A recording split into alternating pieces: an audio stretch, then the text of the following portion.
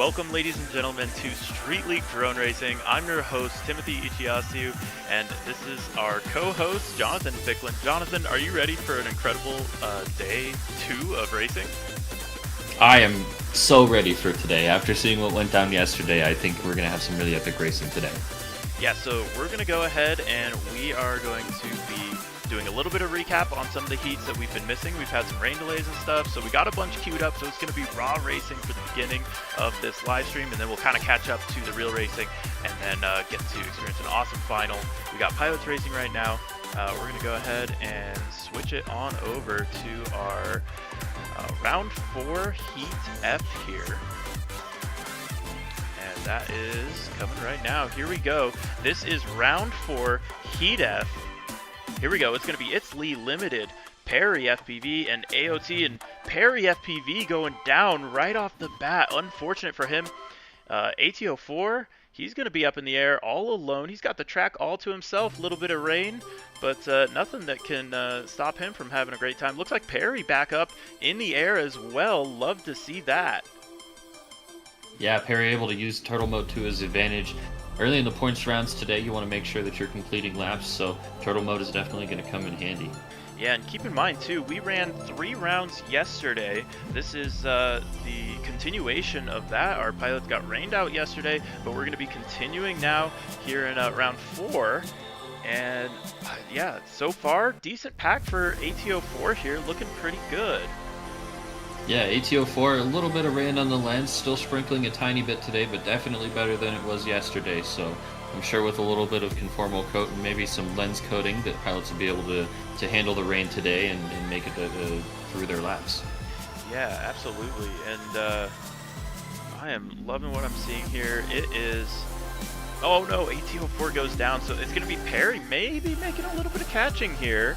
Oh, ATO4 having some issues. I think he may have lost a prop on that one. So now it's going to be Perry coming in for the pass after the little mishap at the beginning. Perry now going to be running in first place for this race. ATO4, though, it looks like was able to get up after all, so hopefully they can keep it clean at this point, just finish out those laps as smooth as possible.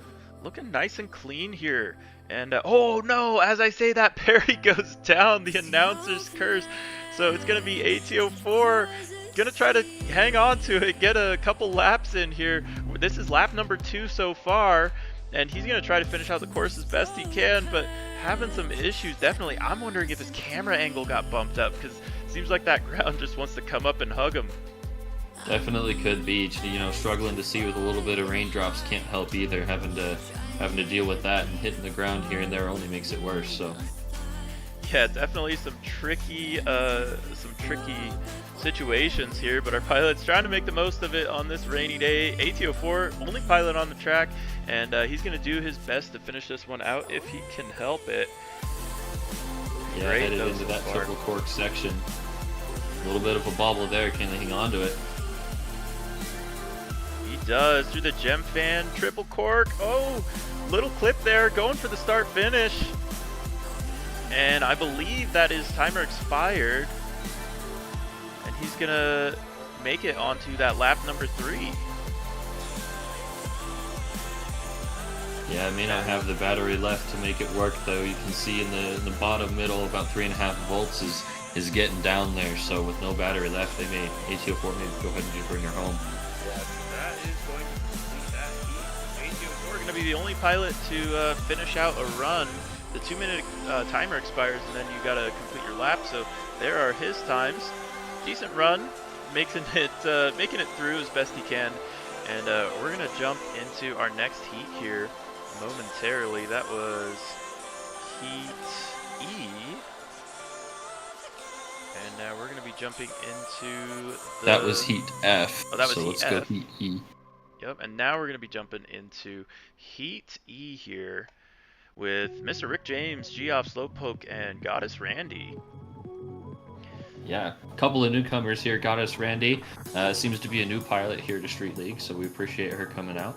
Yeah, definitely. Always love seeing the new faces and old ones as well. Yeah, definitely enjoying all the participation that we've got over the years. But here we go.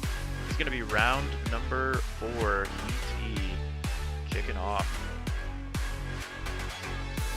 All pilots cleaning away this time. Definitely an upgrade from last heat. Let's see how they handle the weather. You can see already, it looks like Jeff FPV in Perry's view. The racing is good already in the beginning of this round 4 heat. Yeah, I'm looking at this race. Oh, GF with a little turnaround. That was smart. He goes down, though, having a little bit of issue. And he's going to drop back in the pack right now. Looks like the closest track battle here is going to be Mr. Rick James and Goddess Randy. Goddess Randy with a little bit of bobble. That's going to allow Mr. Rick James to catch up. You can see one another in their feeds. Goddess Randy, though, still with the lead. You know what, though? I think this is... Oh, no. This is a good chance for Goddess Randy to make up some points. Mr. Rick James going to try to take advantage of it, though, as he makes it onto that Gemfan triple cork. And through the Gemfan start-finish straightaway. Great flying from Mr. Rick James here, taking advantage of some bobbles that we've got. And we've got some low bitrate here. We're doing a little bit of a remote stream, but things should come back here. Between the rain and the internet, we'll get it through. And it's going to be Mr. Rick James still out in the lead. Goddess Randy in second, making her way through the track. All 4 pilots staying up in this one, so I think we're going to hopefully get a full heat here coming into that Toker CNC landing zone. Announcer's curse, though, right as we say it, Jeff FPV with a little bit of a bobble, and that's going to take him down and out of this race. I called it too early. Looks like it's only going to be Mr. Rick James, Slowpoke, and Goddess Randy left. They are ripping.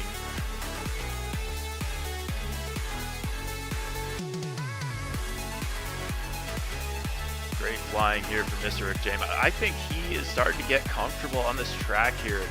Good flying from him. It's going to be Goddess Randy still holding on to that second place position as Slowpoke makes his way through the start-finish gate.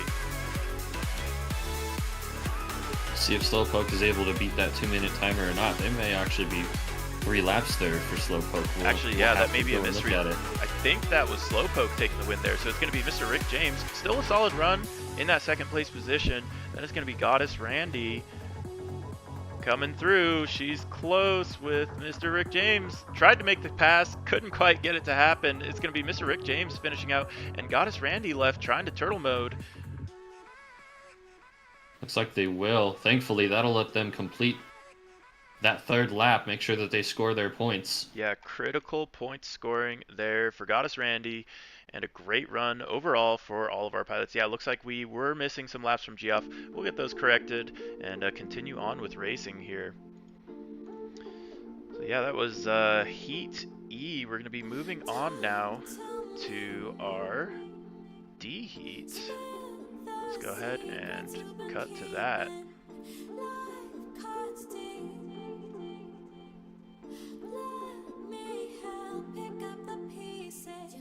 There we go. So we got D Heat coming up. This one's going to be Nimbus, DeBits, Leadboy, and Glacio.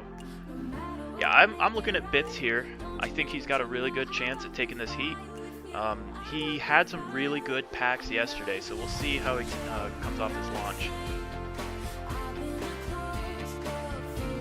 Yeah, DeBits with a little bit of a rough day yesterday, definitely trying to make up some points today. Looks like he may have switched from the Plus quad now today to the X quad, so we'll see if that makes a difference in his flying at all. Very interesting. So switch up in gear. I wonder if he got something a little bit wet. We'll see, though, how he managed to fly that change in quads.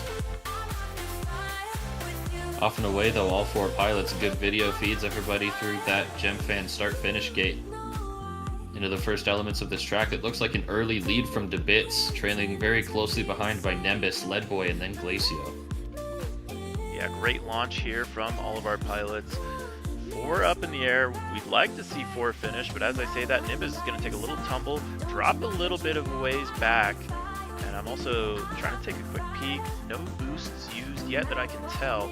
Oh no, Nimbus is going to go down. It's going to be DeBits in the lead right now, coming through that Gemfan triple cork and onto the Gemfan start finish straight away. Very nice laps from him. Nimbus, it looks like maybe with a bent prop, that front left not able to spin, so that's going to complete his heat here in round 4, unfortunately. Meanwhile, DeBits, like we said, out front, Glacio with a close tail, Leadboy just behind. These 3 pilots so far able to keep it clean. Yeah, Great flying here. Love to see it from Bits. He's gonna get about halfway through the lap so far onto that double ladder coming up into the Gem Fan triple cork. We're gonna get to see that cork hopefully light itself up as we make it through the day as the sun starts to fall and as the lap times start to fall with them. To Bits with a real hot one there, looking real good in Heat D here. Yeah, everybody looking great. Leadboy looking to score some extra points. Glacio trying to keep it clean as well. And DeBit's working his way up there. He's definitely on pace to earn some extra points here in this round. Yeah, Leadboy looking real fast right now. I like what I'm seeing from his lines. But right now, Bits just on another level up through that double ladder, looking absolutely incredible.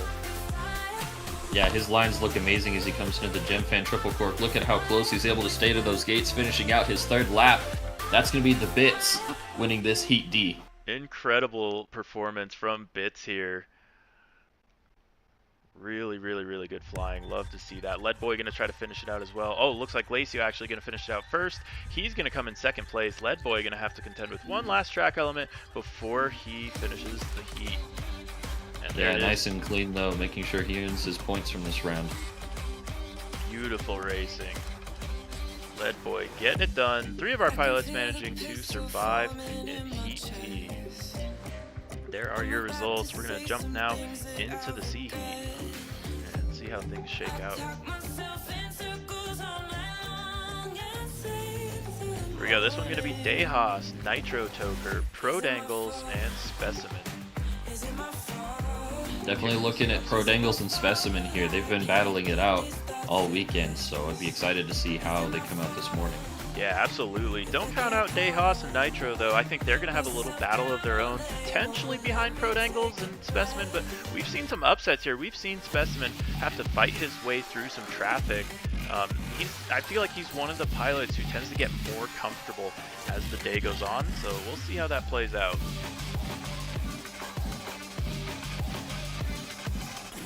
Ooh, a little bit. Yep. Ah, there goes Specimen. Unfortunate. He is going to get back up, though. Dehas going to have trouble, too, so Specimen is going to have to be fighting through the pack here a little bit. Yep, but that's where he's been all weekend, so by now he should be kind of used to it, and that should hopefully play to his advantage as he makes his way onto the track. Great racing so far. We got 4 pilots up. We'll see how this one finishes out. It's anybody's call. And really good recovery here I'm seeing from Dehas. He's flying much better now that he's kind of got the initial nerves out of the way. Sometimes you just need that, you got to get that mistake out of your system and then you can get to flying. So love to see that from him. Yep, Prodangle's looking out to finish his first lap. He will in the lead. Nitro Toker just behind his Specimen on Nitro Toker's tail. Dehas there as well. Looks like the back of the pack is starting to catch up with each other. Great race so far. Specimen with the big fishing pull out, and I see him reeling on Nitro Toker. Nitro Toker making it through the dive gate pretty decently. Specimen just behind. Oh, Dehas goes down. Yeah, looks like they might be caught on a gate there. They're going to continue to try to turtle mode. Meanwhile, Prodangles into the Gem Fan triple cork, keeping it nice and tight. Yeah, all the way through, finishing out his second lap. Great racing here. I believe we've got Prodangles out in the lead right now, followed by Nitro, followed by Specimen. Yeah, Dehas trying to pick up the pieces from this run, make sure that they can get all 3 laps completed, score what points they can. Meanwhile, Prodangles, Nitro Toker, Specimen are going to be looking for a good amount of points here. Prodangles able to keep it clean and fast as he heads into the up ladder. I think Prodangles is feeling pretty dialed. He wants to get in that B heat. Keep in mind, you've got to get into the B heat before we end points rounds if you would like to make it into the Elite 8. So that's what these pilots are shooting for. Prodangles gonna get some solid points. Maybe make his way into that B heat now. Nitro Toker and Specimen right there at the finish. A photo finish. Nitro Toker just ahead of Specimen. What a finish! Incredible photo finish there between Nitro Toker and Specimen. Dehas gonna go down, but Nitro Toker and Specimen really putting on a show for us there. Yeah, crash flip recovery to the rescue. They'll be able to finish out their laps. That was super fun to watch. Love to see it. All right, this next one going to be Hyper, Zebra 3, Dutch, Kinematic. Kinematic really working his way up through the field. It's cool seeing a pilot relatively new to Street League doing so well for himself. So yeah, Kinematic has looked great all weekend. Yeah, it's been super fun to watch. I haven't been paying as much attention to Dutch. I'm curious. I need to keep an eye on him, see how he's flying for the day. But we know how Hyper's been flying. We know how Zebra 3 has been flying. Hyper was your points leader all day yesterday, but that changed in the very last round. He had a spec launch, so he's looking to make a little bit of a comeback story here on day 2. Here we go. Pilots are at the ready. And off and away, here we go. This is round 4, Heat B. It's going to be Hyper, Zebra 3 Dutch, and Kinematic all through that start-finish gate. Looking super good so far. As I say, that fog on Zebra 3's lens. Oh, that is unfortunate. Unfortunate. That is the treachery of racing in the rain. It's the only option we got here in Citrus Springs, Florida, here at No Quarter Ranch. Incredible racing, not incredible weather, as we see Hyper really putting some moves on this track. He is flying fast, he is flying well here through the GemFan start-finish gate. Yeah, dealing with a little bit of traffic early on in the race, maybe some better launches from other pilots, but able to make his way through nice and clean. He's going to have clean air now to go ahead and set some fast lap times. Yeah, really, really good racing here from Hyper. He is out in the lead by a mile. He knows that he doesn't really belong in Heat B. He belongs in Heat A. I think we all know that of Hyper. And I think these other pilots, he's the guy to beat, aside from Russell right now, who has the consistency that Hyper hasn't had so far. But when I say the consistency he doesn't have, we're talking about one mistake. So one mistake is what separates the A heat from the B heat, and Hyper's learned that. I think he's learned his lesson. I think he's going to be back on a tear here on the last lap of the race. Yeah, definitely trying to keep it consistent, making sure he doesn't have any more of those fumbles, because it could be costly in the end. I think, though, at this point, he's looking nice and clean. He's got the confidence to stay all the way. Yeah, great racing from Hyper. He's got one more element to contend with. That is the GemFan triple cork. He's going to come through that GemFan start-finish straight away, and Hyper is going to take the win here in Heat B. Yeah, fantastic run from him. Now we look to Kinematic and Dutch.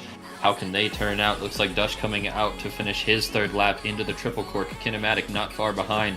1, 2, and 3 they go. Down to the start finish straight. Dutch is going to take it though. Kinematic in a close third. Yeah, Dutch's quad full rattle mode engaged there. He was definitely throttled to plastic, and he's going to get that second place. And Hyper with a incredible run there. Really, really solid run.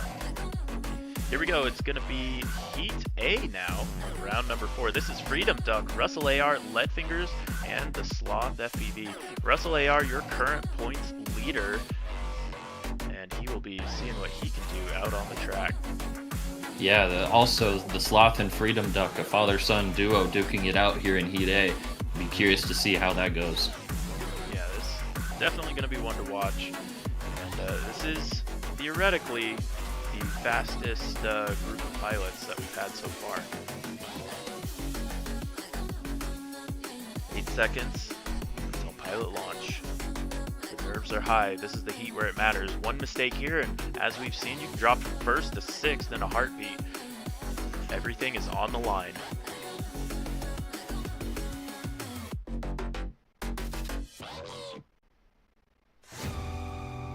RusselAR with a beautiful launch. That launch mode engaged. He's going to be able to take your whole shot and the lead. Leadfingers close behind. Freedom Duck battling. Sloth in the 4th position at the moment.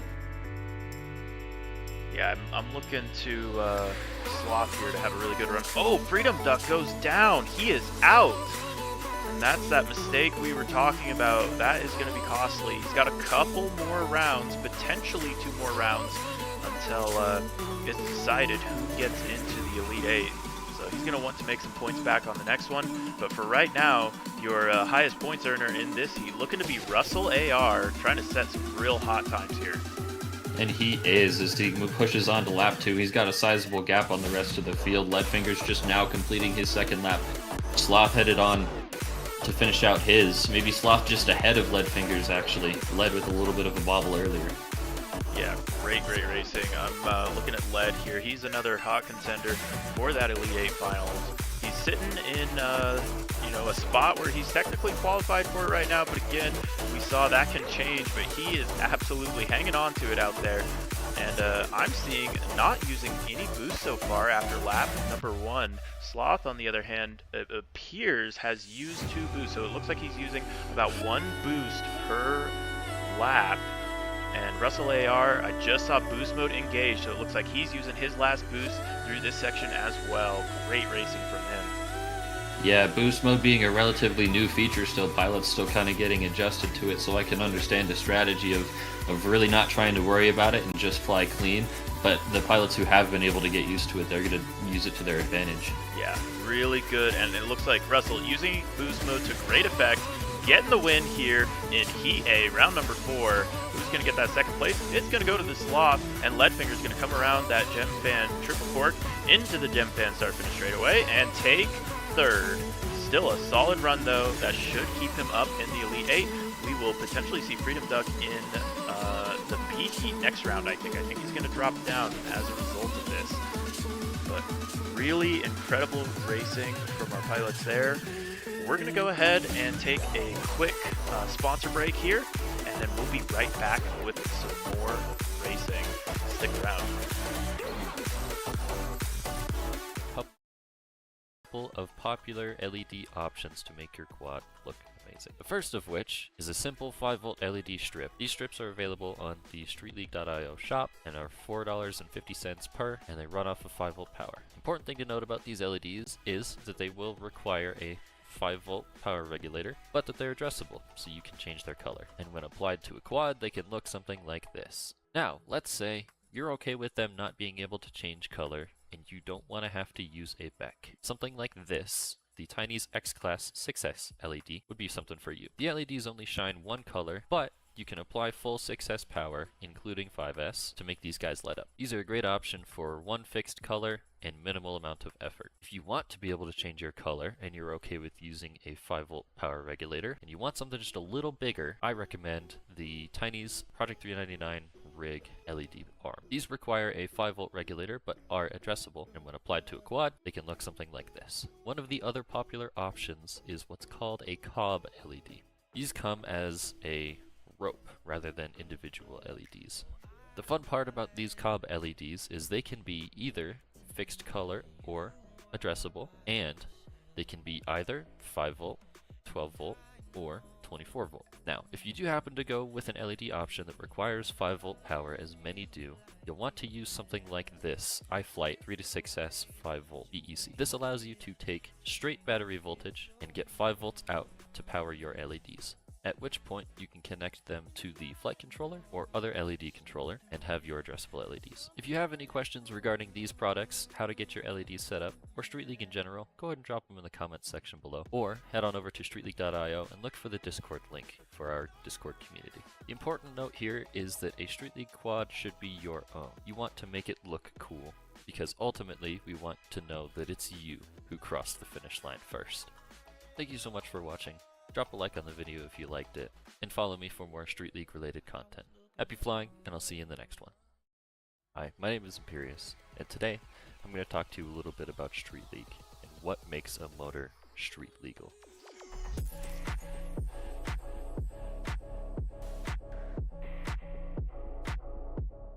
Today I'm going to talk about some of the motors currently available that are street legal, and I'm going to give them a rating based on personal experience of their durability, of their cost, and of their performance. But before we get into that, let's talk about what makes a motor street legal.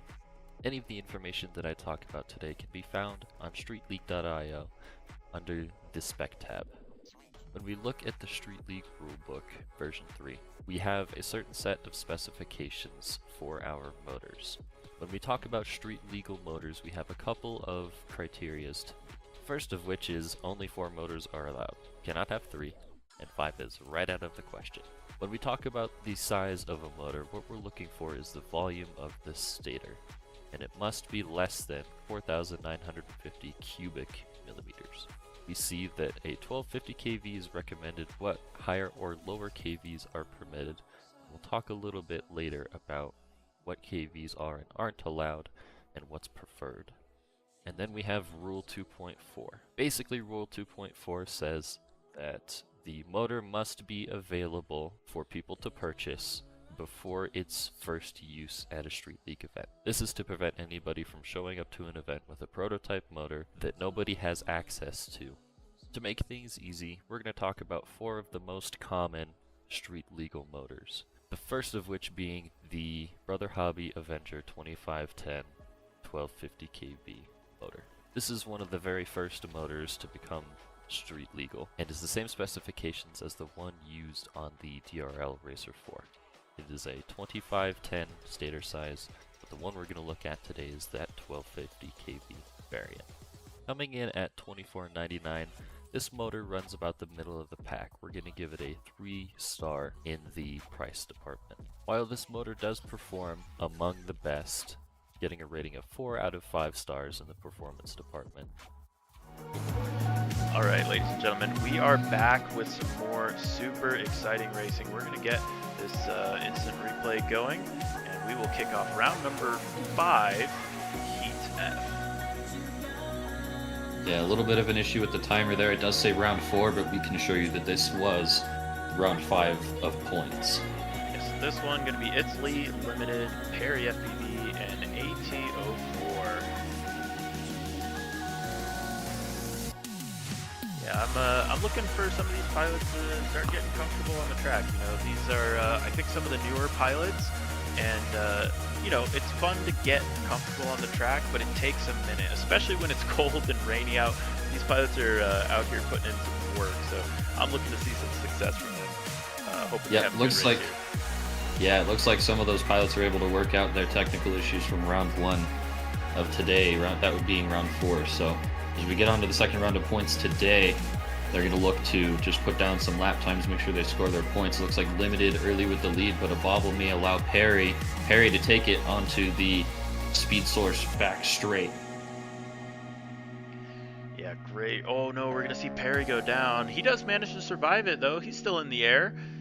Oh, but now he's got a little bit of company. It's going to be Limited and Perry duking it out now. So Limited able to catch up there from that bobble Perry made, but now they're going to have to battle it out. We'll see who gets this one. Good racing from our F Heat here. Oh, as we see AT04, he has a little bit of a bobble, but still in the air. You love those Street League quads and how tough they are. Crashes really aren't as big of a deal as they are in a lot of other forms of racing, so you'll love to see that coming into effect here as our pilots rip onto lap number 2. You also love to see great big quads in other people's camera views. If you notice Perry down there in your bottom left with Limited just ahead of him, you can see those orange LEDs of Limited as they go by onto the back straight. Yeah, and Perry working with a Limited, pun intended, camera view here. He's got a big old drop of water on his lens. He's flying through it, still able to see his opponent ahead. Oh, I'm seeing Limited now, right side by side with Perry. This is a great battle. The pass was made now into the right-hander into the Gemfan triple cork, who will be able to keep it cleaner. Perry just behind, still looking at Limited in his speed. Now onto the start-finish straight, just seconds apart. Oh my gosh, this is a battle between Limited and Perry. Perry in the battle of his life, Limited in it with him. Two simultaneously friends and foes. Foes at the moment, friends overall, but they're going to be ripping through this track. Perry slipping through that dive gate. Yeah, Limited, though, keeping it clean. He's going to go now onto the triple threat section of the track. Great racing. Yeah, through the turtle mode triple threat they go, onto the double ladder, and into the Gemfan triple cork. It's going to be Perry FPV chasing after Limited, but Limited getting through this corkscrew too quickly. He knows what's on the line, and he's going to get what's his. He's going to get first place in this heat. Absolutely great racing from Limited. Perry going to get that second, and AOT going to land it for now. Yeah, AOT looks like wasn't quite able to complete all of their laps, having some bobbles, having some technical issues, so they're going to put it down and save their quad for another heat. Yeah, great racing there overall. You love to see those battles. That's one of the fun things is the way the points format works, you're always racing against the pilot who is closest to you in skill level overall throughout that day. So we're going to jump into somewhere in the midst here of Heat E after about half a lap or so. We're going to be seeing Goddess Randy doing pretty good, battling it out there with Mr. Rick James. Geoff having troubles off the launch. It's going to be Slowpoke playing chase. Slowpoke looks like he got a little bit of a lens cover, definitely trying to protect from the rain. A little bit of a cloudy vision, but definitely worth it to keep those electronics. And look at those raindrops just fall off. That's awesome. Oh, Geoff FPV is out. Looks like Goddess Randy goes down too. Mr. Rick James gonna be, I believe, your leader. Yes, he is on lap number 2, trying to get onto that third and final lap. Slowpoke playing chase about a couple gates behind. Through the turtle mode triple threat he goes, making it happen. Meanwhile, it's going to be Mr. Rick James finishing out the Gem Fan triple cork. And he is going to get on to lap number 3, trying to complete that as quickly as he can and maximize those points. Great flying from Mr. Rick James so far. Yeah, wow, Rick James looks like he's really going after it in this heat. He seems comfortable, now he's just putting down his best times. Yeah, and I'm noticing, it looks like Goddess Randy was able to get back up. Her lens is a little bit worse for the wear, but she's still getting it done. Great racing from her. I believe a first-time Street League pilot making it happen. Meanwhile, we're going to be on board with Mr. Rick James duking it out with Slowpoke. Actually, no, it looks like that was lap traffic. Mr. Rick James trying to finish out his last lap. The Gem Fan triple cork going to be tricky for him, though. He gets through that first gate, gets through the second. Lots of time for Slowpoke to catch up, but he's not quite close enough to make it happen. This one is going to go to Mr. Rick James. Wow, Mr. Rick James making it over the line with hardly any battery left, but able to get it done. Yeah, this was a track, we did not expect this track to be quite as long as it was, and we even shortened it too. We added the speed source straightaway on the back to try to help alleviate some of the extra battery usage, but looks like pilots still gonna have a little bit of trouble with that here and there. Looks like a finish out for Slowpoke, and meanwhile, Goddess Randy trying to finish out her final lap.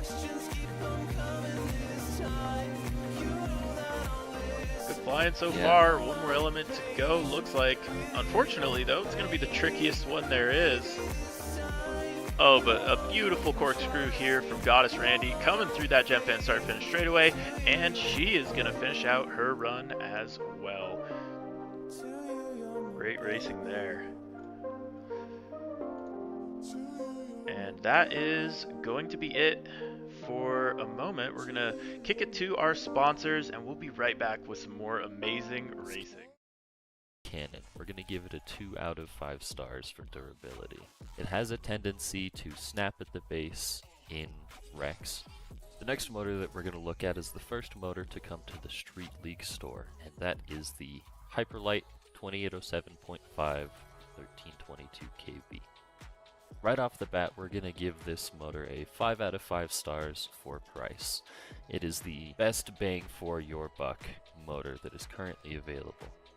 As far as durability is concerned, we're going to give these motors a 4 out of 5 stars. Pilots have been running this motor for a while now, and it has held up in gnarly wrecks. On the performance scale, we're going to give these motors a 4 out of 5 stars. These are a very high performing motor and are very competitive at the highest tiers of Street League. The next motor we're going to talk about is the Eco 2 2807 motor, and this one's going to come with a little bit of a caveat. It does say that it's rated at 1300 kV, but the actual tested kV of these motors fluctuates a lot. What this means is when you go to tune your motor output limit for your tested kV, you are going to get much more different results. Alright.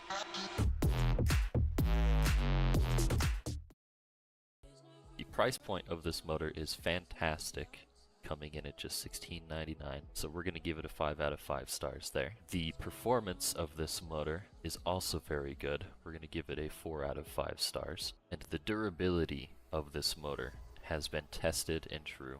We're going to give it also a 4 out of 5 stars. And the last motor we're going to look at today is the X-Nova 2808. In the performance and durability departments, after testing, we have found that this motor trades blows with the best of the best currently available motors. In the performance department, we're going to give it a 4 out of 5 stars, rivaling any of the motors available today. In the durability department, we're also going to give it a 4 out of 5 stars. Alright, ladies and gentlemen, here we go. We're going to be kicking off some more racing. We're going to be jumping on board with round number 5, Heat D. Looks like Glacio going to go down right off the bat. It's going to be Nimbus, Zebra 3, and Lead Boy trying to make something happen here. Oh, we're going to see Nimbus go down as well, so it's going to be left to Zebra 3 and Lead Boy to make something happen here. Not seeing any movement from Glacio. Oh, and then the pit mode, so he is out. And it looks like Nimbus trying to make something happen, but potentially a damaged prop there. So it's going to be down to 2 pilots here. Yep, Zebra 3 ahead of Lead Boy, but both of them able to keep it clean despite the carnage behind him. Zebra 3 into the up ladder looking to finish out his first lap. Onto the right-hander into the Gemfan triple cork. 1, 2, and 3, nice and tight.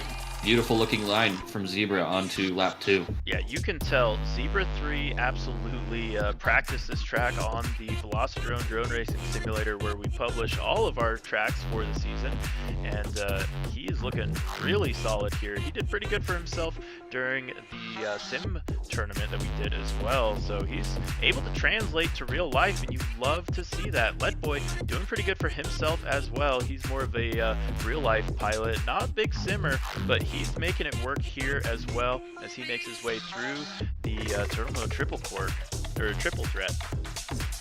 Yeah, if I remember correctly, Zebra 3's first race last year was this race, so in a year's time he has gone from being a completely new pilot to middle of the pack and looking amazing. Yeah, and honestly, this is he's looking at a shot at the C heat here if he keeps racing like this. Absolutely love to see this performance from him here on lap number 3. Really, really good flying. I'm seeing him, plan ahead, get those pre-turns in, but he's also not taking too many risks. It's very easy to come from the simulator and start taking a bunch of risks right away, and I don't see him doing that, and I love that. That's the correct way to play the format. It's all about playing the format as best as you can, and Zebra 3 playing it like a fiddle here through the Gemfan triple cork.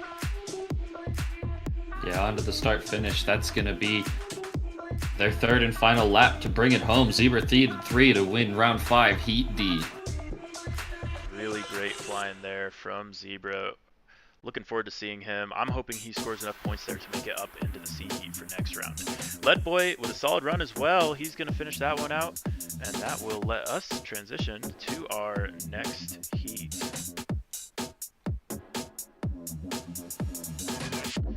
So this one, it's going to be Heat C with Dehas, Nitro Toker, Pro Dangles, and Specimen. Our pilots are all gridded up. Quads are arming. This is going to be a hot one. We've seen Specimen always working his way through the pack. If he can get a clean launch here, I swear he's going to set a PB.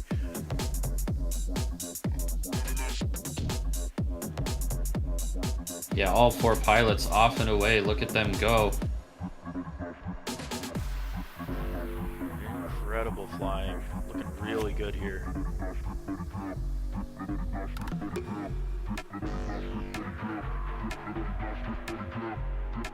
Yup. As we say that, though, looks like a little bit of an issue from Pro Dangles. No more video feed from him. That might be the end of his race. Yeah, unfortunate, but Dehas looking to recover from his previous mistakes in round number 4 and really start to make a comeback here. That's what we like to see. This is a very gnarly heat, though, I will say. All of these pilots have the potential to be in the Elite 8, which starts at the B heat, so they just need to bump up one more group of spots. But this is where all the cutthroat flying happens. Some of the hardest flying in the event usually comes from our C heat. We like to call it the bubble heat. And it looks like right now the pilot making the most of this is going to be Dehas. He wants to get back into that B heat, and he's looking like he's got a solid shot. Oh, Nitro Toker goes down. Turtle Mode to the rescue, though, able to recover it. Hopefully he can keep it clean for the rest of his laps. Meanwhile, Specimen tailing Dehas. Dehas into the Gemfan triple cork, looking to finish this out nice and clean. No boosts needed. Onto the start-finish straight, and they will. Finish lap 2. Got one more to go. Yeah, this is a hot one for Dehas. He needs this as he works his way through the get wrecked dive gate and leads the pack right now. Yeah, definitely leading Specimen now onto that get wrecked dive gate. Also now into the speed source back straight section.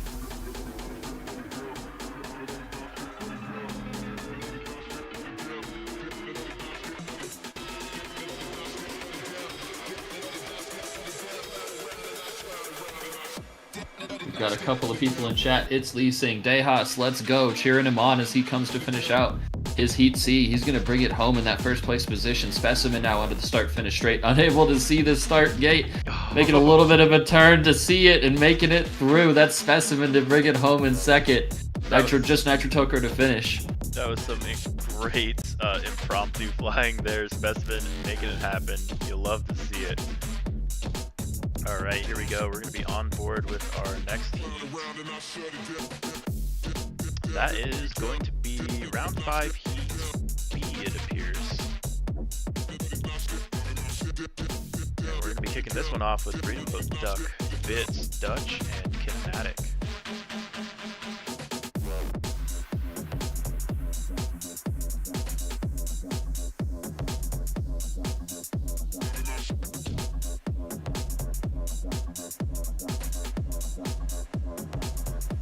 Looking for some big points here out of DeBits. He has made his way all the way back up into the B heat after some early trouble yesterday, so that's amazing to see from him. Will he be able to continue earning some points and really solidify that B heat position? Yeah, I think he's definitely one to watch. Potentially a podium here, I think, even. He's flying really well, but there's a lot of other pilots flying good too, so DeBits just going to have to hang on to it and see what he can do. Wow, a fight already at the front. Looks like Freedom Duck leading DeBits. Dutch behind, Kinematic following suit. All 4 pilots only separated by maybe a second or 2. Yeah, great flying here. All 4 pilots up in the air. This is the flying you expect from the B heat. These are starting to be some of the more expert level pilots and some expert level flying. We're seeing it here through that Gemfan triple cork. Yeah, through the Gemfan triple cork they go. Freedom Duck leading, finishing his lap 1. DeBits following suit. Dutch just behind. Man, this is a battle at the front.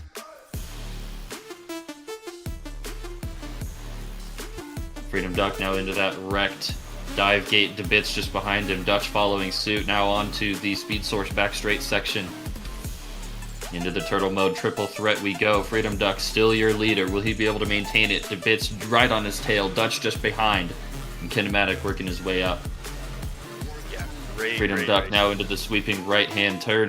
The Gemfan triple cork to finish out the lap. A little bit of a bobble. Will that allow DeBits to make up some time? Maybe a little bit as they finish their lap 2 on to lap 3. Looks like we got a couple of missed times here. No, this is correct. And so it's going to be Dutch and Freedom Duck I'm seeing with a little bit of a battle going on. Dutch trying to play catch up to Freedom Duck. I don't know if he's going to be able to do it. Meanwhile, we've got DeBits heading out the pack into the turtle mode triple threat. Impressive flying from Freedom Duck, almost his entire camera lens obscured, but making it through the track on muscle memory alone. Into the sweeping right-hander, the Gemfan triple cork, 1, 2, 3, keeping it tight. DeBits just behind, onto the start-finish straight. Freedom Duck to take it. DeBits second, Dutch third. 1, 2, 3. What an incredible battle. That was insane. So Timer not getting it right, but Freedom Duck sure did. And we're going to see Kinematic finish out a really strong one on that as well. So your running order there is going to be Freedom Duck, then DeBits, then Dutch, I believe. Great racing. That was super fun to watch.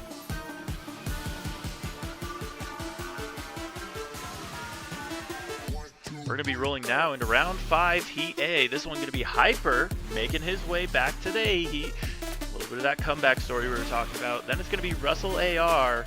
And it's going to be Leadfingers and the Sloth. Now, Jonathan, I think it's fair to say that Russell really wants the top spot going into the Elite Eight. Do you think he's going to be able to pull that off?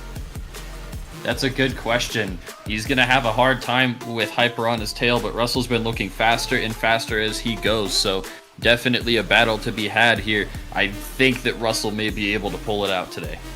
Yeah, this is he is not a first-timer when it comes to standing at the top of a Street League podium. He won the Colorado race in our 2023 season, and he's looking to do it again here, race number 1 in the 2024 season.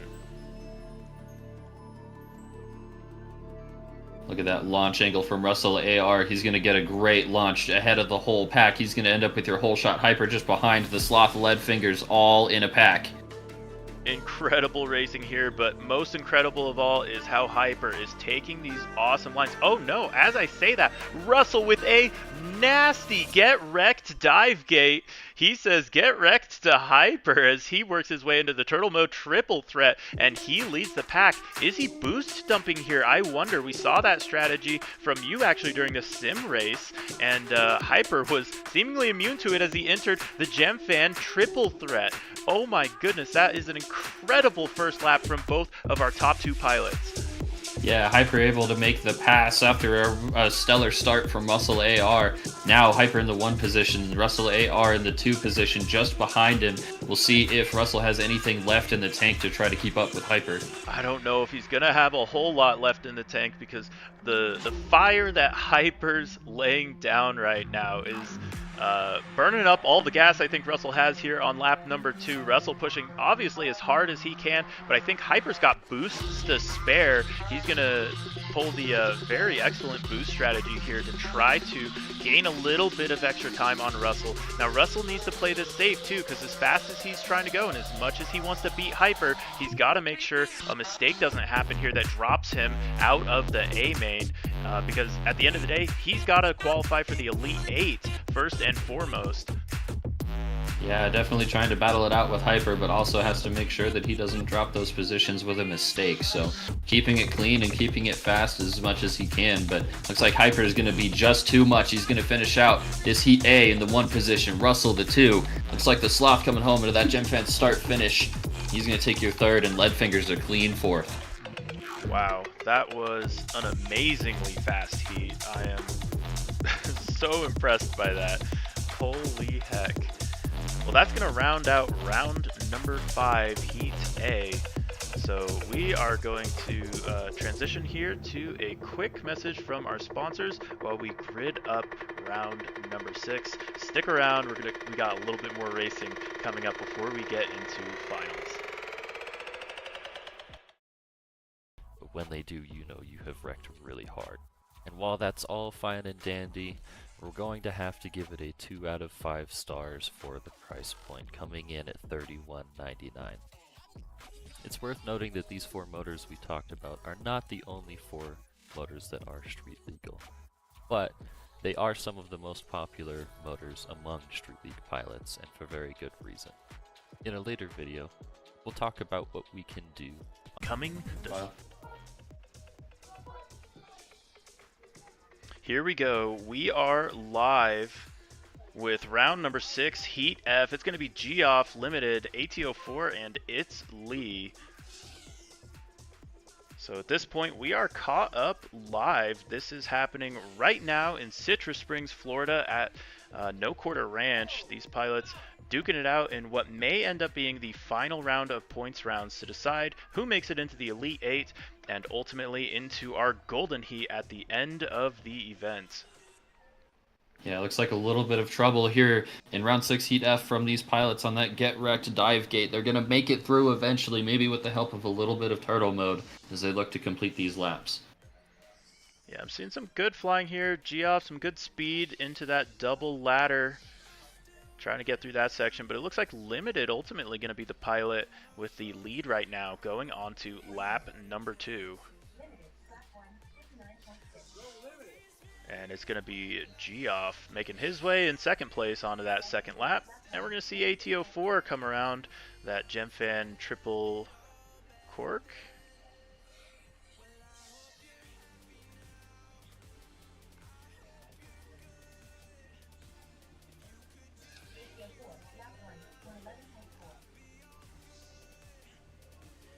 Oh Looks like no. Jeff FPV with some issues. They were going to lose a video feed from him. That'll be the end of his heat. Meanwhile, Limited and ATO4 working their way around the track. It looks like Limited into...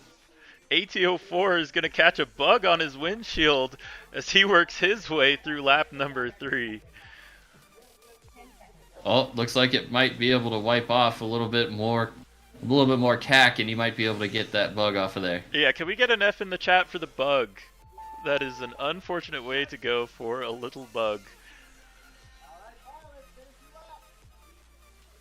Quite the ride he's taken there, but Limited without that issue.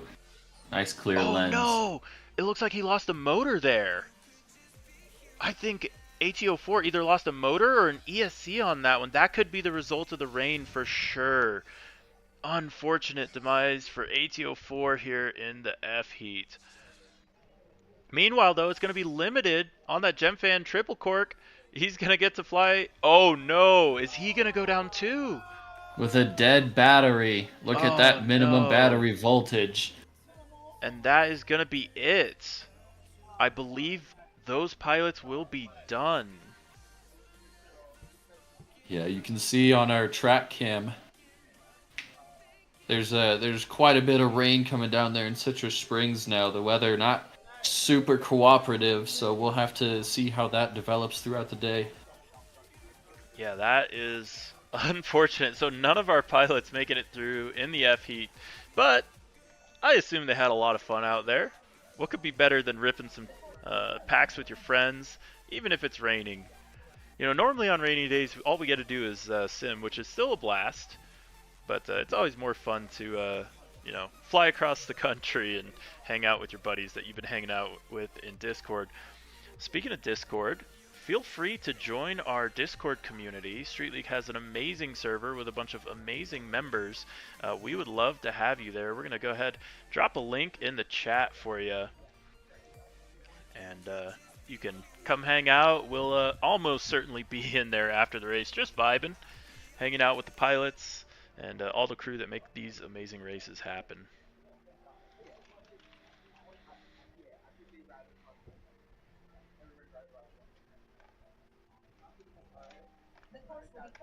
All right, we're looking at round number 6, Heat E coming up. This one's going to be It's Lee, G off FPV, Limited, and ATO4.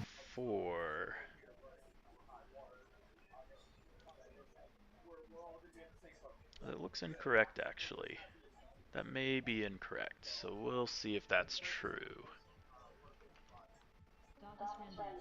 In the meantime, though, we're going to take a quick sponsor break while we wait for our pilots to get gridded up and ready to rock. And we'll be right back.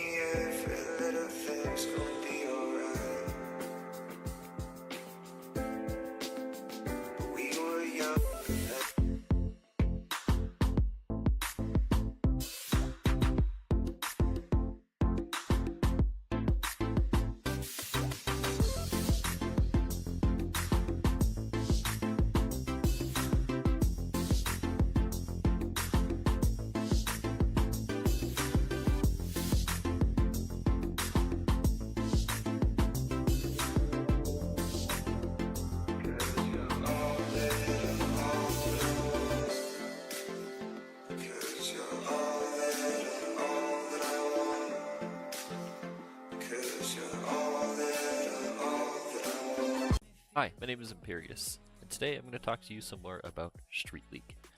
Today's subject, LEDs and electronics. What's legal, what's not, and how can you make your quad look absolutely amazing? Stay tuned.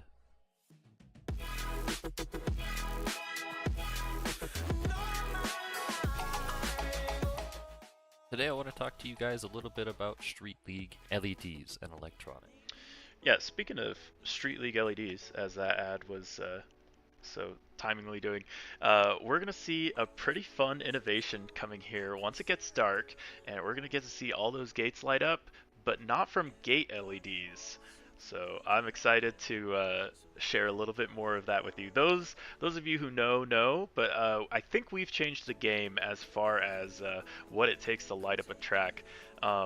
Yeah, and you've done a lot of night flying, Jonathan. So like, what's kind of been your experience with different LED setups, and you know, what are some of the coolest LED tracks you've flown? Boy, that's a good question. Yeah, we've done a lot of night flying here at Street League, and some of the tracks we've been able to put together with LEDs have been really amazing.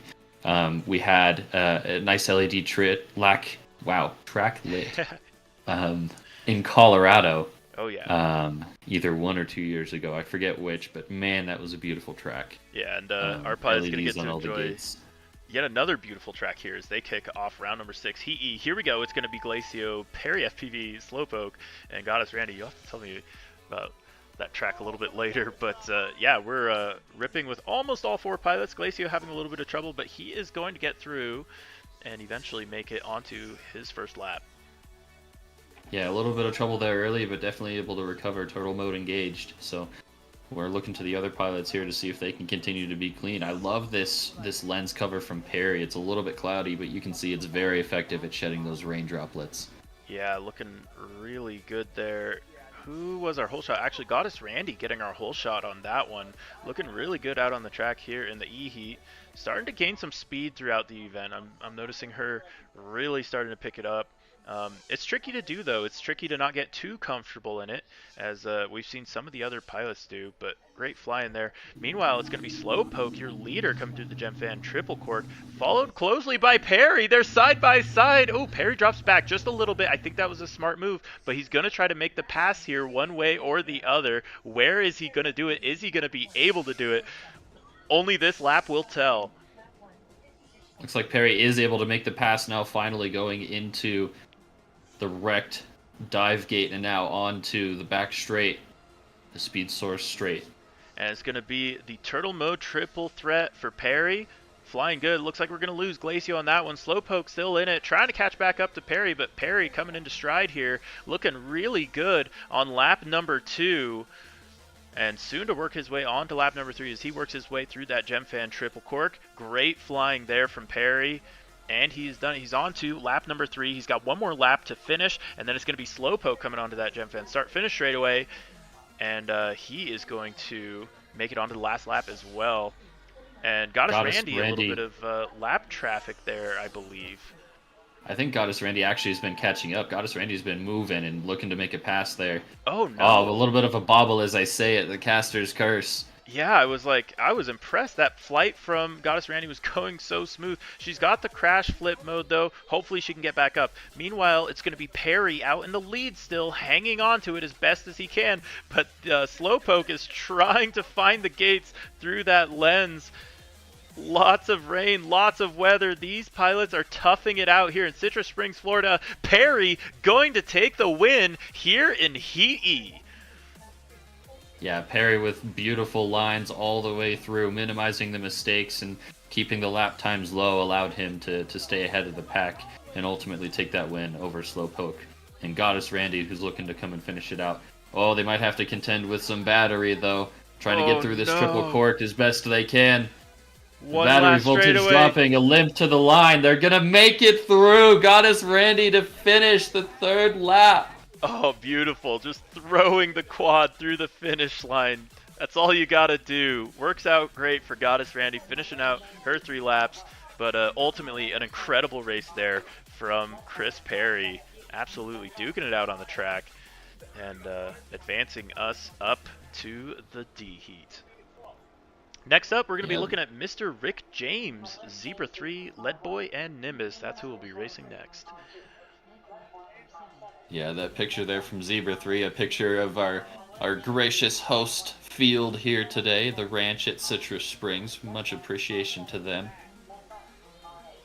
Yeah, incredible host. One of the best hosts that you could ask for as a drone racing organizer, and one of the best fields that you could ask for as a drone racing pilot on most days here in sunny Florida, except for today. It's decided to be a little bit rainy for us, so our pilot's fighting a little bit of the elements, but ultimately they've got those big, tough Street League quads, so some conformal and some electric tape, that'll get her done, and seems to be working out pretty well for the most part for most of our pilots. Yeah, we've seen a couple of innovative new ways to keep the rain out. I saw a great post from DeBits this morning, and he had saran wrap covering his quad. So definitely getting creative out there, finding ways to keep that moisture out. Yeah. Yeah, definitely some different strategies to fleet maintenance here. It's an interesting thing here is that most pilots are only going to have 1 or 2 quads. It's very typical for a Street League race. A lot of pilots, myself included, usually only roll up to a race with about 1 quad. And with the way points formats works out, you usually have some time between heats if you need to do some fixing. But usually you don't really need to do a whole lot of fixing because it's a Street League quad. We have a super high minimum weight, which means that our pilots can really invest all that extra weight into making the quad a lot tougher, more durable, and sometimes easier to work on too. Yes, gone are the days of bringing a 7 or 8 quad fleet to a race, and I tell you what, my pocketbook definitely appreciates that. Oh yeah, absolutely. I remember some of my previous racing experience. It was 6 quads, no less. And if you didn't have that, you didn't really feel like you were completely ready for the race. Some pilots tried to make it through on less, but I think all of the top tier pilots, they were the guys who had quad after quad. If they had an issue with a quad, they just let it go. You know, they'd swap to a different quad and call it there. Right, but yeah, that being totally unnecessary, even in harsh elements like this, the vast majority of our pilots being able to keep that rain out and keep everything protected, that is one of the strengths of these quads. Yeah. Looking forward here to Heat D. Trying to think who I've got picked in this one. Mr. Rick James has been flying pretty good. Zebra 3, I think, dropped down. He had a very rough heat in his previous race. Actually, let's go ahead and take a quick peek, if we have the time, at our stats so far. So here is how everything's shaping up right now. It's going to be RusselAR still hanging on as your points leader. You'd love to see that. He's got a 5-point gap on the Sloth, and we see Hyper had that big upset at the end of yesterday, but able to recover back into the A heat at least today. Yeah, and then he's got a sizable gap over those in the B heat. Freedom Duck, Dutch to Bits, Specimen at the moment. All right, here we go. This is round 6, Heat D. Pilots are up, off, and away. And we've got some close battles here between Zebra 3, Mr. Rick James, it looks like, trailing the pack. He's going to get a great view of this battle. Oh my goodness, as they go through the Get Wrecked dive gate, and pilots did get wrecked there. It looks like Nimbus going to go down. Mr. Rick James circling back, trying to recover. The nerves are high after that one. That is a tricky dive gate. Brought to you by Wrecked. If you want to go check out their store, definitely do so. One of the best places to get Street League parts. As we work through lap number 1, it looks like we're going to be on board with Zebra 3 here in the lead. Actually, no, it's going to be Leadboy out in the lead. Absolutely moving onto the Gemfan start-finish straight away. The pass from Zebra 3, he's going to be your leader going into lap number 2. Yeah, man, what an amazing pass there in the triple cork. That is a gutsy call from Zebra 3, but able to get it done. Now into the wrecked dive gate, maintaining that lead. But as I say it, the caster's curse, he's going to take out a flag. That's going to allow Leadboy back into the lead. You can see him in Zebra 3's feed as they go into the turtle mode triple threat. Oh, it's a big battle here between Zebra 3 and Leadboy as they work their way through the second half of the course. Zebra 3 with a little mistake. That's going to let Leadboy jump into the lead. And into the Gemfan triple cork they go. Altogether, Nimbus caught up as well. Nimbus in that triple cork with him. Looks like Lead Boy going to get out. Then it's going to be Zebra 3. Then it's going to be Nimbus. And the pass once again by Zebra 3. Oh Lead Boy my behind goodness. now. Nimbus in front of him as well. 2 passes in 1 element into the wrecked dive gate. A little bit of an issue from Nimbus. He'll get caught. Oh, he's but hung allows in the Zebra gate. 3 into the lead. And a great lead here from Zebra 3. He's going to be hanging on to it with his thumb grip. He grips as much as he can on the last lap of the race. Can he hold it together? Lead Boy is hot on his heels. And it looks like Nimbus struggling to get down, so that's going to be opportunity for Mr. Rick James to get third here. But we see Zebra 3 on the final portion of the track. He takes the win. Lead Boy going to get second. Oh no, Nimbus does get down. He has an opportunity to at least score some more points here if he gets onto that last lap. Oh no, we've got dead battery from Mr. Rick James. Nimbus is back in the air. Nimbus is going to be able to steal a third if he can make his battery last. Will he be able to? It's flashing at him, telling him to land now. Oh, he's at 3.2 volts per cell. That is a dead battery, and he still has half a lap to go. I don't think it's going to do it. Does he sacrifice the battery? He's now gone into slow mode. He's intentionally flying as slow and smooth as he can, trying to make that battery last, but the voltage just isn't there. Mr. Rick James, meanwhile, looks like he was able to arm, but I think he is done as well, so that is going to be it. What a hectic heat D that was. I could not have called that. That was absolutely insane. Yeah, that was an amazing battle. All of the pilots here getting into it. Passes made, people in camera views. That is what we like to see at Street League Spec Drone Racing. Yeah, the dead battery is not really what we're hoping for there, but sure added to the drama. Oh my goodness. And I'm sure the rain and the weather not helping out with these conditions, but our pilots giving us an absolute show either way. This next heat is going to be featuring Dejas, Nitro Toker, Prodangles, and Kinematic. And I think it's going to be a banger, honestly. I think we saw Prodangles crash on the last one, so I think he got dropped down. Absolutely. These are the transition heat right here, so they're going to be looking to put down a fast time, this being their last opportunity to score any points, so they got to make sure that they're clean, consistent, and fast. I think, though, that Dejas may have the pace in him if he can keep it clean to put down a good time and make it up into that B heat. Yeah, definitely seen some good flying from him in the past, but I'm looking forward to much more as we work our way through points round number 6. Now, we try to do a minimum of 6 points rounds. Ideally, we'll do 8. So with the rain and all the weather that we've been experiencing, it will be up to the race director, that is Leadfingers, as to whether or not we make that call. It's all going to come down to how the weather is tonight, so we're going to be keeping a close eye on the weather forecast and seeing what happens there. We're going to take a quick break and send you guys to a message from our sponsors while we wait for the next group of pilots to grid up.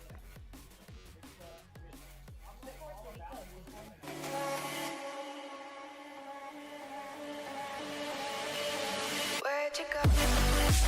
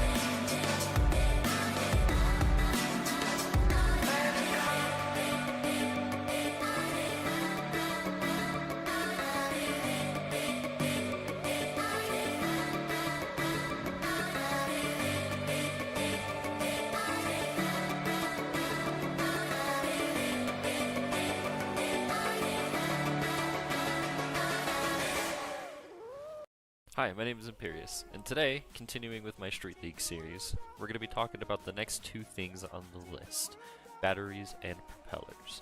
What's legal, what's not. Here we go. This one going to be Dehas, Nitrotoker, Prodangles, and Kinematic. Racing begins soon. Oh, some turtle mode action from several pilots.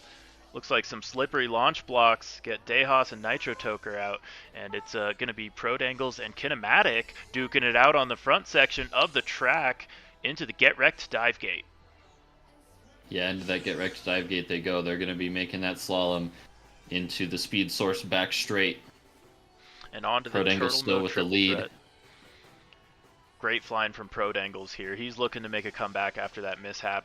I believe he was in the B heat before. He wants to be in the B heat next after this. This is the bubble, and this may be the last round of points rounds. So all these pilots, they have the most on the line other than the pilots currently in the B heat. So this is where it all counts. All of our pilots trying to throw down on the track as best they can and make it into the Elite 8 at the end of our event. And it looks like Kinematic playing a little bit of chase here to Prodangles, but it's going to be Dehas catching up slowly to Kinematic. So Dehas might be able to make up some ground here. And I'm seeing some fast movement from Nitrotoker as well, so this could change, we'll see. But right now it's going to be Prodangles through that Gemfan start finish straight away, and he is going to get onto lap number 3. His final lap of the race is going to be Dehas now making it onto that lap as well, chasing after Kinematic in second. Nitrotoker now onto the lead lap as well.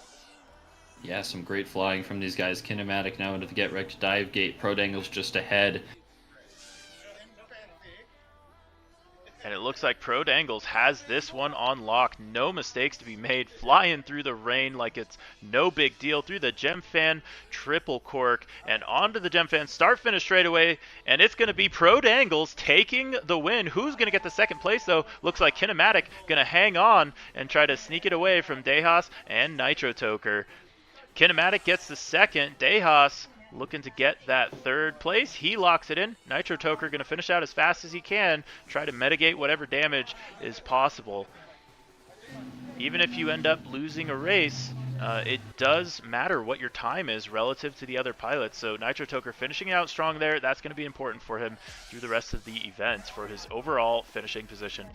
There are your laps. Fastest from Prodangles, a 36.8. Very solid run from him. Yeah, a total 1:58-minute 3-lap time. That's going to be huge. That's a very, very strong time to compare against the rest of the field. So we'll look to the results of heats B and A to see just how many points he can score. But that's going to be Freedom Duck, DeBits, Dutch, and Specimen to defend that top 8 position. Yeah, these pilots, it's all on the line. They gotta set something good here. Freedom Duck has been a little bit up and down in terms of his point scoring. He's a fast enough pilot that he can score pretty big points here, but then the occasional mistake, a DNF will really hurt those points. So I think the ball is in his court. He's going to kind of get to decide how this goes a little bit, or he's going to get to dictate it whether or not he decided. And we're going to take a quick peek here at our event stats. Take a look at how things are shaping up. Now, keep in mind here, things are going to be a little mixed up because we haven't raced Heat B and A yet. But here we go. We're going to transition to that and take a look. So, Russell, your points leader, and it's going to be the Sloth in second, a local Floridian, and then Leadfingers in third. Check it out. As the points stand, Prodangles having run that last heat, he might be able to catch up with the likes of Dehas and Kinematic. Yeah, and interestingly, I'm looking at Kinematic, so Freedom Duck hasn't scored points yet, and if he doesn't, Kinematic will maintain that position on him. So Freedom Duck does have a position here to lose. The other pilots with a position to lose, it looks like Dutch and DeBits could lose 2 positions here. So the math is mathing. Definitely a race to the finish. Those pilots all separated by 8 points, it looks like. So the transfer positions here definitely up for grabs in what could be our very last round of points this evening. Yeah. And I think the pilot with the most to lose going into these next rounds is going to be Specimen. He hasn't raced yet, and if he gets a hard DNF here, then that would drop him all the way to 12th place. So we'll see how Specimen it definitely with stacks up. much to lose, but he's got the nerves of steel. So I'm confident that he will go into this round and earn himself a fair bit of points. Here we go. Freedom Duck, DeBits, Dutch, and Specimen.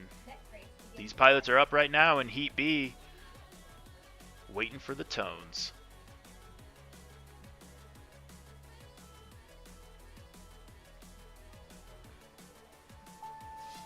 There we go. Beautiful launch from all 4 pilots. Great whole shot from them all. Super close as well. Already you can see battles happening. DeBits with somebody in his camera. It looks like that might be Specimen. Specimen and Bits going back and forth into the wrecked dive gate. Freedom Duck to lead and Dutch in the 4th position. Incredible battle here. I'm looking at Freedom Duck as he makes his way through the turtle mode triple threat. Absolutely excellent line from him there. Great racing. The father of the sloth trying to get into the A heat to do a little bit of racing with his boy. That could be a really exciting heat coming up. We got to see it once yesterday, and hopefully we'll get to see it again today. Oh, Dutch goes down. Unfortunate for him. Yeah, Dutch, DeBits, and Specimen all in that up ladder. Unfortunately, a little bit of a midair, and Dutch is going to have to take the brunt of that. Will he be able to get up or not? We have yet to see. An incredible battle here. Freedom Duck, your leader. Then it's going to be DeBits. Then it's going to be Specimen. Then it's going to be Dutch. As Dutch works his way onto that lead lap right now through the Gem Fan start finish straightaway. Got a little bit of a bobble in that quad, but he's going to rip it around the track anyway. Oh man, look at DeBits' feed here. He's got quite the I don't know what is on his screen other than condensation, but gosh, that has got to be really hard to see. You see him searching for that finish gate. He does make it through onto lap number 3 with the rest of the pack. Your running order right now going to be Freedom Duck, then Specimen, then DeBits, then Dutch. Oh, a battle here. Looks like it's between DeBits and Specimen, duking it out on the course. I'm on board right now with Specimen. He's going through that turtle mode triple threat. Oh, and he gets passed by DeBits. So this is going to be it for the win. Looks like Freedom Duck going to nail that win. Yes, he gets it. Who's going to get the second place? It's down to DeBits and Specimen. One last element to go. It's the Gem Fan triple threat. Who's going to get it? It's going to go to DeBits. He gets a really clean one and sweeps it from Specimen. DeBits proving that those who teach can in fact do, stealing that second place position away from Specimen, and Dutch to finish it out, now onto the Gem Fan triple cork. What an incredible final to that heat. That was incredible. Freedom Duck with a really solid run there. I think that's good enough for the A heat. We'll find out if the points agree with us. Look at that fast lap, a 36.8 from Freedom Duck. Absolutely incredible. Yeah, absolutely. An amazing run from Freedom Duck. He'll be happy with that, and it should help his case to solidify a position in that top 8. All right, well, we are going to send it to a quick message from our sponsors. Stick around because we've got Heat A, the fastest group of pilots, coming up very, very soon.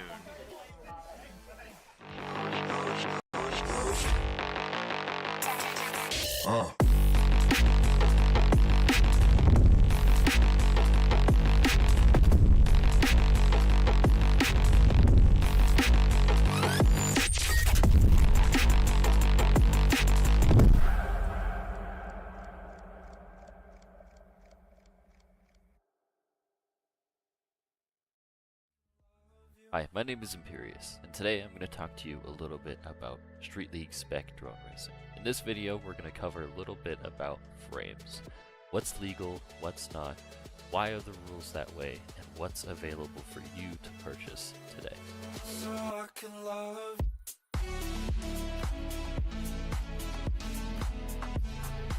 The first thing we're going to look at is the StreetLeague.io website. Any information that I cover today or don't cover can be found on this website. We have rules about the spec, season races, the StreetLeague.io store, and links to our Discord, which is where you can find much of our information and new things being posted every day. The first thing we're going to cover in this video is the Street League spec regarding frames. This is the Street League rulebook version 3.0. And when talking about frames, the specifications are all parts, including 3D prints, must be open source. They must be available to the public to download. Each motor must be less than 399 millimeters away from all other motors, so there is a size limit. And then we have some rules regarding the arms. These get a little bit technical, but we'll cover them as best as possible. The arm is defined as whatever material holds the motor. In essence, if you have carbon that goes from the midplate to your motor, the arm is considered the carbon itself, and not any kind of print or LEDs you may have on top of it. Now that we have the arms defined, there's a couple of rules regarding the amount of material that must be in an arm. We talk about total convex circumference, which is, if you were to take a string around the arm, how long would it be? You need 42 millimeters or more across the thinnest portion. And then we have a total cross-sectional area.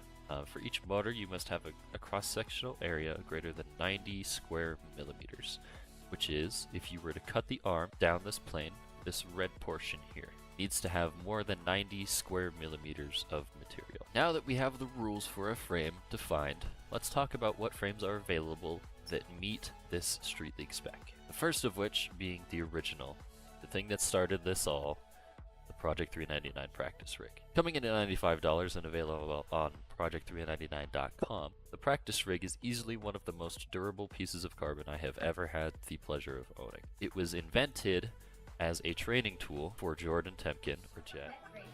Alright, we are on with our next heat. It's going to be Hyper, RusselAR, Lead Fingers, and the Sloth, waiting for the tones and ready to go. Oh man, a great launch from all of these pilots. Hyper has 2 quads in his feed. RusselAR able to get out front. We'll see how he's able to maintain it this time. And Hyper, we'll see how he deals with the traffic. Yeah, looks like he's going for some passes here. He waited there, very good patient flying. Hyper's not had the best luck with mid-airs in his past, but it looks like he's handling them incredibly here. He's got quads big enough in his feed that he should be able to make something happen here on the turtle mode triple threat, and he does. Incredible passes there from Hyper as he works his way up the field, trying to catch up to Russell, your leader right now. Both of them into the triple cork. Russell with a wide line that's going to allow at least Hyper to pass. Lead Fingers in the Sloth just behind him. Oh my gosh, Hyper going from 4th to 1st in the course of 1 lap, and I don't even think he's used a boost mode yet. I think he's using 1 per lap, maybe. So incredible execution from him here in Heat A of round 6. It's going to be Hyper out in the lead. Russell playing second fiddle, it looks like. Then it's going to be the Sloth. Actually, no, is it Sloth? Yeah, it's Sloth in the second place position. So it's Hyper, Sloth, then it's RusselAR as they all come through our timing gate now. It's going to be Hyper getting onto lap number 3. Then it's going to be the Sloth. Oh, it's a battle here between RusselAR and Lead Fingers. Oh, the Sloth goes down. The Sloth is out. No. He was in second place. Oh my goodness, the upsets. Oh, and Lead Fingers through the get wrecked dive gate. He tumbles through and going to try to continue his lap, but that's going to give tons of clean air to RusselAR as Hyper tries to finish out this race. He's coming into the Gem Fan triple cork. Beautiful triple cork there. Yup, he gets it done. Hyper is going to take the win with the big passes. RusselAR going to finish it out as well. He's going to get second, and Lead Fingers working through a little bit of adversity there, but an ultimately pretty clean lap from him, using boost mode to finish it out. Really, really great racing. You'll love to see that for everyone but Sloth. He's going to finish in 4th, but a really great flight there from Hyper. Yeah, man, that was impressive, making all of those passes on the first lap, having to deal with that traffic early on, and keeping his head and making sure he stayed out of trouble. Okay, but I have to take a second to talk about some of those lap times because they were spicy. Let me pull those up real quick because I believe the fastest lap in that heat from all of our pilots was all within a 10th. Everybody except Hyper. It looks like the fast lap for Hyper, 33.7. We've seen those from him all weekend long, but Russell, a 35.738. Leadfingers, a 35.739. Just a thousandth of a second between the fast laps of Russell and Leadfingers. Oh my gosh, that was absolutely insane. And That the is one for Sloth the with record also books. with a 35.738. So all three of those pilots' fast laps were separated by 1,000th of a second. What in the world? So yeah, oh my gosh. Oh my gosh, you're right. I've got to pull those up. We got to pull those up on the stream. That is absolutely insane how consistently those fast laps were coming in. Let's see. Can we pull that up? Will this show a fast lap time? No, it's not going to show fast lap. I don't have an easy display to show our audience the fast lap, sadly. We do have total times, which we'll bring up momentarily, but gosh, that was absolutely incredible. Here's our scoreboard so far, and we're going to see some big moves here. Leadfinger is going to move up into the lead, it appears. So the Sloth, that was a big hurtin' for him. He's going to drop down to 4th. He was in 2nd. Hyper and Leadfinger is going to take his spot. And Leadfinger's looking real good here. He's got 116 points and trying to pad as much as he can to protect his Elite 8 spot. RusselAR, just incredible consistency. He has finished every single round. He's gotten 3 laps in every single round. And he's gotten lower. That was his slowest heat right there, ladies and gentlemen. And he still got 2nd.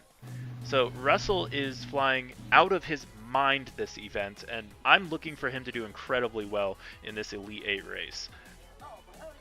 Yeah, the consistency from RusselAR is just otherworldly. All of his lap times separated by only 1 or 2 seconds. With the exception of that last one, I figure he had a bobble at one point that allowed a pass by a couple of pilots, but still able to pull out a 2nd place. Yeah, I think that's one for the replay. Let's see if we can pull up our Thumb Grippy's instant replay, because that was an incredible heat.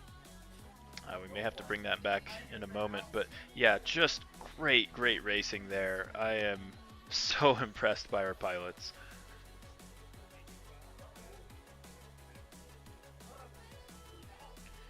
And we're going to send things off to a quick message from our sponsor here while we wait for our next grid of pilots to arrive.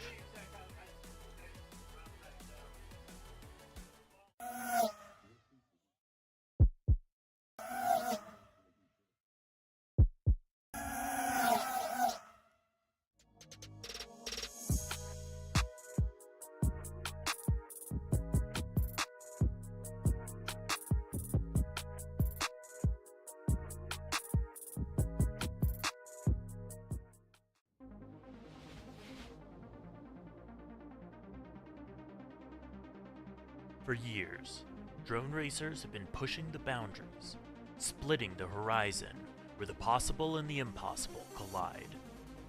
Every millisecond we shed culminates in the victories we've earned. We tune, we train, we expend every trick in the book to defeat the clock. But what if we had one last option? Introducing Boost Mode, drone racing's first new game mechanic since crash recovery. Starting today, you have a new strategic option at your disposal. Find the optimal spots on the track to deploy one of 3 momentary boosts. Get ready or get past as you boost your way to becoming the Street League Drone Racing Champion. For each motor, you must have a cross-sectional area greater than 90 square millimeters. Back. Which is, if you were to cut the arm down this plane, this red portion here And we needs are to going have to be more than 90 square seeing if millimeters. we can get of a little material. bit Now of that we a have the rules for a instant frame replay defined, baby, looks let's like. talk about what frames are available. No that instant meet replay. this Sorry about Street that, League folks. spec. The first of Try to which get that being working the for you original, here in a the second. thing that started this all, the Project 399 practice rig. Coming in.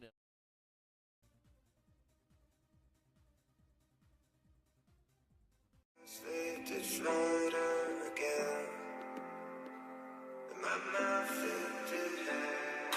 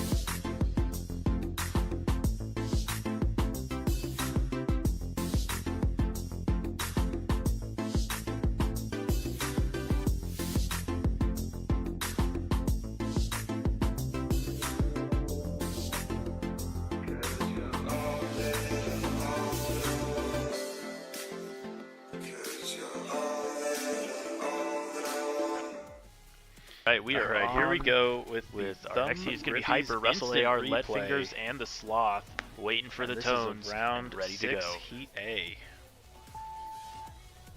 Yeah, the absolute. Oh man, a great launch from all of these that pilots. just went down. Hyper We'll has go 2 ahead and quads in his recap speed. it for Russell you, AR just because able to it get was out such front. We'll see amazing how he's able racing. to maintain it this time. And Hyper, we'll see how he so deals with the Hyper, traffic. Yeah, it looks this like he's lap going for number some one passes from Hyper, here. He in waited my there, opinion, very is the good most patient flying. impressive Hyper's part not of had the this. best luck with Watch him midders duke in it his out. past, He was the but it last looks like he's person handling through the them whole shot incredibly gate. here. He's got quads big enough Yeah, in his being speed led that he currently should by be able to Lead make Fingers, something but happen here, here on the turtle the mode turtle triple mode triple threat, threat. and he does. Incredible Able to passes make there a from clean Hyper pass on as the he works lead. his Now way just up Russell the AR in field, his feed. trying to catch He's up already to made the pass Russell, on the your Sloth leader as right well. now. So now it's just RusselAR. There's Both the of them into the pass. triple cork. and Russell with a Hyper wide now line up. that's going to Here's allow the at least jump Hyper from to fourth pass. first. Lead Fingers in the in slot one just lap. behind him. Absolutely Oh my gosh, insane. Hyper But going keep from in fourth mind, to first in the the course lap of one times are lap. insanely I don't even close think for he's used fastest the boost lap mode yet. overall. I think All he's of these using pilots one per pushing lap, it to the limit. maybe. So Just at incredible relatively execution from him different here portions of the in track. Heat A, But also, round 6. Hyper It's really gonna be the only Hyper out pilot in the who can lead. sustain Russell that pace. playing second So fiddle. all of It these looks pilots like then have it's going to the be pace. the Sloth. But only one Actually, pilot no, has is it been able Sloth? to show that he can do it Yeah, it's lap Sloth after lap in the second after place lap. position. And right now, So it's that Hyper, is Hyper. Sloth. Then it's RusselAR as they all Yeah, come through Hyper our is timing just gate on now. It's gonna be another Hyper level getting today, on and lap that's what number we 3. expect Then it's going from to be somebody the of Sloth. his caliber. Oh, it's He a ended battle here yesterday with between that fumble, RusselAR dropping and down Lead on the Fingers. points, but man, today Oh, the he Sloth has goes had down. a fierce The Sloth is comeback. out. He was in second And they're gonna place. see that's where Sloth drops out. Leadfingers also with a little Oh bit my of a goodness, bobble. the upsets. Gets Oh, through and that dive Leadfingers gate, through the get wrecked and then dive has gate. to, He tumbles finish through out the and rest gonna of try to his lap continue his lap, but that's with gonna a give little tons of extra clean air dirt on to the lens. RusselAR as Hyper run tries to from finish Hyper out is this just race. He's coming poetry into in the Gem motion. Fan triple Incredible, cork. Gem Beautiful Fan triple cork there. triple Yup, he cork gets it right done. there Hyper is finish going it to out. take the win with the Boy, big I am excited passes. to see him perform that triple RusselAR cork, gonna finish it especially out as tonight. well. You He's gonna get guys will get to second, see and some, Leadfingers working through a brand little new bit of adversity technology, there, but an ultimately pretty courtesy of clean Gem lap from Fan that him we're getting to using bring to boost Street mode to League. finish it out. Yeah, very Really, excited to see really that. great racing. You'll love to see that for. And I am looking at our other monitor here, and actually it appears that we do have some pilots on the track. I'm going to cut to that. I don't see timing from them, so this may be just some fun flying from our pilots. But they're out enjoying this track anyway. It's a good time for all. I believe we may be on a bit of a lunch break here, so we're going to probably send you to our preview here and let you guys hang out, watch our pilots, and then we'll be right back with some more racing.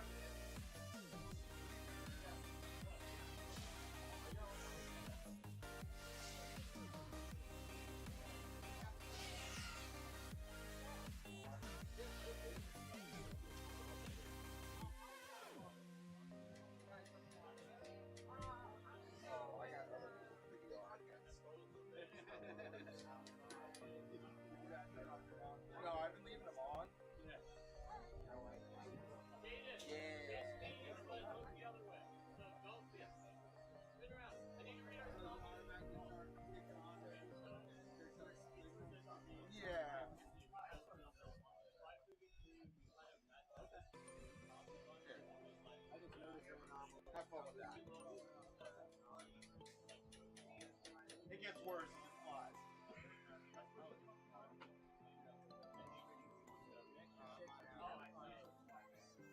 When I met you, it was just for fun. Now I feel like you're the only one. Now I'm feeling like we just begun. Just begun. Now I feel like you're the only one. And we got so much love to hold back. And we got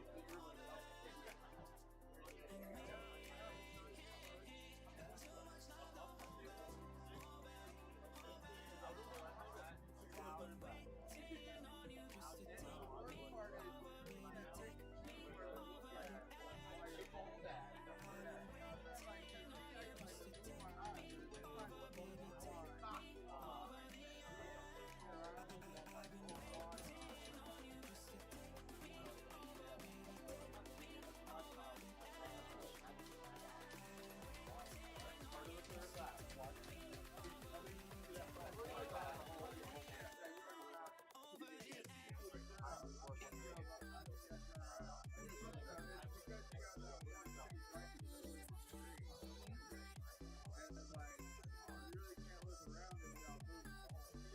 over the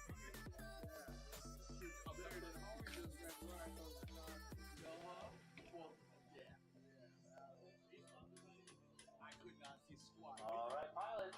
Round 7, Heat F. We got Addo 4 Limited. It's Lee and Gianna FTV. I'm starting the timer right now. Let's knock these two out fast so we get a full 8 points round before we start the ladder main. We've been killing it on the timing, where like Sky's saying on the live stream, but you guys are running so fast that we can't catch up to live.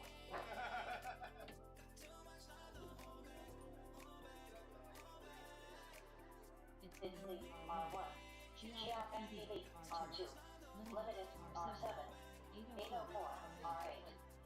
It's Lee R1, Geoff MTV R2, Limited R7, 804 R8. It's very nerve-wracking. Only ever tried that, and everybody that.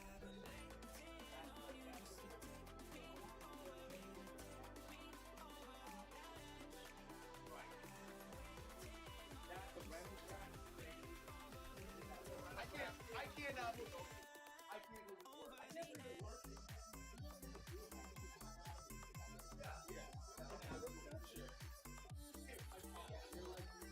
Like I did mine all neat, but like yours. I just stuck a thing over the top. That's it.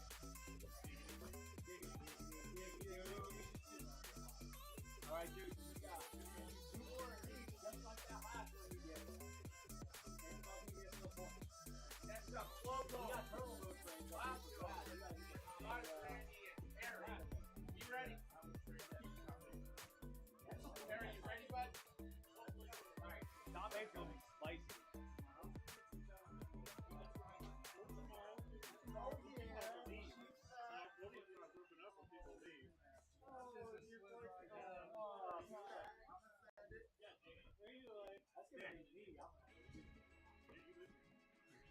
What? Well, only on the weekend. Sam's just like, everybody just move to Florida. Yeah. Just stay here. Stay here. Compound. Reports will be closed in 4 minutes. Everybody can have a job. They're gonna think we're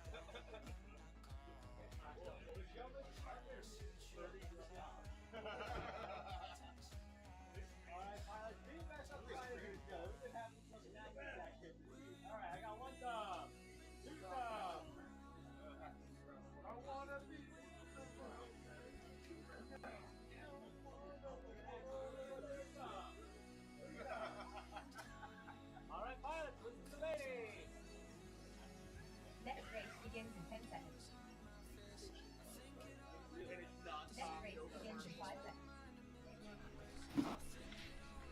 Here we go. We are live with racing. This is round number 7, Heat F.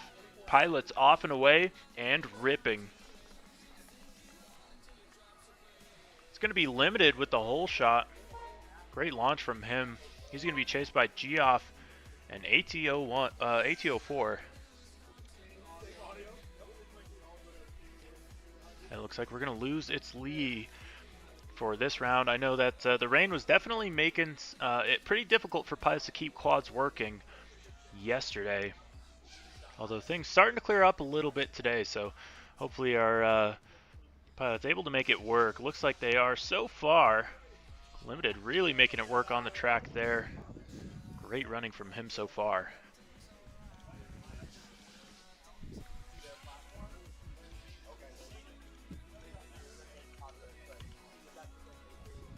Oh, and it looks like we're going to lose Geoff for a second. Is he going to be able to turtle? Looks like he is going to be able to. A little bit of dirt on the lens. Never hurt nobody. And it's going to be limited, working his way onto lap number 2.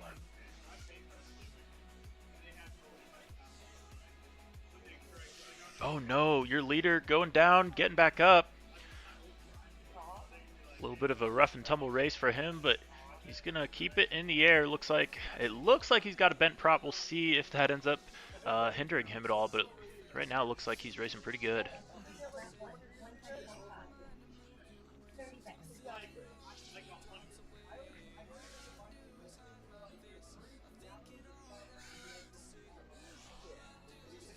We're going to see crosses from Geoff and Limited. Limited going to try to finish out. Oh, looks like he's down. So is Geoff. All pilots down at this point. 3 seconds left on the clock. And once they pass the finish line at this point, their race will end regardless of what lap they're on. Limited trying to crash flip here.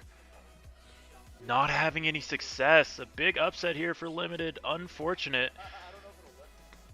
So maybe a pass here from Geoff. Actually, no, he won't be able to pass. But it looks like ATO4 is able to finish out his second lap. And Geoff going to try to finish out just behind. Coming through that Gem Fan triple cork. And he's going to get it. Geoff going to finish out his second lap and end the race.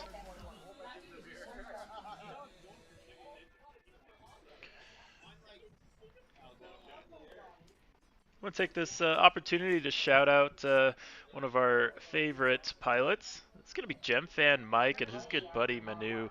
They're at home watching this incredible race we've got going here at Citrus Springs, Florida at the ranch. He's in the chat, and he is one of the masterminds behind some of our favorite products, some of which we'll get to see a little bit later. We've been holding that close to our chest, but we got to wait for nightfall to really get to enjoy some of that innovation that he has brought to the sport. And yeah, we appreciate all of you at home for watching as well and rooting on your favorite pilots. Speaking of pilots, we got Glacio, Perry FPV, Slowpoke, and Goddess Randy up next. They're going to be ripping the track as hard as they can. And maybe just for a little bit of a refresher, let's go through the points and take a quick look and see how things are shaping up right now. So here's your scoreboard right now. RusselAR, your points leader. And it's been a very interesting story here. It's been Hyper FPV on day number 1 pretty much all day as your points leader. Pretty flawless runs from him. In fact, maximum points in his first 2 rounds. Had a drop in the 3rd round, and then we got a rain delay all day long after that. So he kind of had to sleep on that loss, and that was a really tough thing to come back from. I know I've had races where I had to, go to bed really upset, got bumped down. He got bumped down from 1st place to 6th place as a result, but he came back hungry. You can see there in round number 4 from Hyper. He scored maximum points, getting all 23 points, beating all 22 pilots below, or all 23 pilots below him. And yeah, has been continuing to set some really good times here.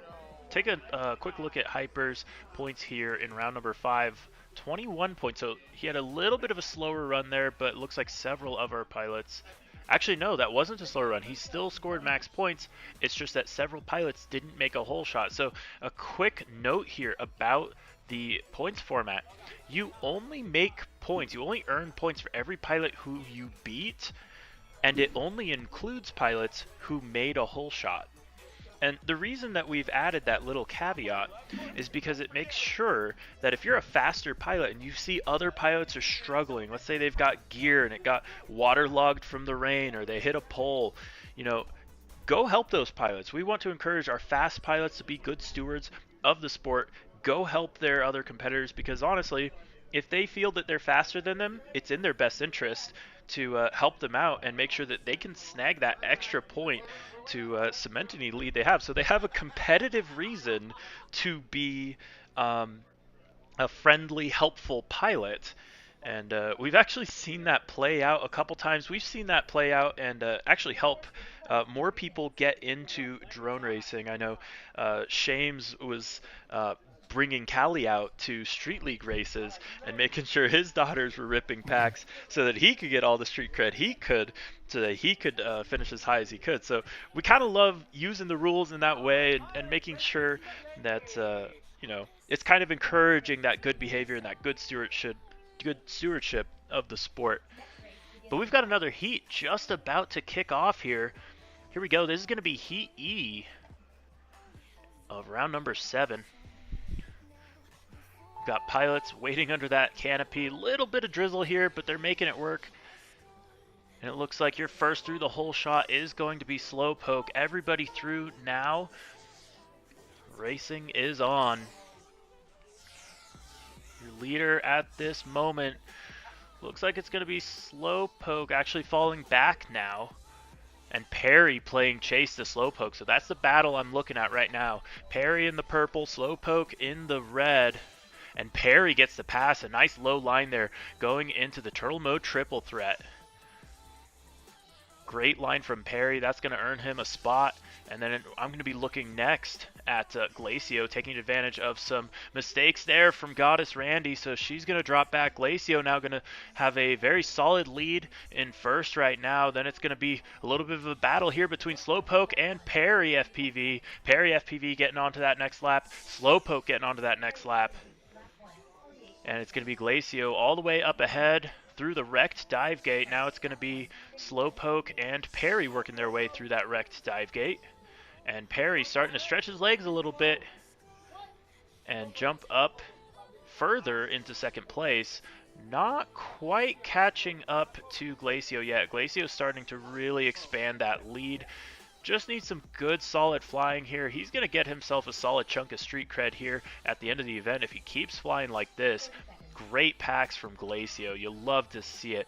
Meanwhile, it's going to be Perry trying to get onto that third lap as well. He comes through that Gem Fan triple cork. He's going to make it nice and clean. Gets onto the straightaway. Then we're going to see Slowpoke there as well. Slowpoke coming on to his third and final lap as well. Looks like Goddess Randy did manage to get back up. So she is going to now be on her second lap. And a little bit of lap traffic here you see in the feed of Goddess Randy. I guess she is the lap traffic in this case. And oh, the wrecked dive gate going to take her out. See if she can get back up. Meanwhile, it's going to be Glacio coming around the final portions of the track into the Gem Fan triple cork. Great racing from him so far. A really clean pack here and hopefully a solid time to bump him up. Glacio going to take the win. Who's going to get that second place? It's going to be between Perry and Slowpoke. It looks like Perry has a pretty solid advantage. Just got to contend with the Gem Fan triple cork one last time. Looks like a little bit of a low battery warning. He's going to get through. Perry is going to do it for second place. Then it's going to be Slowpoke. Goddess Randy going to try to finish out as well. That is going to be it. Timer has expired, so Goddess Randy going to be stuck at the 2-lap mark, but still finishing out that round and some good solid laps from her. That's it for the race. Nice fastest lap there from Glacio, a 42.9. Good racing from him.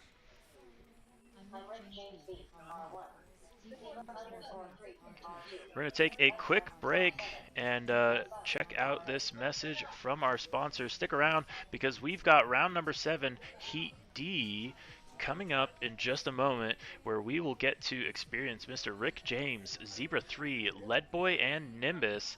They will be your next pilots to the line.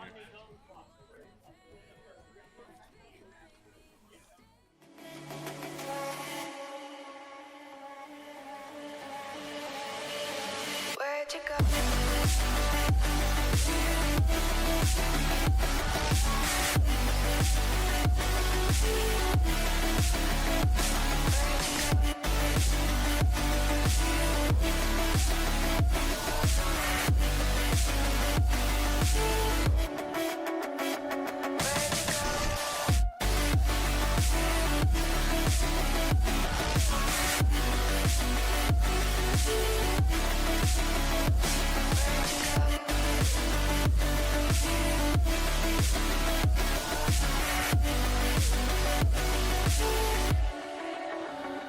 Where'd you go? Where'd you go? Where'd you go? Where'd you go?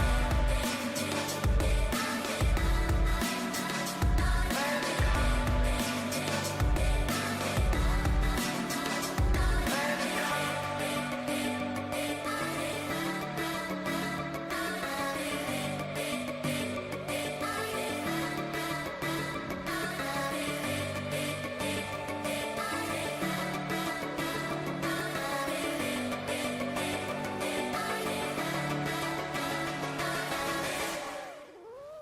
Hi, my name is Imperius, and today, continuing with my Street League series, we're going to be talking about the next two things on the list, batteries and propellers.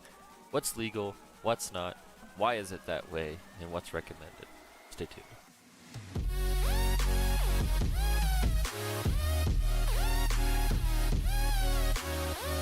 Today I'm going to talk to you guys about batteries and propellers. Both of these subjects are pretty easy and the rules are pretty clearly defined, so we're going to go ahead and smash them together into one video. The first thing we're going to talk about today is the street legal rules for batteries and propellers. And any of the information or links can be found either here at the streetleague.io website or down in the description below.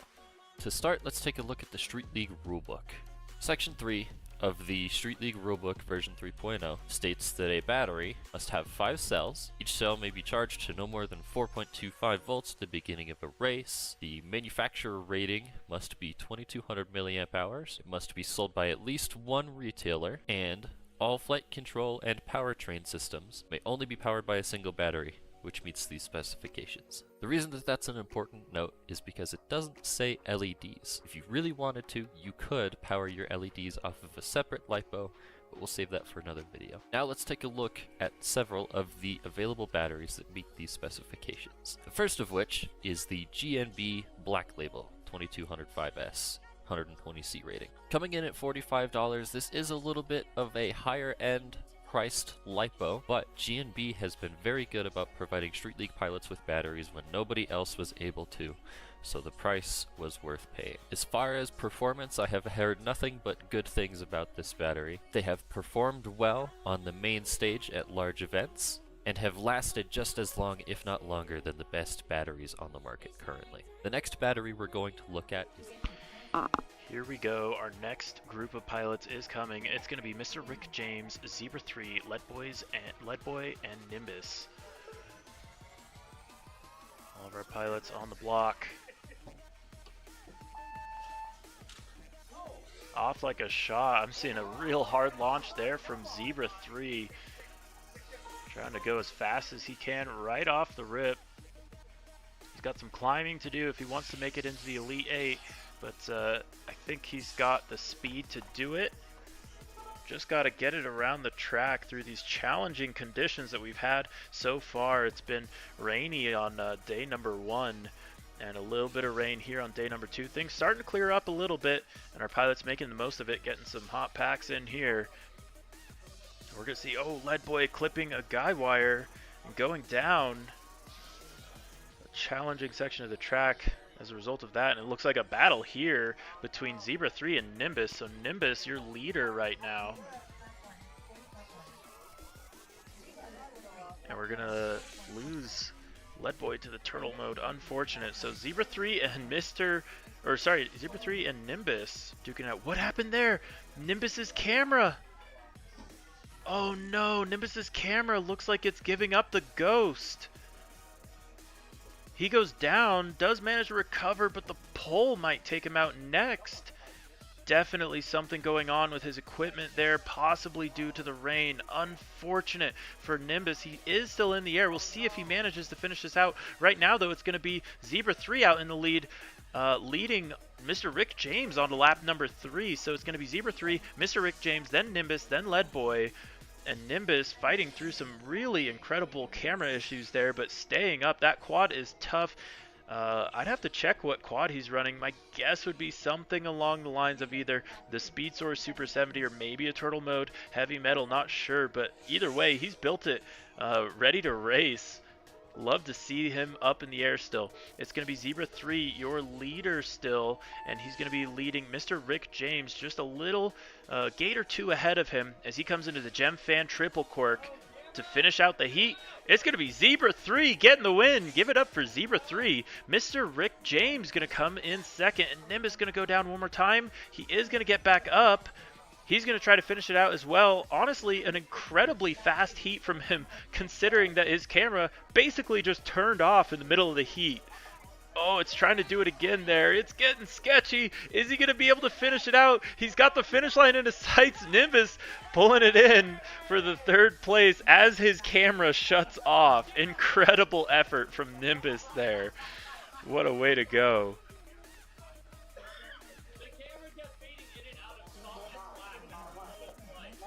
That was an incredibly close heat, and we look forward to seeing our next round, which is coming right up. That round is going to be Heat C. We're going to see the pilots in that one. It's Dehas, Nitro Toker, Pro Dangles, and Kinematic.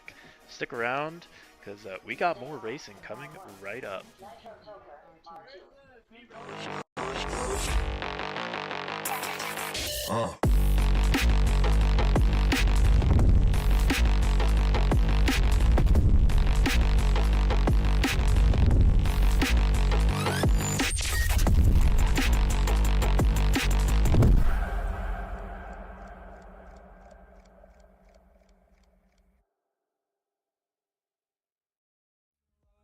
Hi, my name is Imperious, and today I'm going to talk to you a little bit about Street League Spec drone racing. In this video, we're going to cover a little bit about frames.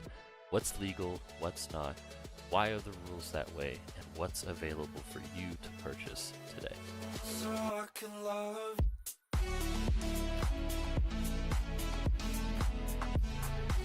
The first thing we're going to look at is the StreetLeague.io website. Any information that I cover today or don't cover can be found on this website.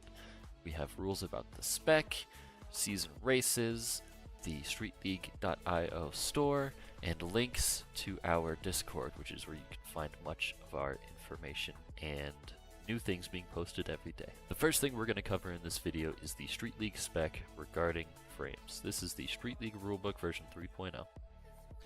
And when talking about frames, the specifications are all parts, including 3D prints, must be open source. They must be available to the public to download. Each motor must be less than 399 millimeters away from all other motors, so there is a size limit.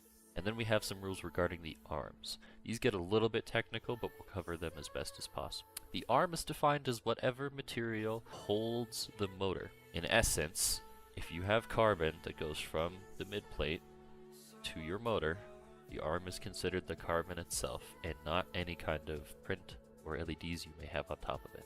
Now that we have the arms defined, there's a couple of rules regarding the amount of material that must be in an arm. We talk about total convex circumference, which is if you were to take a string around the arm, how long would it be? You need 42 millimeters or more across the thinnest portion. And then we have a total cross-sectional area.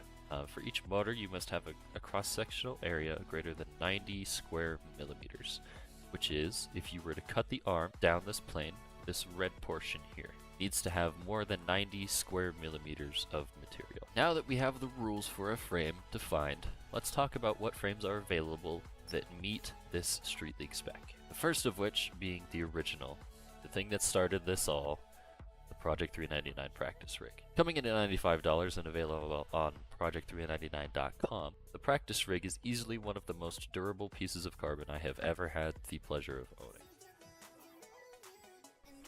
Here we go. This is round number 7, Heat C. Pilots on the line, gridded up. It's going to be Dehas, Nitro Toker, Pro Dangles, and Kinematic. All through the start-finish gate. Very close together. This is going to be a heat to watch here. Looks like Dehas with the whole shot there. We'll see if he manages to hang on to it throughout lap number 1. And I am looking at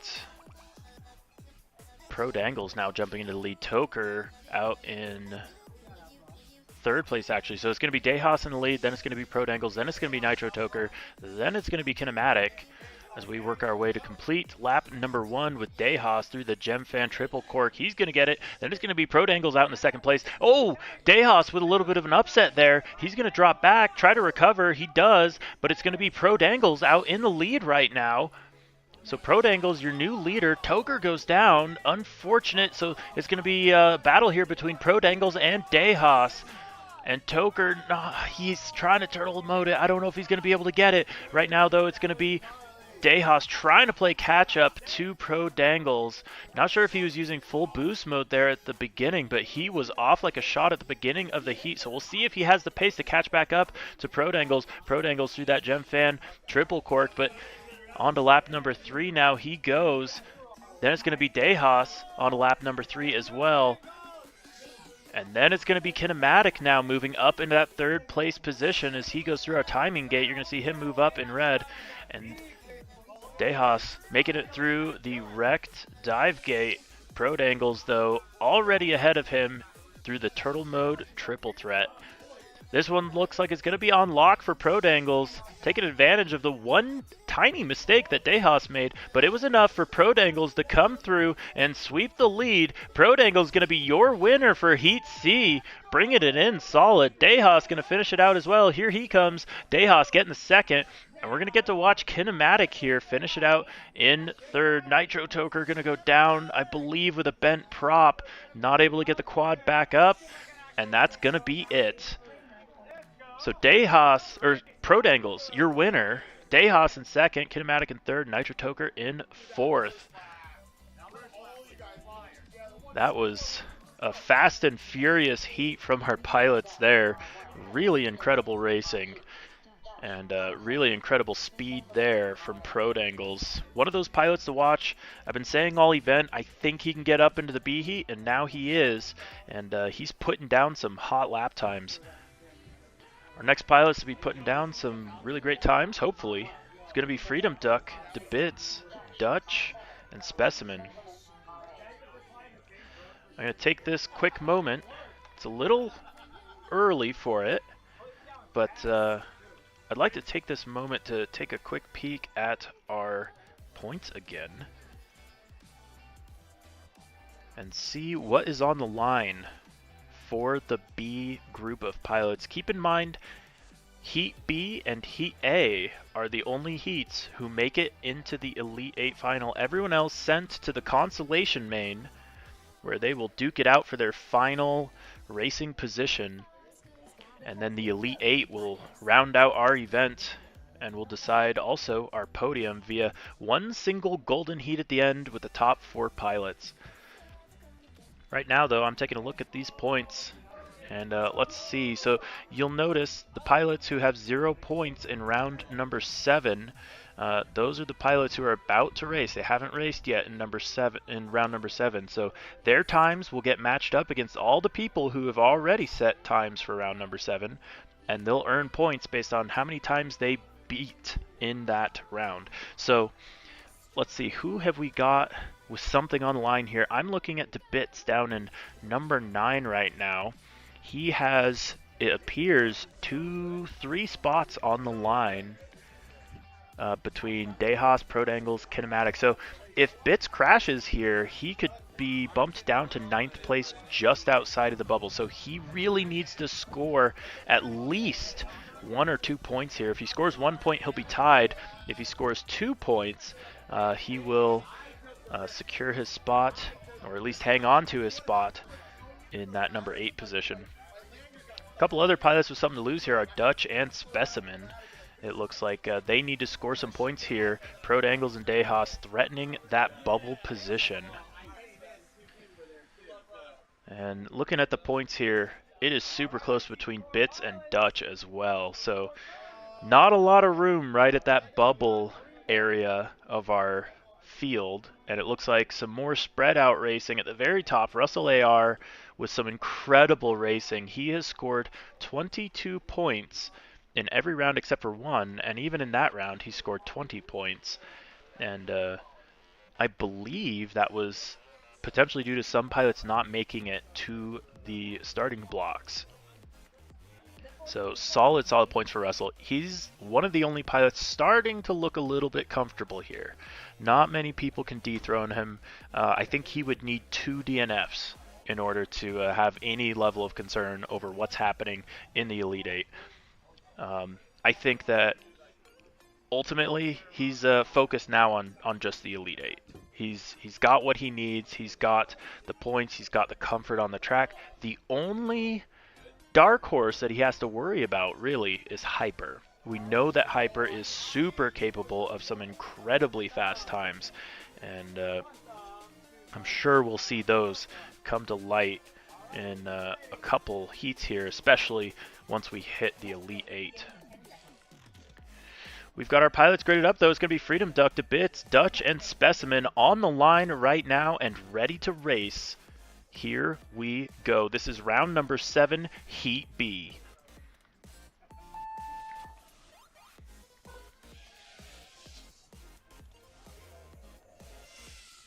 Beautiful launch so far. Oh, and we're going to lose Freedom Duck early on. Oh, it definitely looks like that quad is having issues. So Freedom Duck going down. It's going to leave to Bits with our whole shot. Leading the pack, I believe. But it's a close one between him and Specimen. Specimen actually got the pass there. So Specimen out in the lead. Actually, no, it's going to be Dutch in the lead. So it's Dutch in the lead. Then it's going to be Specimen. Then it's going to be Bits. But it could all switch up here at the GemFan Triple Cork. Oh, Dutch goes into the start-finish gate hard. He goes down. He made it through, but I think he irreparably damaged his propeller. So Dutch goes from leading to third.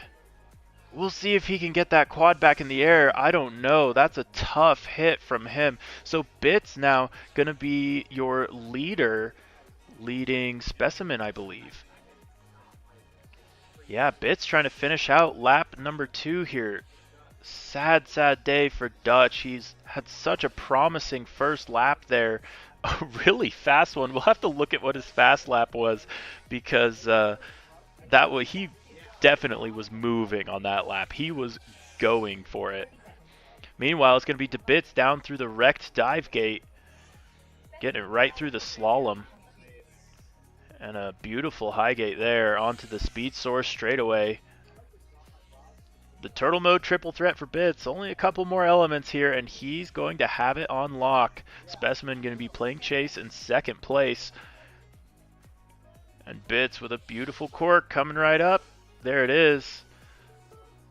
That is your drone racing sensei, if you will. To Bits, teaching the rest of the field how it's done. Oh, but it looks like we're actually back up with Dutch. That could be really critical for the points if he can get an extra lap. Meanwhile, Specimen's going to finish out. Oh, the wrecked dive gate claims another victim. It's going to hit Dutch. Is he going to be able to get back up again? I don't know what that quad's made out of, but Dutch is trying his best to keep it in the air. He makes it through the wrecked dive gate after it tried to wreck him the first time. And now he's got the water in the lens, certainly some bent up GemFan props. And he's going to try at least to finish out lap number 2 for himself. That will be critical for the points, and we'll see how that plays out. Because every point matters. And it's going to be Dutch getting it done. He does get to 2 laps there, and that's going to end it for him.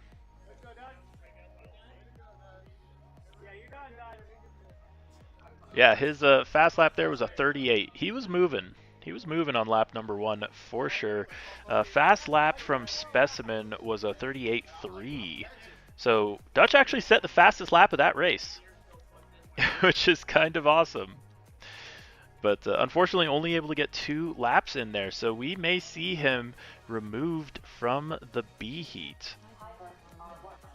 We're going to be looking for our next group of pilots coming up. This one going to be Hyper, RusselAR, Leadfingers, and the Sloth FPV. We lost Freedom Duck on that last one. He was fighting to get up into that A main, trying to race with his son, but looks like the younger of the two is going to be chilling in Heat A right now. Some solid points for him. I'm definitely looking for a strong result from the Sloth here. I think that he's done a really good job of just making sure he's consistent. He's got the speed on lock. That was something we didn't see necessarily from him last year. He was comfortable on the quad, but I think now he's really starting to figure out how to make it go fast and duke it out with the fast boys. So this is a little bit of a new experience for him. He's a very experienced 5-inch pilot in terms of, or a very recently growing and quickly growing 5-inch pilot. I think we'll see some big things from him. And the more experienced 5-inch pilot is definitely Hyper here. So he's come from other classes. He's an incredible Whoop pilot, an incredible 5-inch pilot. Basically anything you put in the kid's hand, he can fly. He sent a picture or a video of him doing some swirlies on an airplane to me the other day. And I know that he can go super duper fast, but RusselAR and Leadfingers are no slouches. I'd call them the specialists in this heat. RusselAR has gotten wins in Street League season races before in 2023. He knows what it's like to be at the top of the podium. He knows what it's like to go through the Elite 8. He was a 4th place finisher in our overall season, battling it out with the likes of Evan Turner, our season champion, Sean Ames, our 3rd place finisher, as well as Dubicki, who got 2nd. So he's duked it out with some incredibly fast pilots. And I think that he is going to be able to put down a result as well. Leadfingers, though, he's not to be disregarded, right? Leadfingers is the race director, so he gets to call the shots to a degree. But ultimately, he's been flying so well this event, and it's what we've been looking forward to. But the Sloth going to try and take it from them all. We'll see if that happens here in round 7, Heat A. Here we go, on to lap number 1. I'm looking at Hyper's feed right now. Oh my goodness, he is right behind one of our other pilots. Tough to tell them apart. They're so close. It looks like Hyper's going to be duking it out. It looks like with either Leadfingers or the Sloth. Oh, and Hyper's going to have a little bit of a bobble there. Incredible recovery, though, so he is still in it. And your leader right now is going to be RusselAR. I believe he is dumping his boost on lap number 1, or he's just flying incredibly. We know that he's got those insane hole shots. He's got it set up. He's got it dialed. And it's an absolute battle going into the Gem Fan corkscrew here between Leadfingers, the Sloth, and Hyper. Hyper going to be the first one to come out of it. That's one of his best elements ever, and he's going to get onto lap number 2 in 2nd place, chasing after Russell now as Russell goes through the wrecked dive gate. Clean laps from Russell so far, looking nice and solid. Hyper playing chase, and it's going to be the Sloth in the 3rd place position, and Leadfingers rounding out the field. Hyper with an incredible turtle mode triple threat. Really great flying from him there. Then it's going to be Russell leading him through the Gem Fan corkscrew, and Hyper definitely gaining some time there. I'm looking at these lap times. Hyper has a fast lap of a 34.5. Russell with a fastest lap of a 34.8. So Hyper's 0.3 of a second for his fastest lap of the race so far. Definitely gaining on Russell. He is putting it all on the field here. He wants the win. He wants to establish the dominance that he thinks he has going into the Elite 8 rounds here in just a couple of heats. Right now it's going to be Russell, your leader, onto the final section of the track. Russell going to get his first really legitimate win against Hyper, despite an incredible corkscrew from Hyper. So Russell, your winner, Hyper in second. Then it's going to be the Sloth finishing out a very solid and respectable third place. Then it's going to be Leadfingers finishing out the final portion of the track. Here he comes. Leadfinger going to get the fourth place. What a great heat that was. That is what we look forward to. Look at that fast time from RusselAR, 34.6, but Hyper with a 34.2. That was some great racing there. Oh my gosh. I could watch these four pilots just absolutely shred over and over and over again and never get tired of watching it. That was so much fun to watch. The course will be closed in 6 minutes.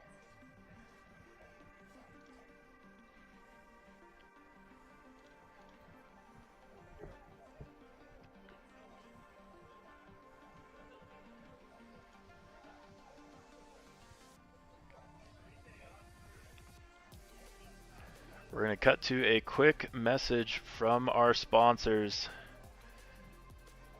And then we will be right back with round number 8.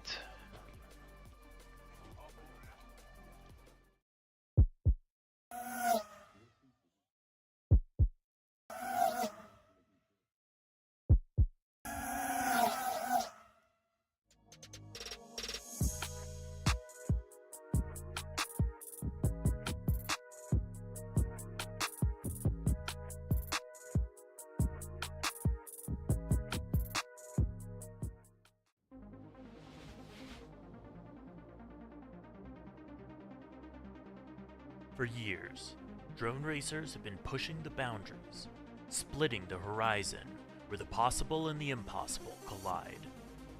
Every millisecond we shed culminates in the victories we've earned. We tune, we train, we expend every trick in the book to defeat the clock. But what if we had one last option? Introducing Boost Mode, drone racing's first new game mechanic since Crash Recovery. Starting today, you have a new strategic option at your disposal.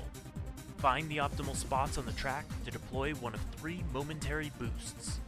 Get ready or get past as you boost your way to becoming the Street League Drone Racing Champion.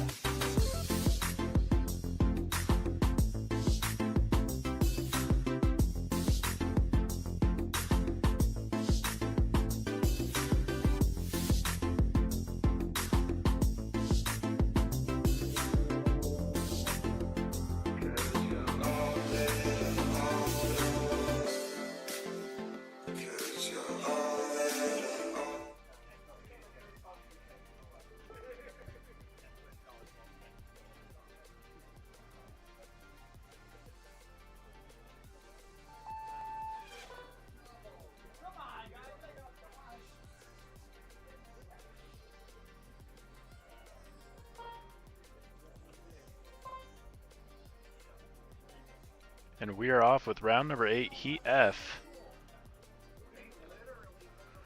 And that's going to be Geoff and ATO4.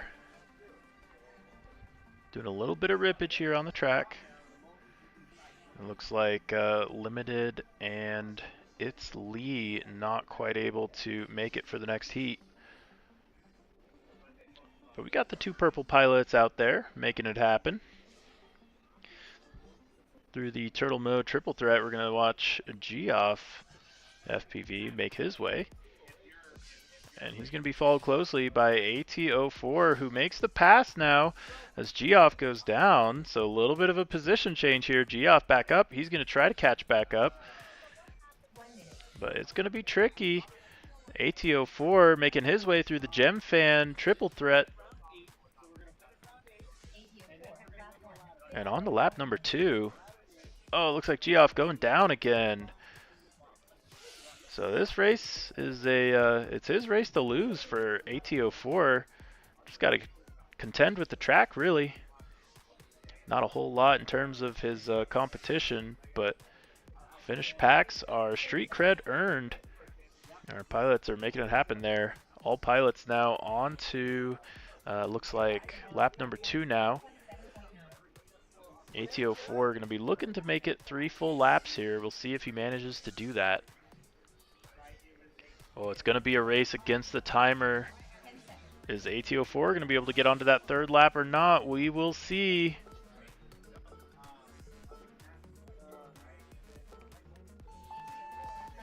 And it looks like AT04 does beat the timer by 1.2 seconds to make it onto that 3rd lap, eliminating any possibility that AT04 is able, or that Geoff is able to catch up.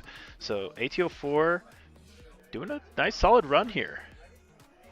Didn't start off as hot as he would have liked, I'm sure, but really finishing it out with a good solid run here. That's what we love to see some of our newer pilots get to experience. Oh, Geoff going down. He's got to contend with that Gem Fan triple threat. And it looks like a little bit of lap traffic now as AT04 is going to make his way to finish out his 3-lapper. So Geoff finishes. Then it's going to be AT04 finishing. And AT04 with a solid 3 laps there. That's a good run for him. You love to see that good finish from some of your newer pilots. And he gets it done with a fast lap of 47.8. Pretty good run overall.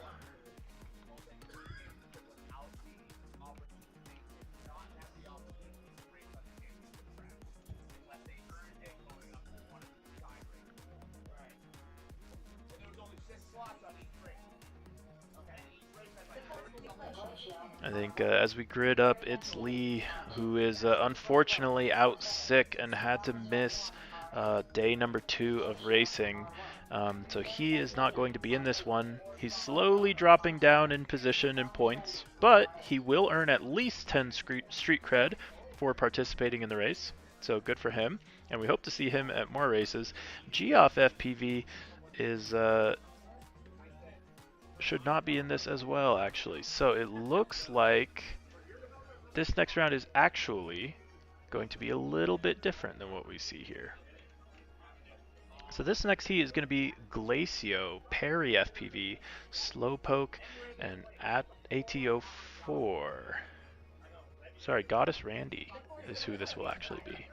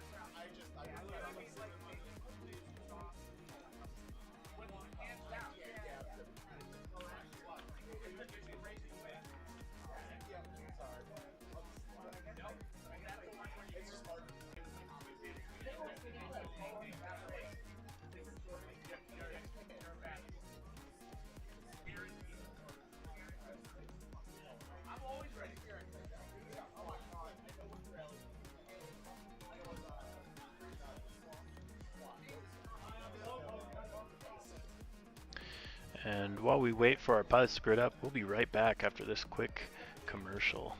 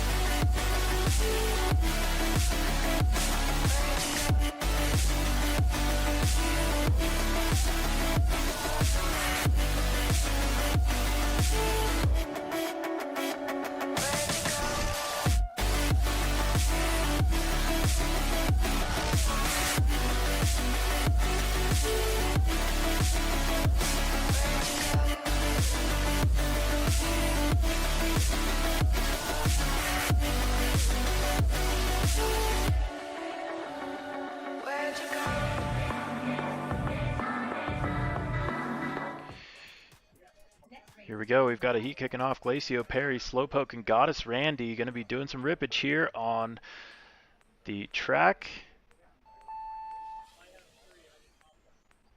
And it's going to be a nice clean launch from all of them so far as they come into our Gem Fan start-finish straightaway.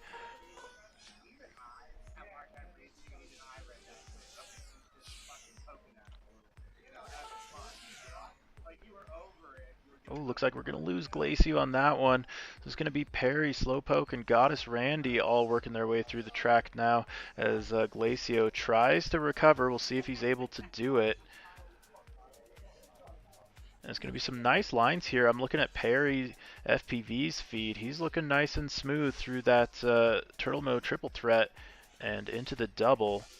But really, your leader right now is going to be Goddess Randy. She's coming around to finish her first lap. Nice solid run here, all about that consistency. And she's looking pretty consistent here right now through lap number 1. Second place is going to be Perry FPV, followed quickly by Slowpoke as they all get onto their next lap.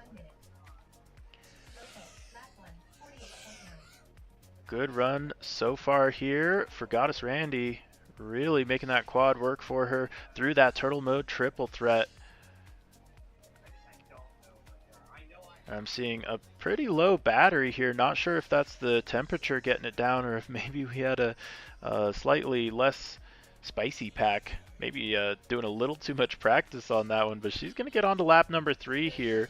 Goddess Randy, your leader here on lap number 3. Glacio still trying to turtle mode around, see if he can make something happen.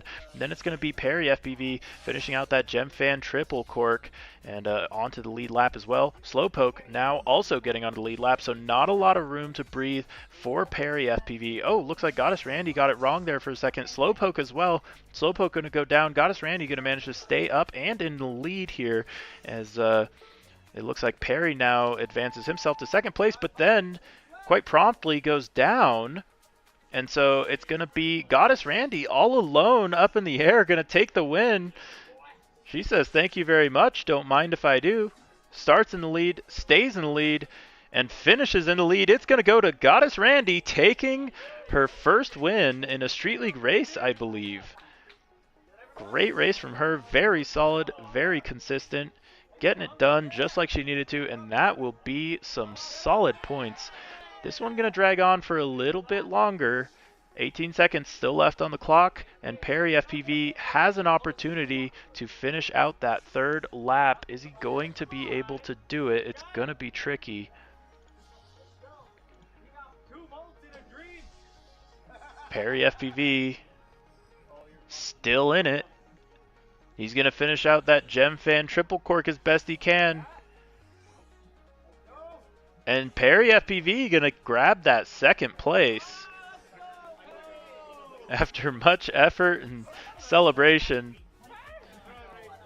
Perry is going to finish out in second on that one.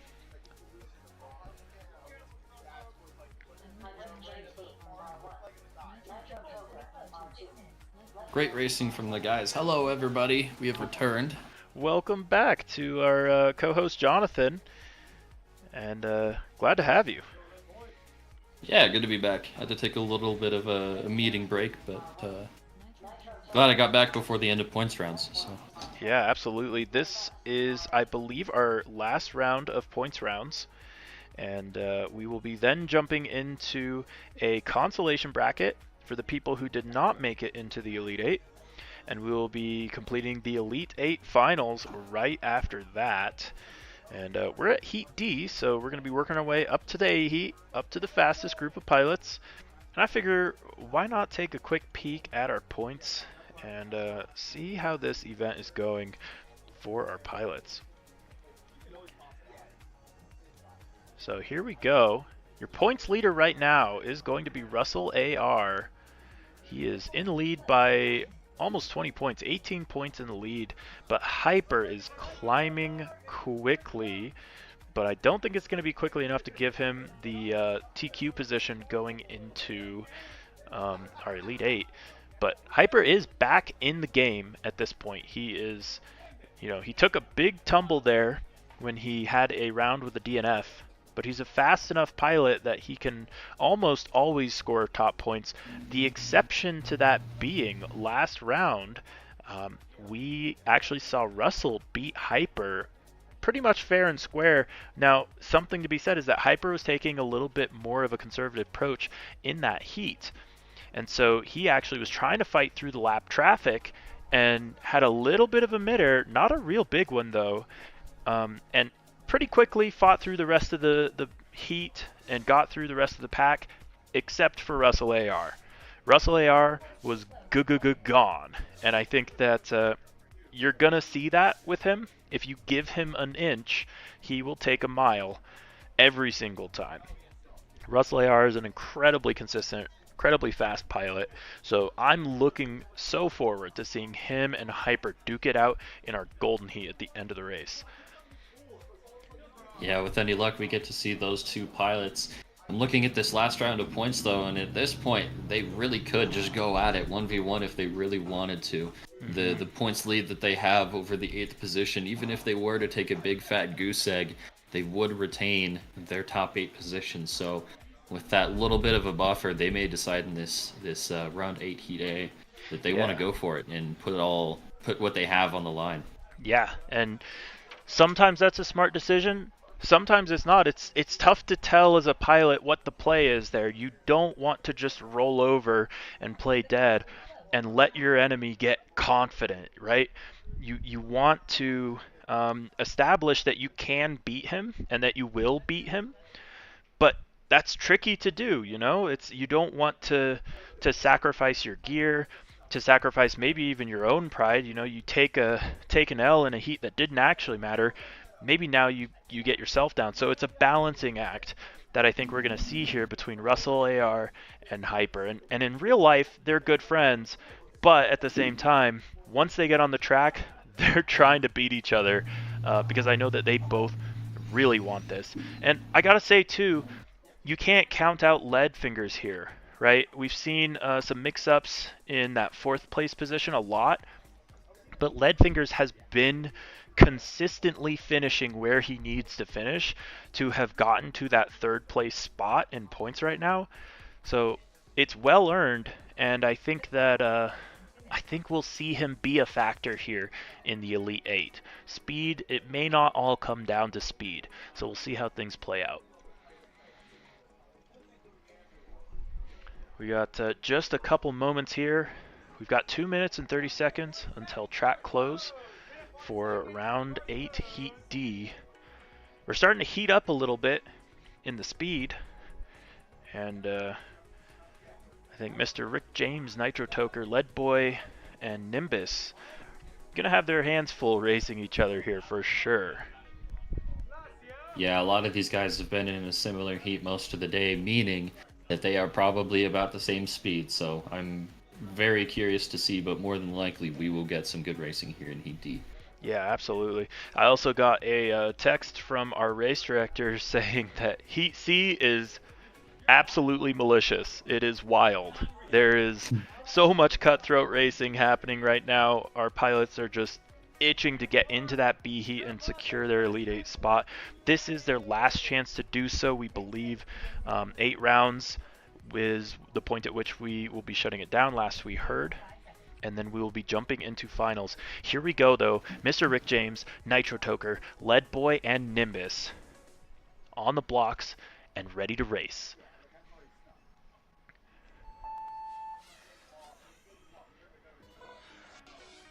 Off like a shot. I'm looking at the feed of Nimbus right here. Oh man, he goes down. That's going to drop him back, I believe, a spot. Oh, some traffic there for Mr. Rick James and Lead Boy as they duke it out into the wrecked dive gate. Really saucy line there through the wrecked dive gate from Nimbus, but he gets it a little bit wrong there, and he's going to let the pass happen, it looks like, from Mr. Rick James, who's racing his heart out here through the Turtle Mode triple threat. Yeah, but Nitro Toker now left to the lead. He's going to go through the up ladder now, out to the sweeping right-hand turn into the Gem Fan triple cork. Keeping it nice and clean, 1, 2, 3. But a little bit of pressure there. Oh, it's a close one. It's going to be Nitro Toker in the lead. Then it's going to be Nimbus. And then it's going to be Lead Boy and then Mr. Rick James falling back just a little bit. Nitro Toker gets it wrong. Is that going to be a pass for Nimbus? Yes, it is. Nimbus, now your new leader. And Nitro Toker playing chase. Lead Boy, Nimbus hot on now. the heels of Nitro. Nimbus through that heavy metal triple threat. He's going to work his way now into the sweeping right hand into the Gemfan triple cork. Still maintaining that lead, but pressure behind him. Nitro Toker and Lead Boy still duking it out. Getting to that corkscrew now themselves, but as Nimbus finishes up his second lap, a little bit of a gap now forming at the lead. Yeah, it's going to be a close battle all the way to the end. It's going to be Nimbus out in that lead, coming through that wrecked dive gate. And this race falling apart, unfortunately, for Mr. Rick James. But we've got a battle here in the top 3 spots to see who gets it. Actually, yeah, Nimbus just crushing that turtle mode triple threat. Nitro Toker making his way through it as well, and Lead Boy trying to catch up. We'll see if he's able to do it. Nimbus looking like he's got this race on lock. We'll see if anybody else can respond. Yup, there it is. Nimbus, his OSD says land now, and he happily does so in the Toker CNC landing zone. But through the Gemfan triple threat, who's going to take it? It's a battle to the end. It's going to be Nitro Toker coming out ahead. Lead Boy made a big push there. Not quite able to catch up, but what a fishing reel he had set for Nitro Toker. You give him half a lap more, I think he makes that pass. What a great race there. Nimbus taking the win. Yeah, less than a second separating Nitro Toker and Lead Boy there. That was an incredible finish. Yeah, I love seeing heats like that. You know, Lead Boy did a great job. He set his sights on what he knew he needed to do.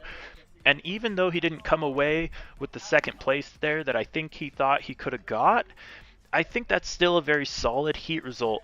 And both pilots setting really good times, and they're both going to capitalize on anyone here in Heat C who isn't able to set a good time. So we're going to see Dehas, Zebra 3, Prodangles, and Dutch see if they can follow up that act. And to be honest, I think it'll be tough. That was a great race from those top 3 pilots. Yeah, that was quite a race to watch. The lead changes constantly. A bobble meant losing a position, and that's the kind of racing that we love. So definitely a hard shoe to fill as we move into Heat C. Yeah, and I think now might finally be a good time to take a quick peek at our points again. And just see how things are shaking up. So right now, I'm looking at round 8, the column for round number 8. There are no pilots who have yet to race, who are below a pilot who has raced. And what that means is that Zebra 3 in that 12th place position, no matter how he finishes out this last race in the event, he's not going to get any lower than 12th place. So Zebra 3 is in kind of a comfy spot. And I think it's worth talking about the fact that now is the time to push. We know Zebra 3 has got some speed in him. The consistency hasn't quite been there, although he has managed to score some points in most of his rounds. But now I think is the time for him to turn the speed up and really try to snag some extra points, because he doesn't have a lot in terms of overall position to lose here. Yeah, much agreed. Not many points he needs to make up to be in a good spot and possibly even make the transfer position to that 8th place, but definitely a good time to be pushing for him. Like you said, not much to lose and everything to gain. Yeah, here we go with round number 8, Heat C. It's going to be Dehas, Zebra 3, Prodangles, and Dutch on the line and off the line as quick as that. Who's going to get the whole shot? Whole shot is going to go to... Timer says Dehas. So Dehas, initially your leader. We'll see if that turns out to be true. As Prodangles goes for the pass, not quite able to hang on to it after he gets it. And it's going to be Dutch in the lead, battling it out right now with Prodangles. What a great race we have going on here as Prodangles makes the pass. Yeah, Prodangles into the up ladder. You can see him in Dutch's feed, just a couple feet in front of him now into the Gemfan triple cork. Who's going to be able to keep it tighter? Still Prodangles in front. He's going to get out of it clean and onto the start-finish straight, finishing out lap 1, maintaining that lead. We got a big battle behind with Dejas and Zebra 3. Dejas has a big view of Zebra 3's battery as he goes through that start-finish straightaway. Oh, they come together! Going into the wrecked dive gate now. It's Zebra 3 coming out the better in that ordeal, and Dejas going to fall back to 4th place. Prodangles with a little bit of a lead on Dutch, but not much. Dutch does not want to let him get away as they go into the up ladder, headed on to finish their second lap. Let's see how they handle this Gemfan triple cork. Yeah, really solid cork there from Prodangles. A little bit shaky from Dutch, but he does get through it. They're both onto that lead lap. We're going to see those back two pilots now coming onto that lead lap as well. Zebra 3 just barely leading Dutch by less than a second. Here we go. The final lap of the race. Who's going to get it, Prodangles or Dutch? Yeah, Prodangles onto that speed source straight. Now into the turtle mode triple threat. Oh, and Dejas goes down. Who's going to get it here? It's close. Dutch is pushing as hard as he can. He knows he has an opportunity to make up a spot here, but Prodangles hangs on to it. Onto the straightaway he goes. Prodangles is your winner of Heat C. Dutch going to have to settle for second in that one after a valiant effort. Zebra 3 going to try to finish up that last element as well. He is going to get third, and Dejas, after going down, falls back to 4th, but still a solid run from all of our pilots here. That was incredible. That's the type of racing I love to see as well. All of these races, I love watching them. I love seeing these pilots push as hard as they can and discover new levels of competition that we haven't seen from them before. Absolutely incredible racing.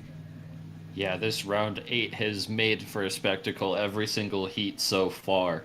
So I'm really excited now to go on to heats B and A and see what kind of show they can put on. Yeah, absolutely.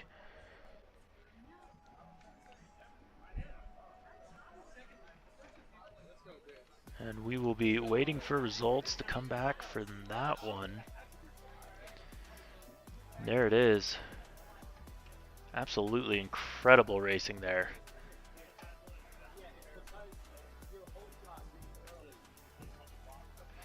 Well, we're going to be right back. We got more racing for you. Things are going to heat up in Heat C, where we will see if any of these pilots can break their way into the bubble.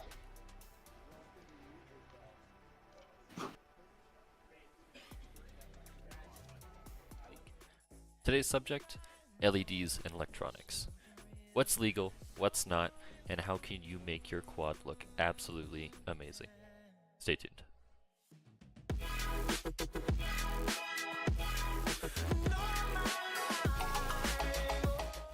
Today I want to talk to you guys a little bit about Street League, LEDs, and electronics. This is the big thing that separates... I don't know. Now it's having a little bit of a connection issue. It's going a little better now. Just had a hiccup. I'm going to back things up. Yeah, not a bad idea.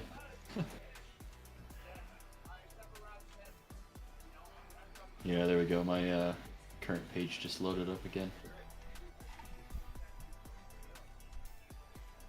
Alright, I'm going to use the restroom real quick. BRB.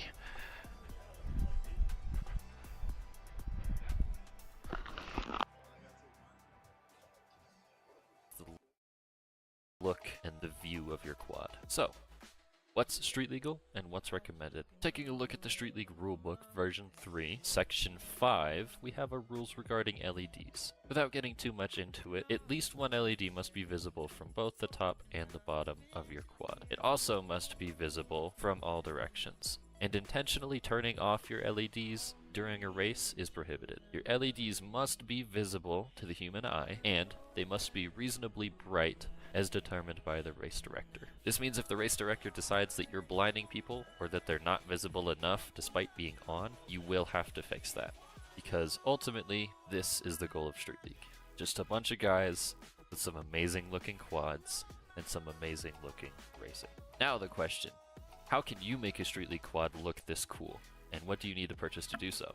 Well, you're in luck. I'm going to show you guys a couple of popular LED options to make your quad look amazing. The first of which is a simple 5-volt LED strip. These strips are available on the StreetLeague.io shop and are $4.50 per, and they run.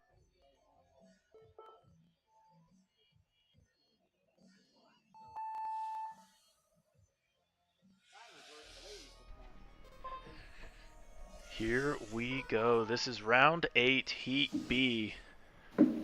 This one going to be Kinematic, Freedom Duck, Specimen, and DeBits.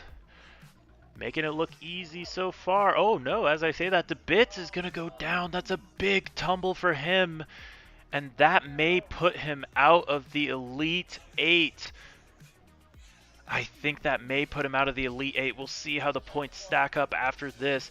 This is a super important heat for all of these pilots, all trying to survive the advances from all the pilots in Heat C. Yeah, unfortunate from DeBits, but it may be a breath of relief from our C Heat pilots. In the meantime, though, we're going to be looking at Freedom Duck, Specimen, and Kinematic, making sure that they can keep it clean and keep it together. Freedom Duck with an early lead, Specimen just behind, and Kinematic pulling up the 3rd position. Yeah, I'm seeing really good lines here from Specimen. He's keeping it nice and smooth. I think that's going to help him get through this unscathed. Any crash here could be a big upset for who ends up in the Elite 8. We'll pull that up after this and get a quick sneak peek. Some of the Heat A pilots are pretty secure in their spots, but these are the pilots on the bubble. Oh, Freedom Duck there, going on to lap number 3. Little bit of an incident with the start-finish gate, but he does make it through okay. And now going into the wrecked dive gate, it's going to be Specimen rounding out that 2nd place position through the wrecked dive gate. Now he goes, and then it's going to be Kinematic doing the same. I think these pilots may have recognized that wreck from DeBits was detrimental. They may be trying to slow it down a little bit and just stay consistent here. Yeah, just getting those 3 laps, getting some points. And now I will say they do have to go fast because last we checked, the bubble was super tight. They are effectively racing against the ghosts of the pilots in the previous heat. So Freedom Duck gets the win. Super critical win there for him. Specimen is going to come in 2nd. That's going to be big as well. And Kinematic going to round it out in 4th. Unfortunately, we had to say goodbye to Bits early, and we may be saying goodbye to him until the consolation rounds. But a very solid run there from Specimen. Really doing it good there. I believe a little bit of marshalling is in order there for Freedom Duck. Thankfully, though, the rotor hazard system allows us to go back and make sure that he has all of his recorded laps, so no worries there. Yeah, absolutely. And I gotta say, too, huge shout out to the Rotor Hazard crew. We've got some really exciting advancements coming to our live stream as well as our races in general. So thanks to a lot of the hard work that they've done to make this timing system as awesome as it is. And we're looking forward to running many more races with it. It's been amazing. And just the flexibility and hackability has allowed us to do things that we really didn't think we could do at the start of this endeavor with Street League. So huge shout out to the Rotor Hazard crew. As promised, though, we need some points here. Let's take a quick peek. Yeah, let's. I can't tell you how big a sigh of relief it was racing for the first time with that Rotor Hazard system and knowing that we'd be able to go back and catch laps. Gone are the days of having to yell when the lap timer doesn't read out your lap time. So yeah, absolutely. It's an old habit that dies hard with pilots. They go through the timer and they had a low antenna or something, they miss a lap. But Rotor Hazard keeps track of all the RSSI data, not just the ones that count as laps, and we can go back and grab that really easily. Unfortunately, it looks like we're going to lose a little bit of data from our point system, so we will try to get that back up as soon as we can. There we go. Alright, we are looking at points here with 1 heat left to go. So as I was saying earlier, the Heat A pilots, there's no one who was able to threaten them there, really. Nobody was scoring enough points there to be able to knock them down a position. So at this point, RusselAR, Hyper, Leadfingers, and the Sloth are all locked in position and guaranteed to be in the Elite 8 final. The pilots we're really looking at here, though, are who made it in at the bottom, and it's going to be Freedom Duck, Prodangles, Specimen, and just by a hair, DeBits by 2 points. Well, we have to hang on for this last heat. It is possible that if Kinematic beats 2 of these top pilots that he makes the points necessary to move up that position. Might be a little bit of a nail biter from the bits. Kinematic already has 13 points for round 8. He's already raced and was Yes, not but able. if Kinematic beats 2 of the top pilots, he'll get 15 points. 15 points. I see. Oh, interesting. Okay. 2 of the top pilots finish between DeBits and Kinematic. Kinematic earns the extra 2 points he would need to bump to that transfer position. Okay. So Bits is not quite safe yet. Potentially Specimen actually too. If 3 pilots finished between Bits and Kinematic, which would be absolutely astronomical odds that happens. But theoretically, Bits and Specimen are not quite safe yet. Things could still shake up.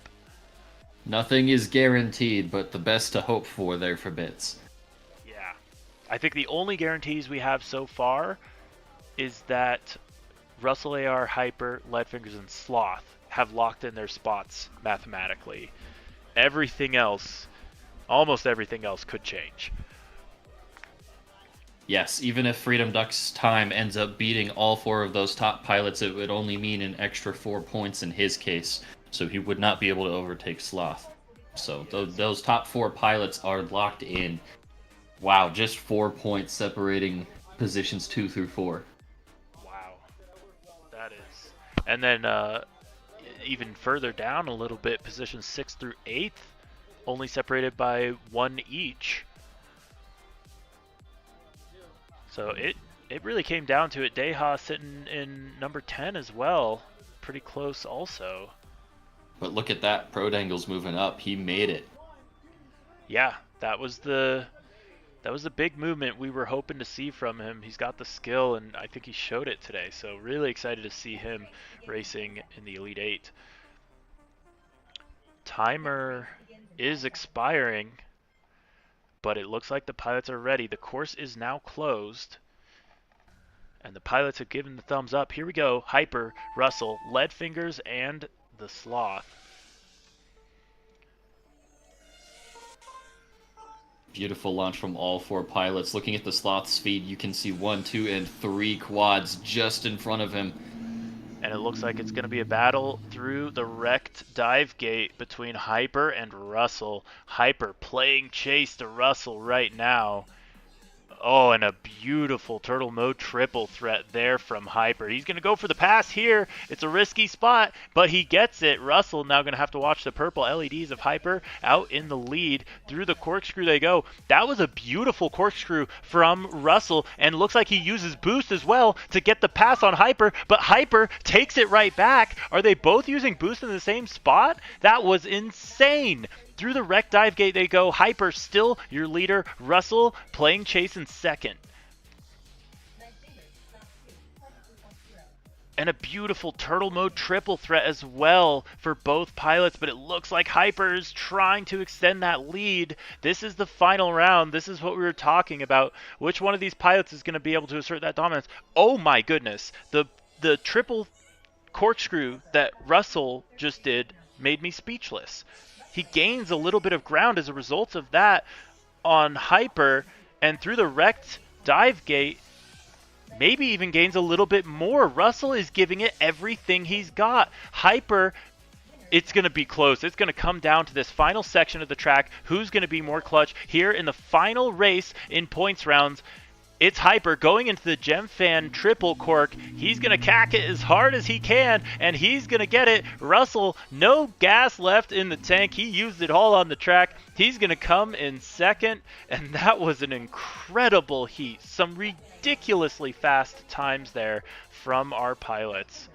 That was a ridiculous battle between Hyper and Russell. Hyper may be able to make a pass on the first lap, but Russell finding some extra pace to take it back there on lap 2. Wow, Hyper is your winner with a 33.9 fast lap. That was, and an average of 33.9 as well, I might add. That is consistently ridiculously fast. Oh my goodness, Russell with a 34.5 second average and a fastest lap of 34.48. Super consistent. This is the consistency that you expect to see from professional level pilots. They are racing all 3 laps within just about a tenth or two of their fastest lap time.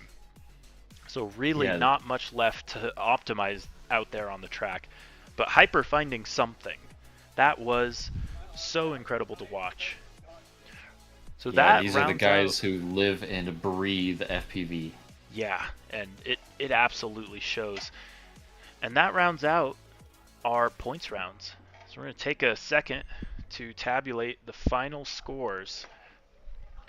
We're going to do one last marshal here on that last one as well, just to make sure everything's right. But tentatively speaking, you will be seeing the points coming in shortly. And we got marshalling to do on lead fingers. And once we finish that up, that will be points rounds concluded.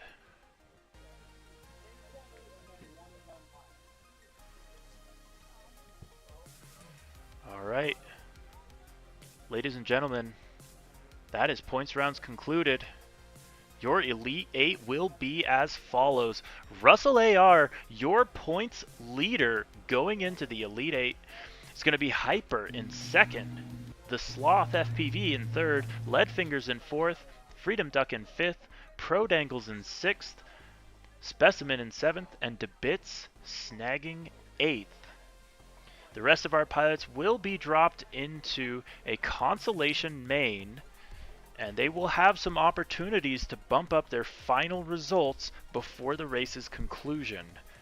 And then we will jump into the Elite 8 to decide our final 8 racing order as well as our overall podium. So thank you so much for sticking around. We're going to take a quick break back to our sponsors, and we will be right back with some amazing racing, so stick around. Today, I'm going to be showing you how you assemble an Starlight LED prop and all the steps you need to actually get your LEDs good and working. First, this is the bag that you're going to receive. This is a bag with the Starlight LED props, the new LED props by Gemfan. So, inside the bag, you will find a secondary bag containing 4 FPC units, 4 plastic covers, the copper sheets, and the battery pin removal. Also, on the main bag, you'll find 4 Starlight LED props. With this out of the way, let's begin the assembly. So first of all, take your prop and look at where it's carved to let the FPC in. Take the little bag with the FPC. You're gonna see 3 different pins in the hub of the prop. Also 3 holes in the FPC. So you're gonna align them. Then we're going to remove the stick protector from the FPC and stick it very well aligned over the blade. Next, we're going to take from the little bag the copper sheets. We have 16 copper sheets, 4 for every prop. So make sure that the little folded section from the copper sheet is touching the FPC. That is gonna ensure a full connection. We're gonna take the batteries. Keep in mind that the batteries are not included, but you can buy them easily at your local hardware store, or some of the local retailers from Gemfan are selling these batteries as well, so you can ask for those batteries. Keep this in mind, the battery is very small, so this is the positive side, and we're gonna align the positive side to the inside part of the prop. So just like that, our prop has been completely assembled. Now the only thing missing is the plastic cover that goes on top and it's gonna create the pressure needed to activate and deactivate the prop. It has also 3 holes and a small space for the switch. So keep in mind that you gotta align the pins. So we're gonna repeat that process until we get 4 Starlight LED props by GemFan fully assembled.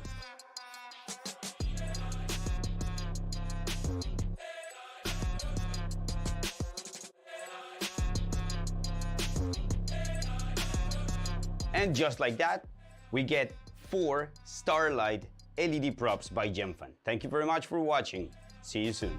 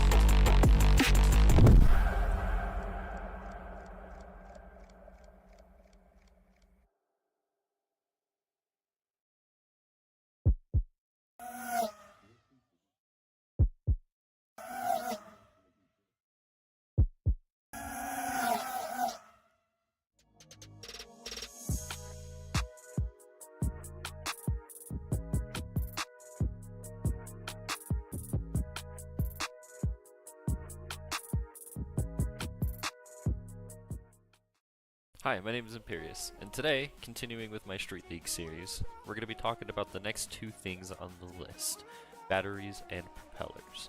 What's legal, what's not, why is it that way, and what's recommended. Stay tuned.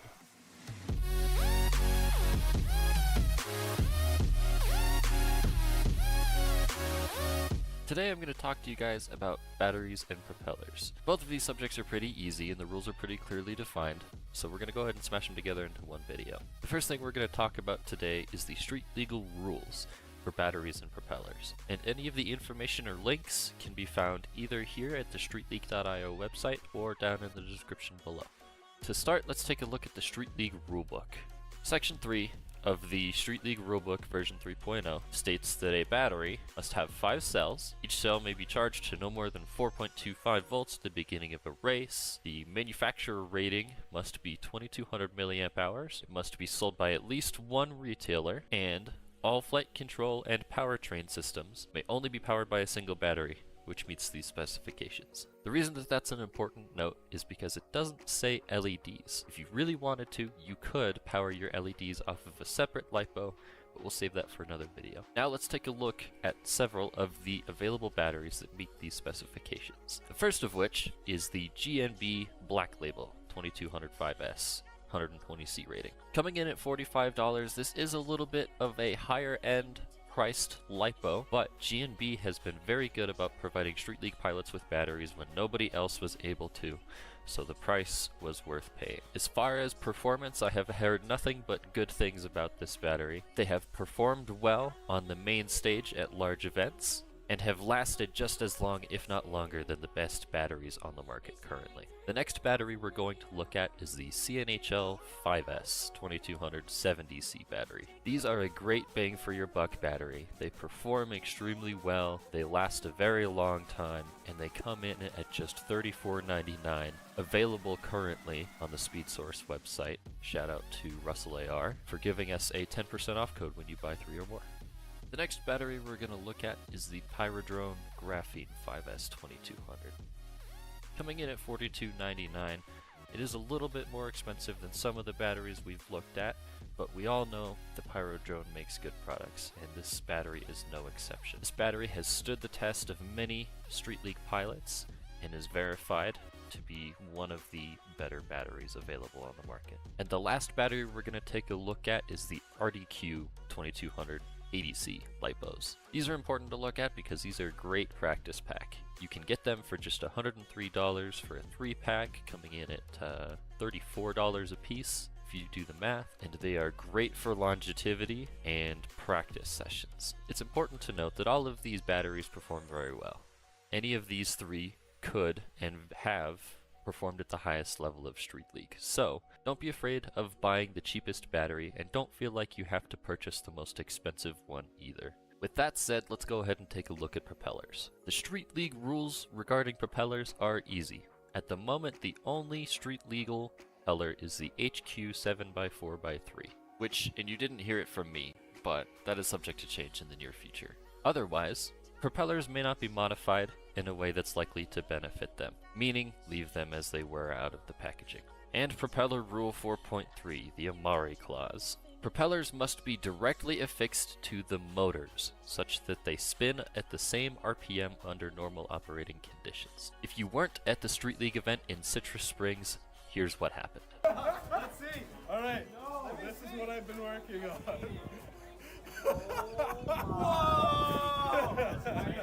No! I'm gonna crash the fuck out of it. Hence, the Amari clause. Currently, those HQ 7x4x3 propellers are available on the StreetLeague.io store for just $3.99 a set. In typical open class racing, you can expect both of these items, batteries and propellers, to be somewhat disposable. It's easy to go through a battery and have it die very quickly, and it's easy to go through hundreds of sets of propellers very quickly. It's important to note that in Street League racing, these items are replaced much less often. When we set up a Street League drone to fly, it requires much less power to operate, and in turn, saves your battery life and makes them last much, much longer. As far as propellers go, everybody wrecks and everybody bends propellers. But rest assured, these HQ propellers are durable and can be bent back and just sent all over again. If you have any questions regarding batteries or propellers, or Street League in general, drop them in the comment section down below and I will try my best to answer them. If I'm not able to, head on over to StreetLeague.io and look for the Discord link. Our community there will be able to answer your question. If you found today's video informative, go ahead and leave it a thumbs up. Let me know that you liked it. I have more covering the rest of the Street League rules coming very soon. Happy flying, and I'll see you in the next one.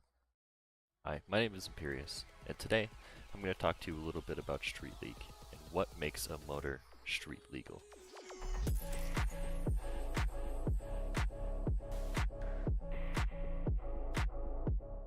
Today I'm going to talk about some of the motors currently available that are street legal, and I'm going to give them a rating based on personal experience of their durability, of their cost, and of their performance. But before we get into that, let's talk about what makes a motor street legal. Any of the information that I talk about today can be found on StreetLeague.io under the Spec tab. When we look at the Street League Rulebook version 3, we have a certain set of specifications for our motors. When we talk about street legal motors, we have a couple of criterias to meet. First of which is only 4 motors are allowed. Cannot have 3, and 5 is right out of the question. When we talk about the size of a motor, what we're looking for is the volume of the stator, and it must be less than 4,950 cubic millimeters.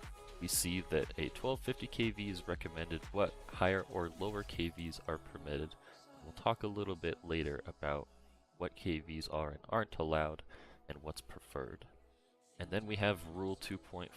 Basically, Rule 2.4 says that the motor must be available for people to purchase before its first use at a Street League event. This is to prevent anybody from showing up to an event with a prototype motor that nobody has access to. To make things easy, we're going to talk about 4 of the most common street legal motors. The first of which being the Brother Hobby Avenger 2510 1250 kV motor. This is one of the very first motors to become street legal, and is the same specifications as the one used on the DRL Racer 4. It is a 2510 stator size, but the one we're going to look at today is that 1250 kV variant. Coming in at $24.99, this motor runs about the middle of the pack. We're going to give it a 3-star in the price department. While this motor does perform among the best, getting a rating of 4 out of 5 stars in the performance department, it is a little bit of a glass cannon. We're going to give it a 2 out of 5 stars for durability. It has a tendency to snap at the base in wrecks. The next motor that we're going to look at is the first motor to come to the Street League store, and that is the Hyperlight 2807.5 1322 kV. Right off the bat, we're going to give this motor a 5 out of 5 stars for price. It is the best bang for your buck motor that is currently available. As far as durability is concerned, we're going to give these motors a 4 out of 5 stars. Pilots have been running this motor for a while now, and it has held up in gnarly wrecks. On the performance scale, we're going to give these motors a 4 out of 5 stars. These are a very high performing motor and are very competitive at the highest tiers of Street League. The next motor we're going to talk about is the Eco 2 2807 motor. And this one's going to come with a little bit of a caveat. It does say that it's rated at 1300 kV, but the actual tested kV of these motors fluctuates a lot. What this means is when you go to tune your motor output limit for your tested kV, you are going to get much more different results. That said, the price point of this motor is fantastic, coming in at just $16.99, so we're going to give it a 5 out of 5 stars there. The performance of this motor is also very good. We're going to give it a 4 out of 5 stars, also a 4 out of 5 stars. And the last motor we're going to look at today is the Xnova 2808. In the performance and durability departments, after testing, we have found that this motor trades blows with the best of the best currently available motors. In the performance department, we're going to give it a 4 out of 5 stars, rivaling any of the motors available today. In the durability department, we're also going to give it a 4 out of 5 stars. It's very rare that they break, but when they do, you know you have wrecked really hard. And while that's all fine and dandy, we're going to have to give it a 2 out of 5 stars for the price point, coming in at $31.99. It's worth noting that these 4 motors we talked about are not the only 4 motors that are street legal, but they are some of the most popular motors among Street League pilots, and for very good reason. In a later video, we'll talk about what we can do on the software side to make sure that any motor you choose to bring is on an even playing field with all of your other competitors. Thank you so much for watching. If you have any questions regarding Street League, or specifically street legal motors, drop it down in the comments below, or head on over to streetleague.io and find the Discord link. We can answer your questions there. Happy flying, and we'll see you in the next one.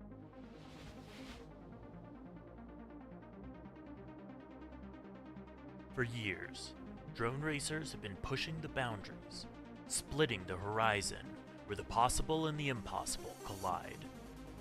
Every millisecond we shed culminates in the victories we've earned. We tune, we train, we expend every trick in the book to defeat the clock. But what if we had one last option? Introducing Boost Mode, drone racing's first new game mechanic since crash recovery. Starting today, you have a new strategic option at your disposal. Find the optimal spots on the track to deploy one of 3 momentary boosts.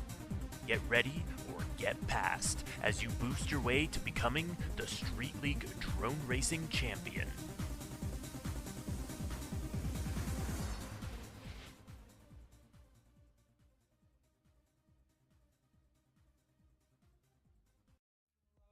Hi, my name is Imperious, and today I'm going to talk to you a little bit about Street League spec drone racing. In this video, we're going to cover a little bit about frames.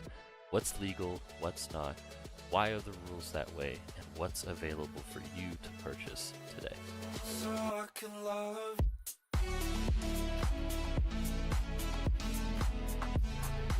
The first thing we're going to look at is the streetleague.io website.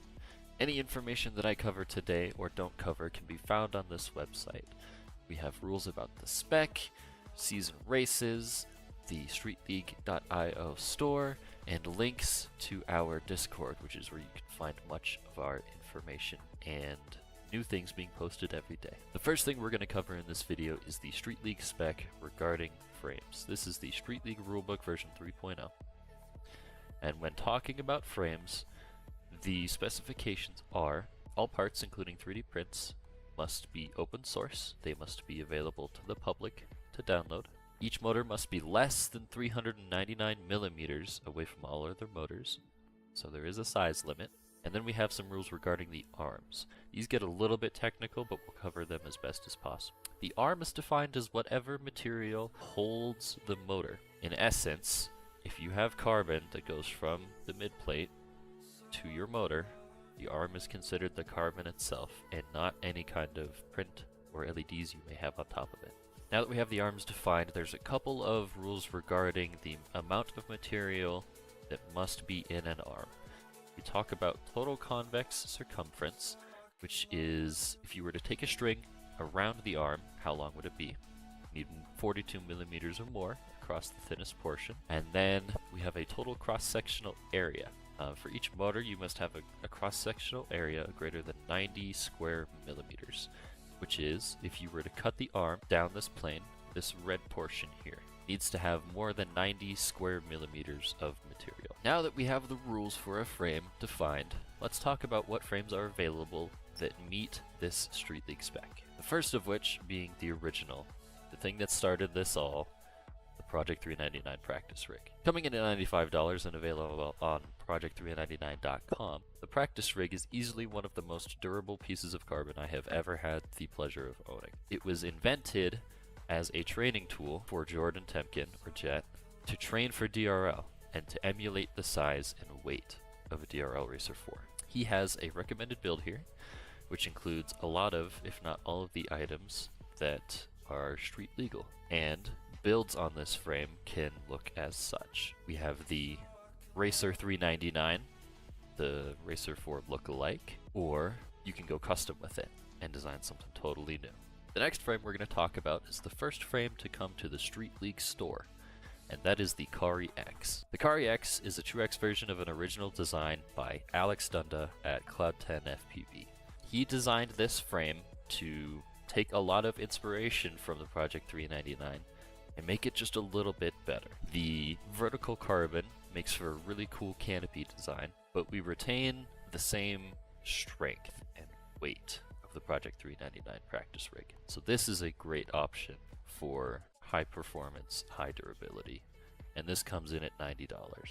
And this is what it can look like when built. This is a build by Leadfingers, who absolutely loves Rainbow, and it looks absolutely amazing. The next frame we're going to talk about is the budget frame, the way to get into Street League for the cheapest possible, and that is the RDQ Source 1 7-inch. This does meet the ARM specifications and is readily available on RDQ's website for only $30. It's a great, cheap starting point, but that's not to say that it's not a good frame. With a little bit of ingenuity, it can become an absolutely amazing street legal quad. If you decide that none of these frames for you, or you decide that you could make something better and you don't know where to go to turn that into a real street league quad, I recommend visiting Toker Designs in CNC. He is amazing at cutting carbon and doing 3D prints for all of your build needs, and the carbon that he cuts is absolutely amazing. Made in the US, it's incredibly strong. It's this twill weave you can see up here. It's so difficult to break this carbon, it's ridiculous. And some of his original designs are amazing. This is what he likes to call the squash. It's a little bit shorter and the body is a little bit smaller, kind of brings the motors in nice and tight, and these are some of his prints that he's designed for it, and this is an amazing route to go as well. If you have any other questions regarding Street League Spec Drone Racing, and specifically the frames, drop it in a comment below, or you can visit our Discord. Regardless of which frame you choose, a Street League Spec drone will be durable, and it will be enjoyable to fly, and it will provide some of the best racing that you have ever been a part of, and I sincerely hope that you enjoy your time participating in Street League. If you enjoyed this video or if you found it informative, please drop a like and let me know that I'm doing good. I want to bring as much information to you guys as possible and help you enjoy spec drone racing. Thank you so much for watching, and I hope you have a great rest of your day.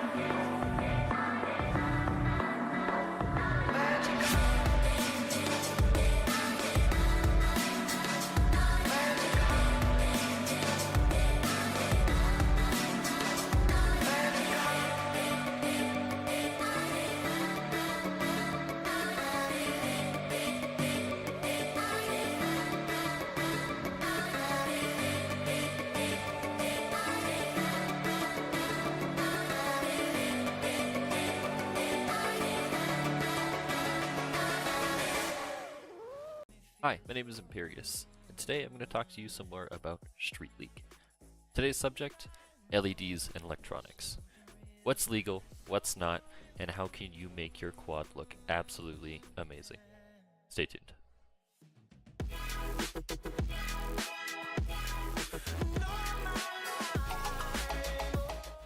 Today I want to talk to you guys a little bit about Street League, LEDs, and electronics. This is the big thing that separates Street League from many other racing platforms, is the look and the view of your quad. So, what's street legal and what's recommended? Taking a look at the Street League rulebook version 3, section 5, we have our rules regarding LEDs. Without getting too much into it, at least one LED must be visible from both the top and the bottom of your quad. It also must be visible from all directions. And intentionally turning off your LEDs during a race is prohibited. Your LEDs must be visible to the human eye, and they must be reasonably bright as determined by the race director. This means if the race director decides that you're blinding people or that they're not visible enough despite being on, you will have to fix that. Because ultimately, this is the goal of Street League. Just a bunch of guys with some amazing looking quads and some amazing looking racing. Now the question. How can you make a Street League quad look this cool? And what do you need to purchase to do so? Well, you're in luck. I'm going to show you guys a couple of popular LED options to make your quad look amazing. The first of which is a simple 5V LED strip. These strips are available on the StreetLeague.io shop and are $4.50 per, and they run off of 5V power. Important thing to note about these LEDs is that they will require a 5V power regulator, but that they're addressable, so you can change their color. And when applied to a quad, they can look something like this. Now, let's say you're okay with them not being able to change color, and you don't want to have to use a BEC. Something like this, the Tiny's X-Class 6S LED, would be something for you. The LEDs only shine one color, but you can apply full 6S power, including 5S, to make these guys light up. These are a great option for one fixed color and minimal amount of effort. If you want to be able to change your color and you're okay with using a 5V power regulator and you want something just a little bigger, I recommend the Tiny's Project 399 Rig LED arm. These require a 5V regulator but are addressable, and when applied to a quad, they can look something like this. One of the other popular options is what's called a cob LED. These come as a rope rather than individual LEDs. The fun part about these cob LEDs is they can be either fixed color or addressable, and they can be either 5V, 12V, or 24V. Now, if you do happen to go with an LED option that requires 5V power, as many do, you'll want to use something like this iFlight 3-6S 5V BEC. This allows you to take straight battery voltage and get 5V out to power your LEDs. At which point you can connect them to the flight controller or other LED controller and have your addressable LEDs. If you have any questions regarding these products, how to get your LEDs set up, or Street League in general, go ahead and drop them in the comments section below, or head on over to StreetLeague.io and look for the Discord link for our Discord community. The important note here is that a Street League quad should be your own. You want to make it look cool, because ultimately we want to know that it's you who crossed the finish line first. Thank you so much for watching. Drop a like on the video if you liked it, and follow me for more Street League related content. Have Happy flying, and I'll see you in the next one. Hi, welcome to Gemfan's Starlight LED props assembly video. Today I'm gonna be showing you how you assemble an Starlight LED prop and all the steps you need to actually get your LEDs good and working. First, this is the bag that you're gonna receive. This is a bag with the Starlight LED props, the new LED props by Gemfan. So, inside the bag, you will find a secondary bag containing 4 FPC units, 4 plastic covers, the copper sheets, and the battery pin removal. Also, on the main bag, you'll find 4 Starlight LED props. With this out of the way, let's begin the assembly. So first of all, take your prop and look at where it's carved to let the FPC in. Take the little bag with the FPC. You're gonna see 3 different pins in the hub of the prop. Also 3 holes in the FPC. So you're gonna align them. Then we're going to remove the stick protector from the FPC and stick it very well aligned over the blade. Next, we're going to take from the little bag the copper sheets. We have 16 copper sheets, 4 for every prop. So make sure that the little folded section from the copper sheet is touching the FPC. That is gonna ensure a full connection. We're gonna take the batteries. Keep in mind that the batteries are not included, but you can buy them easily at your local hardware store, or some of the local retailers from Gemfan are selling these batteries as well, so you can ask for those batteries. Keep this in mind, the battery is very small, so this is the positive side, and we're gonna align the positive side to the inside part of the prop. So just like that, our prop has been completely assembled. Now the only thing missing is the plastic cover that goes on top, and it's gonna create the pressure needed to activate and deactivate the prop. It has also 3 holes and a small space for the switch. So keep in mind that you gotta align the pins. So we're gonna repeat that process until we get 4 Starlight LED props by Gemfan fully assembled.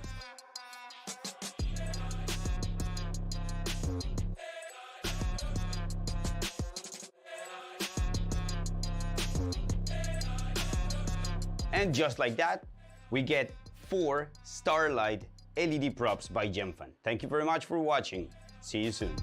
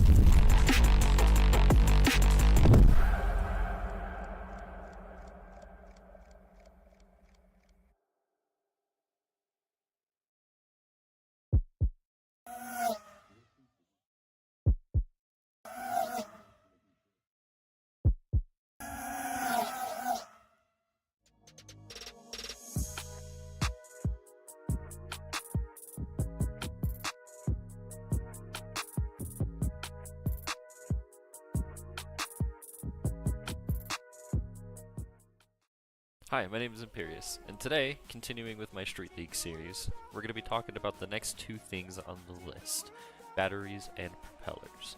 What's legal, what's not, why is it that way, and what's recommended. Stay tuned.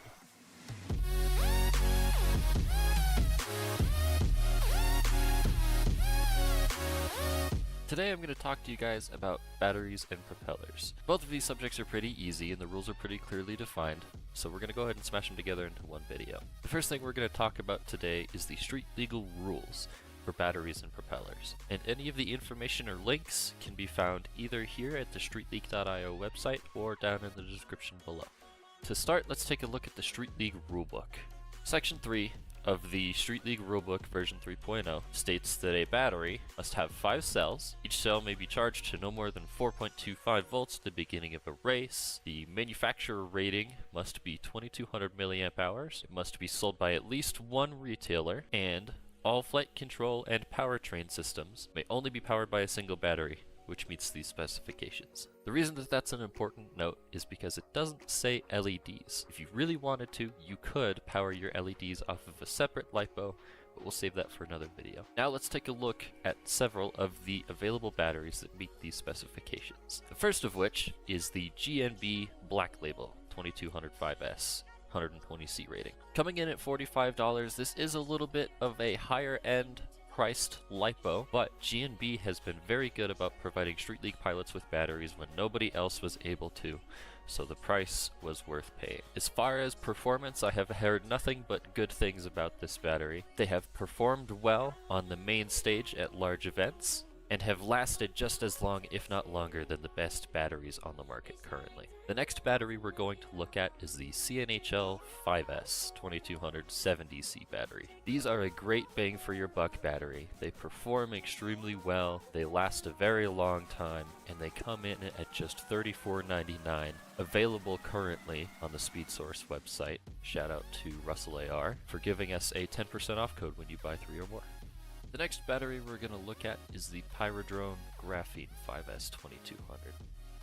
Coming in at $42.99, it is a little bit more expensive than some of the batteries we've looked at, but we all know the Pyrodrone makes good products, and this battery is no exception. This battery has stood the test of many Street League pilots and is verified to be one of the better batteries available on the market. And the last battery we're going to take a look at is the RDQ 2200 80C LiPos. These are important to look at because these are a great practice pack. You can get them for just $103 for a 3-pack, coming in at $34 a piece if you do the math, and they are great for longevity and practice sessions. It's important to note that all of these batteries perform very well.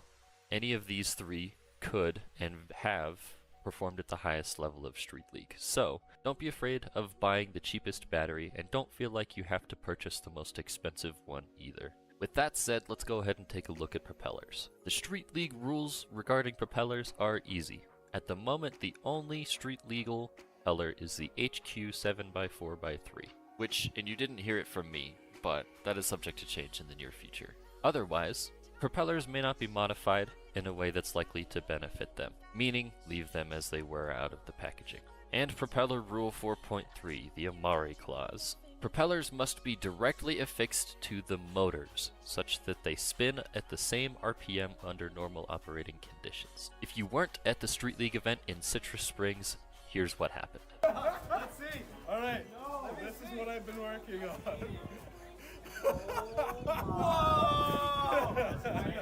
No! I'm gonna crash the fuck out of it. Hence, the Amari clause.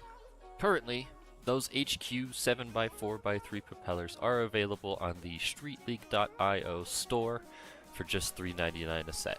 In typical open class racing, you can expect both of these items, batteries and propellers, to be somewhat disposable.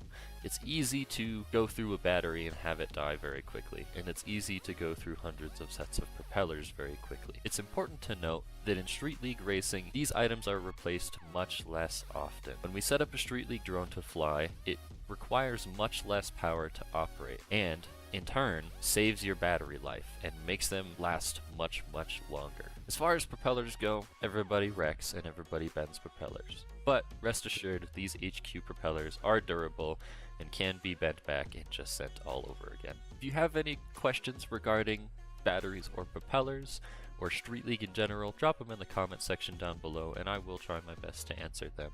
If I'm not able to, head on over to StreetLeague.io and look for the Discord link.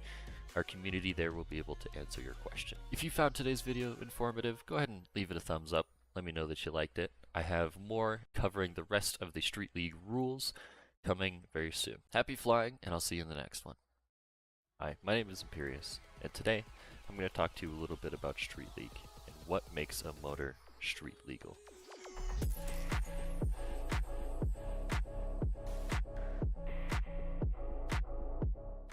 Today I'm going to talk about some of the motors currently available that are street legal, and I'm going to give them a rating based on personal experience of their durability, of their cost, and of their performance.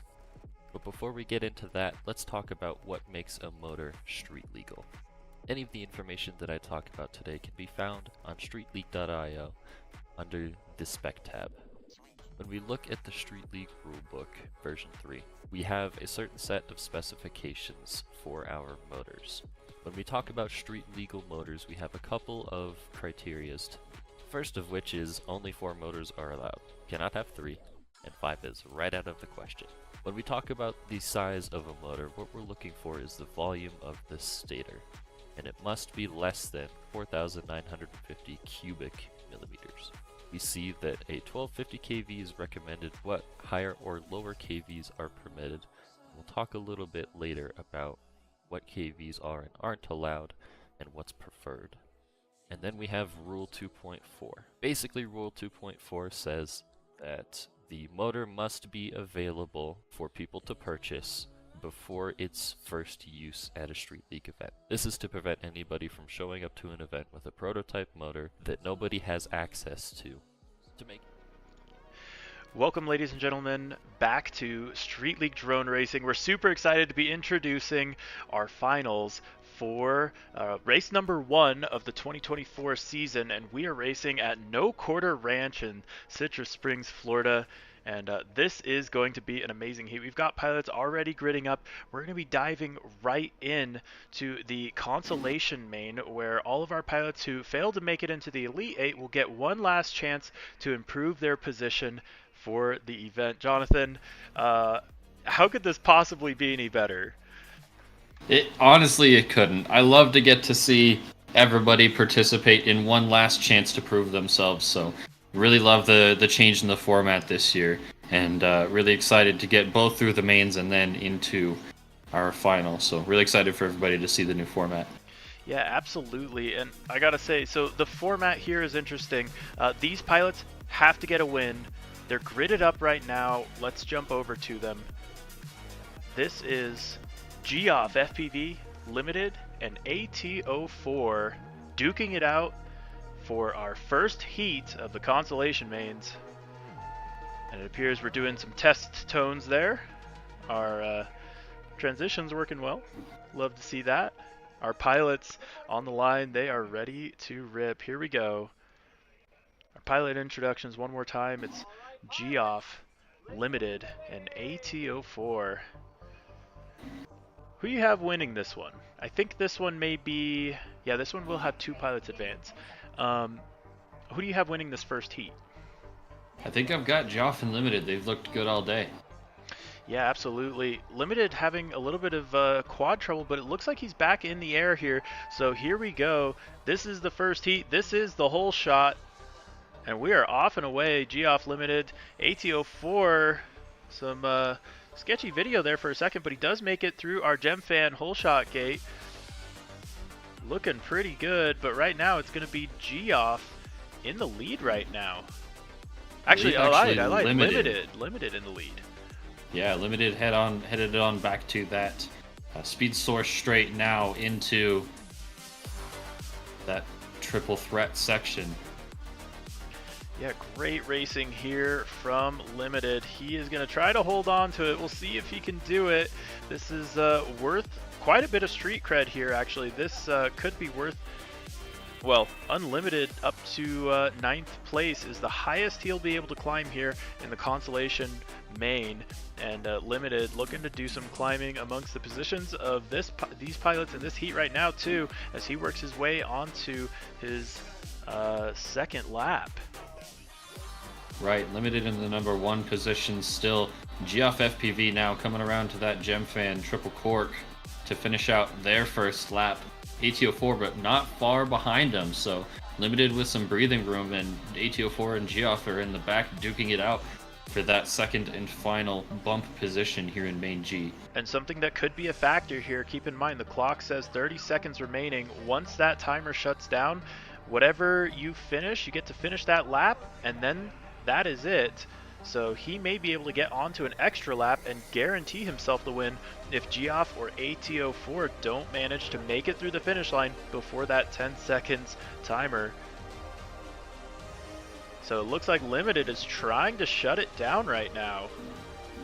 We will see if he's able to. 2 seconds remaining, and that is it. So as close as Geoff made it, it appears that he is not going to have the opportunity to beat Limited even if he crashes. So Geoff is done. Limited takes the win and will be the first person to make an advancement in our main. He's going to get to finish out that victory lap if he so chooses. A little bit of extra warm-up as he goes into the F heat, I believe it will be. And that'll be a little bit of an advantage for him coming into that heat a little bit hot. Yeah, having the practice of this heat. A little bit of a gap there on the other pilots, so this heat really was just to get warm and to get comfortable now going into what will be main F. I love what I'm seeing here. Good racing from Limited. Well-deserved advancement. And he will take the win with a fast lap of 47.2.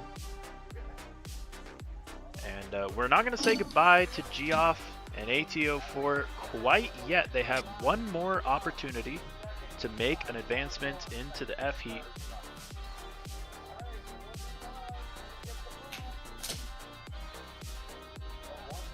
And the winner of this next heat will be the final pilot making it into the F heat, where two other pilots are waiting for them.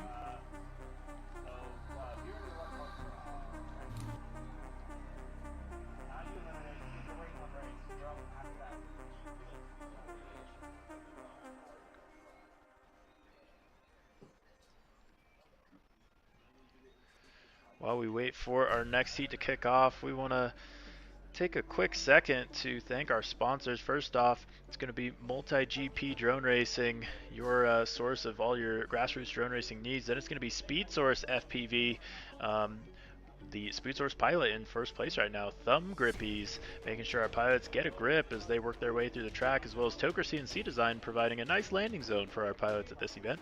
Turtle Mode FPV, bringing the triple threat as well as several heavy metal frames to give away. Vulcan Innovation, VCI, they're going to be the providers of one of the strongest motors in Street League, as well as Wrecked, one of the go-to places to buy all your Street League parts. Also, this live stream brought to you by HD0, making sure we have a crystal clear feed for all our pilots. And then GemFan, providing some amazing gates and some amazing props for our spec. Huge shout out to them, and a big thank you for supporting the drone racing that we do. Yeah, big shouts to GemFan. We definitely have some cool stuff in the works with GemFan. This evening, as we start to wind down the daylight out there at the ranch, you guys will get to see some of the newest innovations from GemFan. So definitely stay tuned for that. Yeah, typically drone pilots and drone racers in general aren't looking forward to it getting dark, but I think our pilots are very much looking forward to that, because we're going to be lighting up the track in a very unique way. We've been kind of teasing it all day long. Don't worry, you guys will get to see it definitely by the time we hit the Elite 8. But we're getting through some of the consolation mains right now as we wait for, it's going to be Geoff and ATO4 trying to get ready for their final heat, potentially, of the event. One of these pilots will be done for the event. The other will be moving on to the F heat.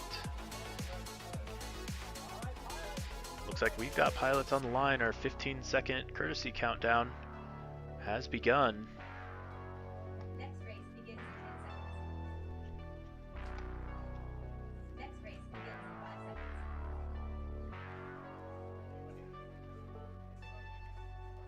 seconds. And here we go. It's going to be a 1v1 versus Geoff and ATO4, getting to throw down one last time at this event on the track for street cred. And it looks like Geoff going to have the early lead here. We'll see how his consistency holds up. He's got the speed right now as he works his way into the wrecked dive gate. Yeah, both of these pilots are head-to-head. This is a whole different ballgame, but already we see a mistake from Geoff. He's going to end up upside down. He's going to allow ATO4 some room to put a gap on him. Able to get back up, though. Yeah, great racing here as, oh, ATO4 ahead, Geoff going down. So ATO4 going to jump up into the lead now. Yeah, ATO4 looking to round out this first lap while Geoff FPV struggles into the gem fan triple cork for ATO4, who just has to keep it clean to make this transfer position. And I think that may be it for Geoff FPV. Unfortunate demise for him. ATO4, maybe not the fastest off the launch, but he's definitely got the consistency here. He's going to make it through. Oh, he's got a beautiful dive there through the wrecked dive gate. He's got that element figured out, and I think ultimately that's what won him the race here, is figuring out the hardest element, at least on the track for some of the newer pilots, and definitely making it work for him. Yeah, it's all about consistency and staying at the air in this stage, and ATO4 able to make that work. And that's going to boost his position here a little bit with any luck going into the rest of these mains. Great racing here. He's even going to try to beat the timer, and it looks like he does it. He's 12 seconds ahead of the 2-minute timeout, so he's going to get all 3 laps here.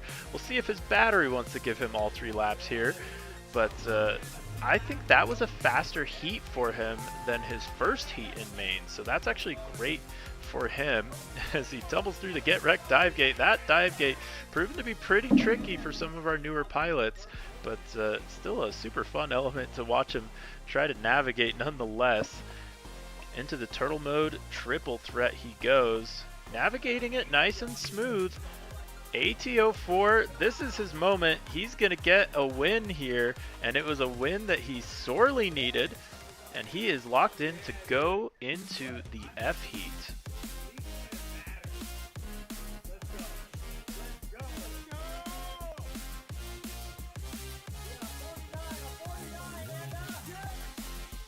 He's got the cheers of the pilots all around him. Great supportive atmosphere. That's what we love. Pilots supporting pilots, cheering each other on in their highs and helping them up in their lows. And you love to see it. You absolutely love to see it. So we're going to have to say goodbye there. There's Geoff walking to retrieve that quad. Incredible event from him overall, though. And he is going to finish out in 27th place, I believe. We're going to have to confirm all those results in a little bit. We're going to take a quick break to our sponsors, and then we will be right back.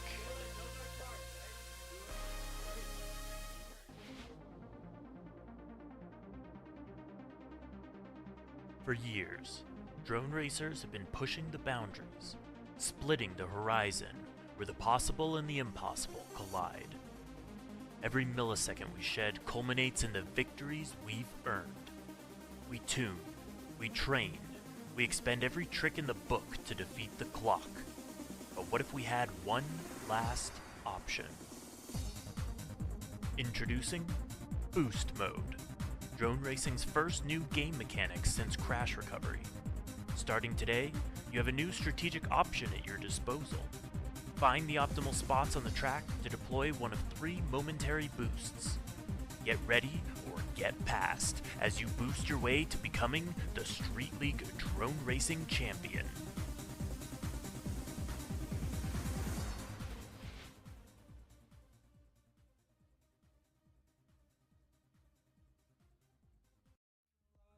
Hi, my name is Imperious, and today I'm going to talk to you a little bit about Street League Spec drone racing. In this video, we're going to cover a little bit about frames.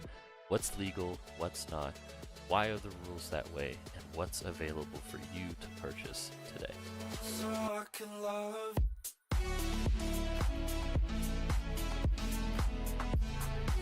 The first thing we're going to look at is the StreetLeague.io website. Any information that I cover today or don't cover can be found on this website.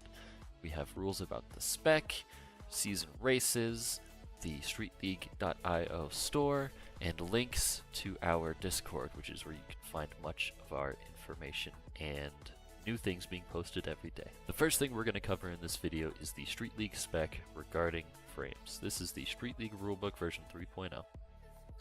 And when talking about frames, the specifications are all parts, including 3D prints, must be open source. They must be available to the public to download.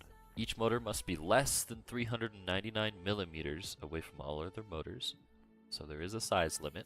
And then we have some rules regarding the arms. These get a little bit technical, but we'll cover them as best as possible. The arm is defined as whatever material holds the motor. In essence, if you have carbon that goes from the midplate to your motor, the arm is considered the carbon itself and not any kind of print or LEDs you may have on top of it. Now that we have the arms defined, there's a couple of rules regarding the amount of material that must be in an arm. We talk about total convex circumference, which is if you were to take a string around the arm, how long would it be? You need 42 millimeters or more across the thinnest portion. And then we have a total cross-sectional area. For each motor, you must have a cross-sectional area greater than 90 square millimeters, which is, if you were to cut the arm down this plane, this red portion here needs to have more than 90 square millimeters of material. Now that we have the rules for a frame defined,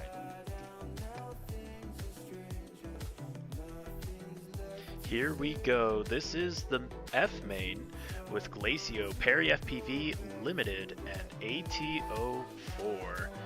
I'm looking at Limited right now. He's got a couple quads in his feed as he works his way through the first sections of this track, and now looks like Limited actually out in the lead right now, doing pretty good for himself. Actually, no, as I say that, there's going to be some yellow LEDs ahead of him. Who is that going to be? That's going to be Glacio.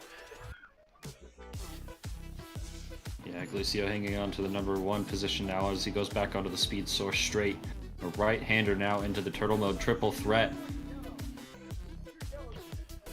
A great job there from Glacio navigating that element. Limited just behind him, bumping up from the G main, and now duking it out with the boys in the F main. That is awesome to see. I think he's got some serious speed. As long as he can keep it clean here, he may not be able to get the win, because Glacio's got the speed right now, but the second place will sure make him feel good going into the next heat. Really, the format here is that you have to win this heat. If you don't win this heat, you get one more opportunity. So we'll race the F main twice, and the winner of each of those races will get to bump up.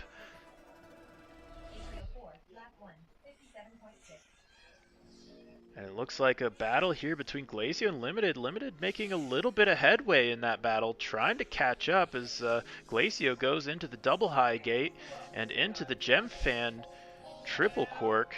Oh, a little bobble there from Limited. You hear the ping off the metal. Glacio going on to the final lap of the race, and he's going to be chased closely by Perry, who's in the second place position. Limited actually chasing after him. ATO4 goes down, so it's going to be a rough shot for him, but he's got one more opportunity to do it. Perry FPV, it looks like maybe having some battery issues. We'll see if he's able to maintain that and get through it. Yeah, it looks like that battery already dead after not even just 2 minutes of flying. So that is going to be it for Perry. He's going to land it. And Glacio is going to finish it out. Coming through the Gem Fan corkscrew, Glacio takes the first win and advances himself to the E heat. Yeah, awesome racing there from Glacio. Making sure to clutch up and secure that first bid into the E main. We're going to be taking a look at our other pilots. So something to note here is that we're going to be doing basically a motocross format for our pilots who fail to advance here. We didn't need to in our last one because we only had one pilot who didn't advance from that particular heat. But this next couple heats we'll have two pilots who don't advance, and we'll have to do a little bit of math to figure out exactly where they finished. You can see our pilots going out to retrieve their quads. And with that, we're going to send it back to a quick message from our sponsors as we wait for the next heat.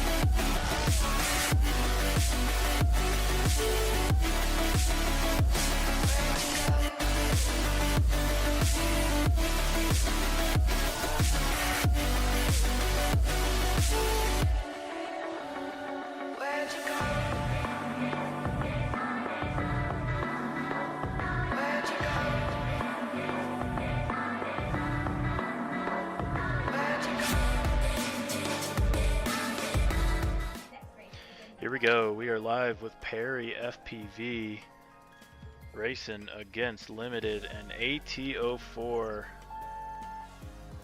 Last pilots remaining in the F heat. Only the winner will advance to the E heat.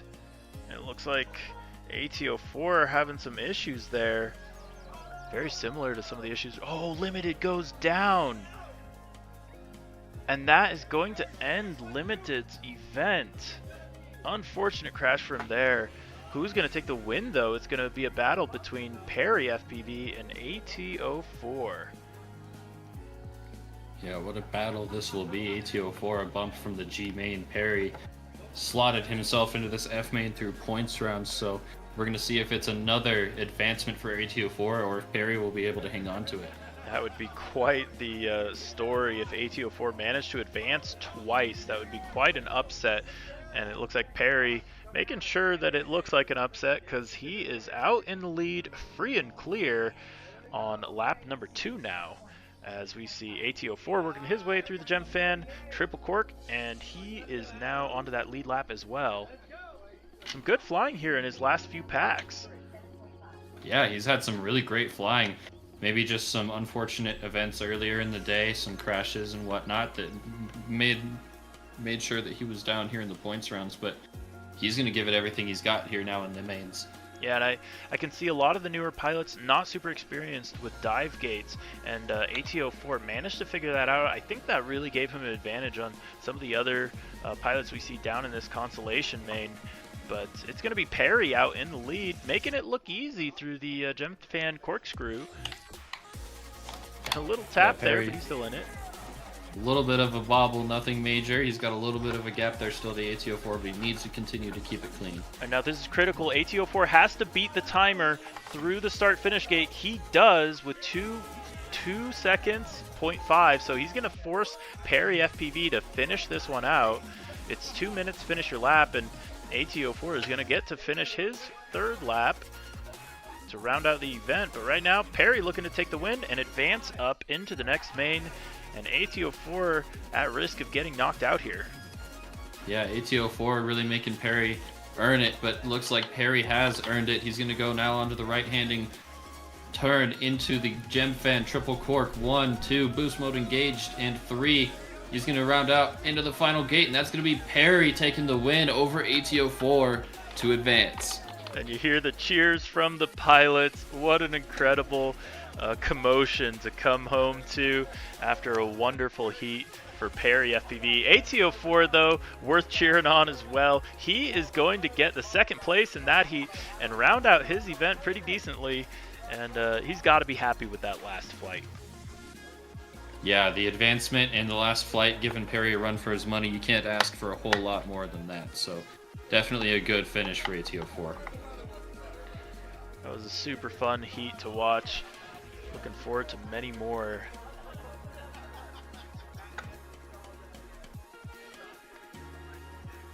Our next heat up, though, is decided. This is your E main. It's going to be Glacio, Perry FPV, Slowpoke, and Goddess Randy.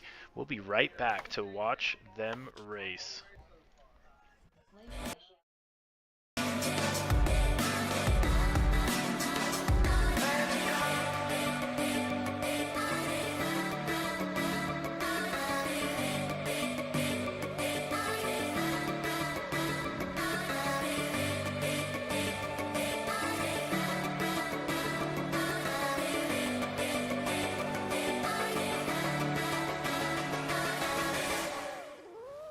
Hi, my name is Imperius, and today I'm going to talk to you some more about Street League. Today's subject, LEDs and electronics. What's legal, what's not, and how can you make your quad look absolutely amazing? Stay tuned.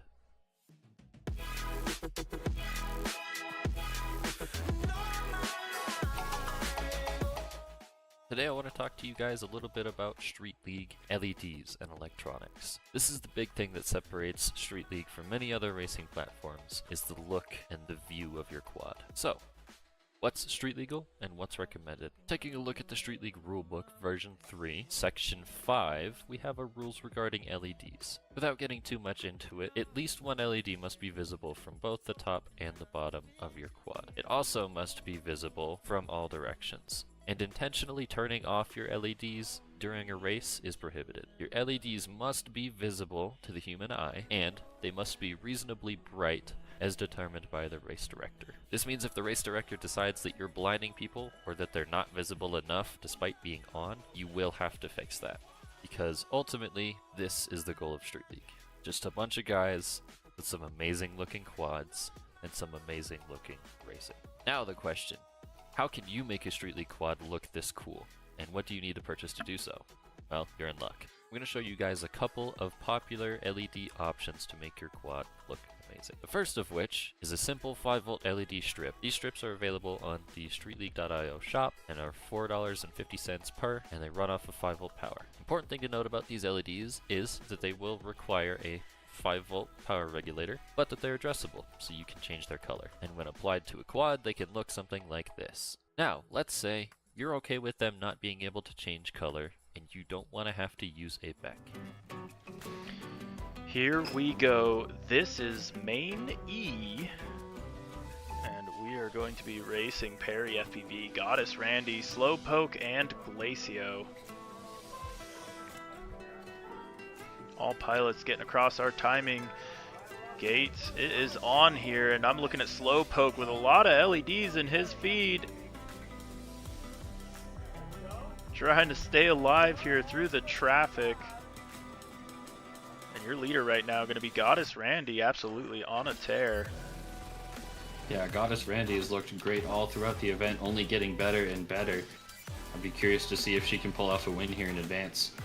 And Jonathan, I am super excited because we're starting to see a little bit of that thing we teased about. As you take a look at the gem fan corkscrew, you're going to see the borders of the inside borders of that gate start to light up.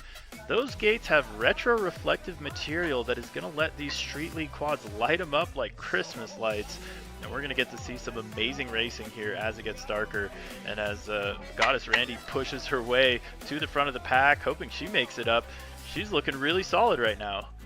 Yeah, she's looking fantastic. Still leading the pack, keeping it nice and clean. Some tight turns. She does have a tail, but has been able to deal with it thus far. Great flying from Goddess Randy, really hanging on to it, but she has some of the biggest pressure I think I've seen so far this race. Glacio has been absolutely relentless in his chase, has a little bobble there. Goddess Randy now with a tiny bit of breathing room going on to lap number 3. Is she going to be able to hang on to it? You know she can see those yellow LEDs behind her.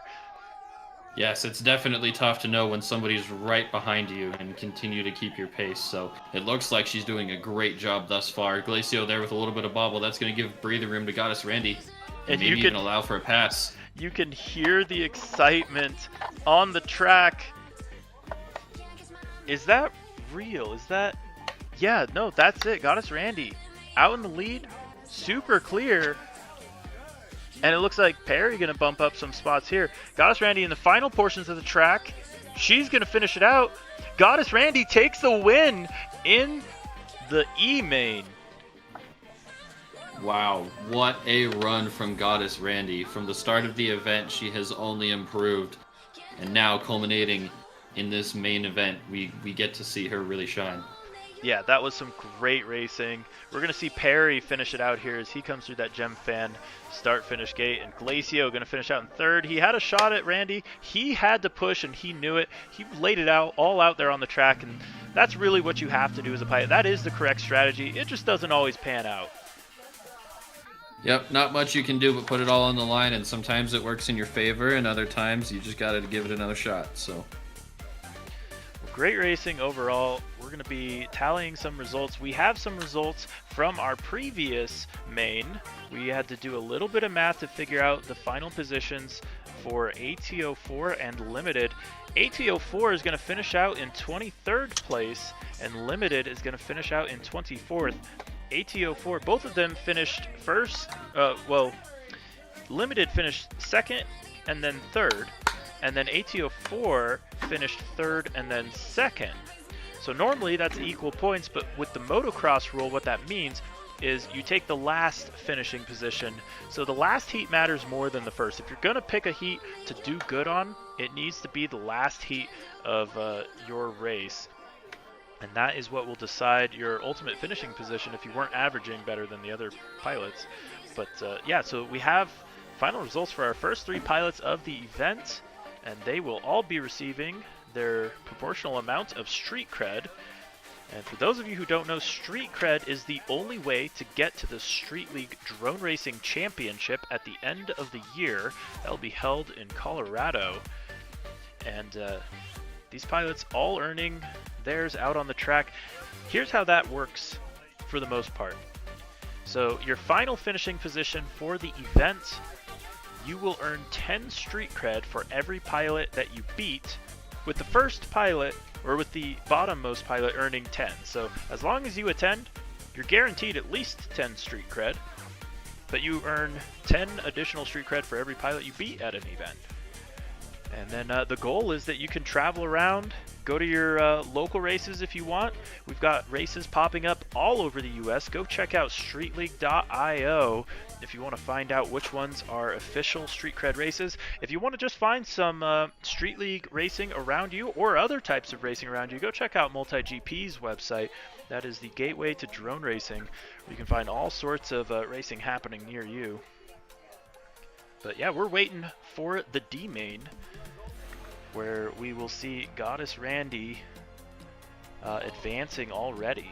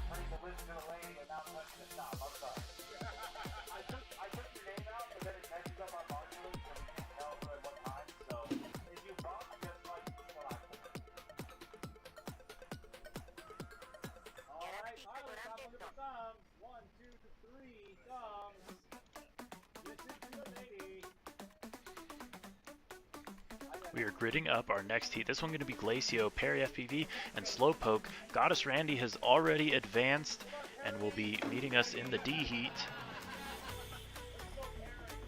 Our pilots are all gridded up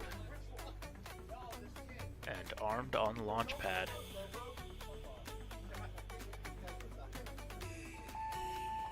And off like a shot, it's going to be Glacio, Parry FPV, and Slowpoke.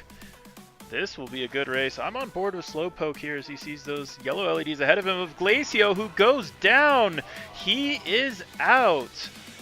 Unfortunate finish there for Glacio. That could determine one finishing position here, depending on how the rest of the pilots perform here as well. We got side-by-side action, though, between Parry FPV and Slowpoke as they work their way through the Speed Source straightaway. And now, the Turtle Mode triple threat. We're starting to see those Gem Fan gates come alive here. You'll see them once we come through this Gem Fan triple threat. Oh, and it looks like Slowpoke trying to catch up. Is he going to be able to do it through the Gem Fan triple threat? Oh, he goes down, and that's going to be Parry in the lead, looking for another advancement here. That's awesome. Parry with just a little bit of a lead, able to keep it clean when Slowpoke wasn't going to continue on now.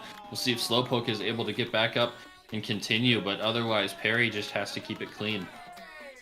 That was absolutely an incredible first couple laps there from Parry, or first lap there. I guess normally they say the race isn't over on lap 1, but in this case it was Parry making sure to put a nail in the coffin of his competitors as he just absolutely shreds this track.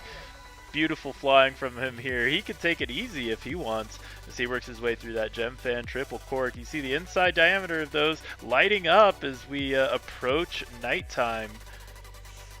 And there it is. Parry FPV gonna call it there.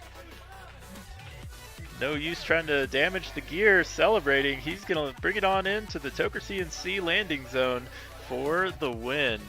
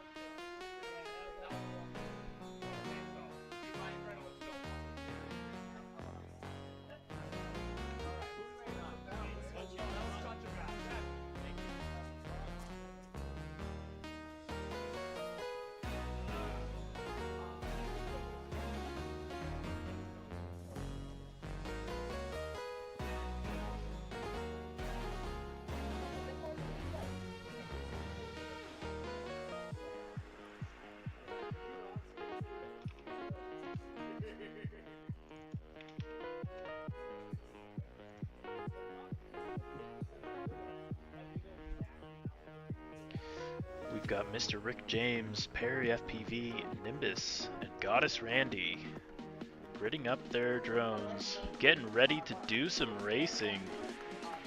This is the D main. We're going to be working our way all the way up to the A main to a final consolation golden heat.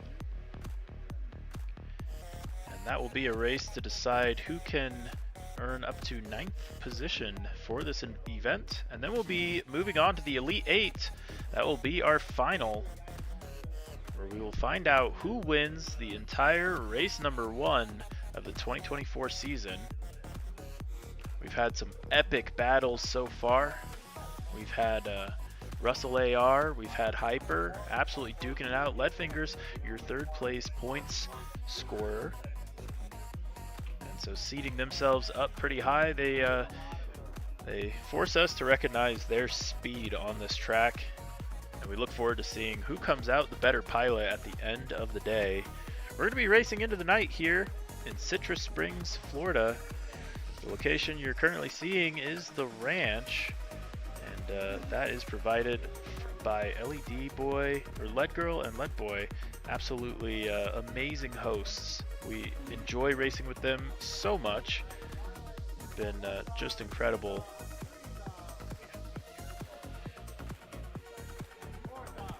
And it looks like our pilots are ready. Here we go. Mr. Rick James, Perry FPV, Nimbus, Goddess Randy.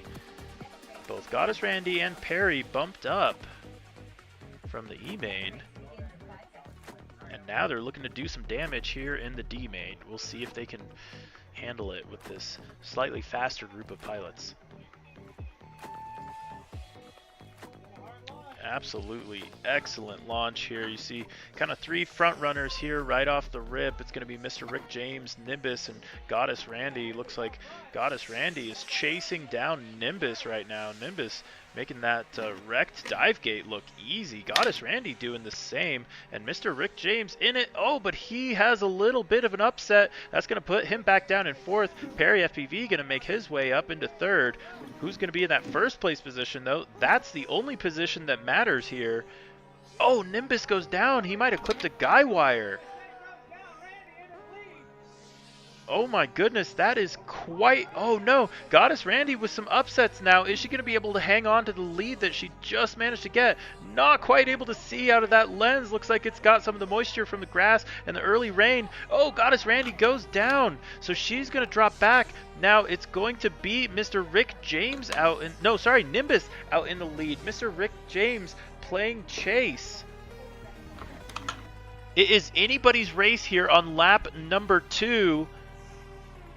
Oh, as we see Mr. Rick James now with a mistake. So Nimbus looks to be your leader so far. He's going through the double high gate and into the Gem Fan triple corkscrew. And we're starting to see that corkscrew light up for Nimbus. Same with the start finish provided by Gem Fan. That retro reflective material absolutely crushing it. Oh my gosh, we got some close racing though between Mr. Rick James and Perry. Rick James goes down. It's going to be Perry FPV now moving his way into the 2nd place position. Goddess Randy manages to get back up and is still in this fight, but it looks like this one could go to Nimbus. He is racing incredibly, fighting through the traffic and all the adversity out on the track. There's the timer. Final laps are coming in. Here we go. Nimbus through the Gem Fan triple cork. And in to take the win. Nimbus will be your first advancee from the D Heat. And he will be moving on to the C Heat. Big positions gained for him.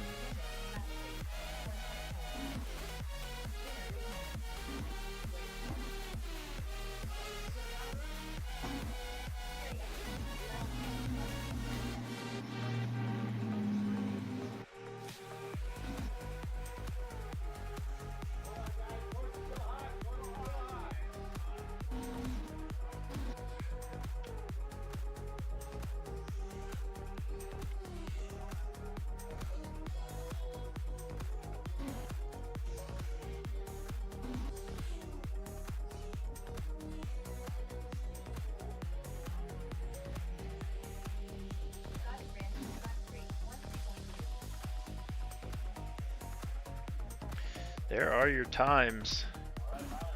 Pilots are now finished racing. We're going to take a quick break with our sponsors. Thanks so much for joining us, and stick around. We got more racing, and it's only going to get faster as we work our way through the consolation mains here at Street League Drone Racing. Hi, welcome to Gemfan's Starlight LED props assembly video. Today I'm going to be showing you how you assemble an Starlight LED prop and all the steps you need to actually get your LEDs good and working. First, this is the bag that you're going to receive. This is a bag with the Starlight LED props, the new LED props by Gemfan. So, inside the bag, you will find a secondary bag containing 4 FPC units, 4 plastic covers, the copper sheets, and the battery pin removal. Also, on the main bag, you'll find 4 Starlight LED props. With this out of the way, let's begin the assembly. So first of all, take your prop and look at where it's carved to let the FPC in. Take the little bag with the FPC. You're gonna see 3 different pins in the hub of the prop. Also 3 holes in the FPC. So you're gonna align them.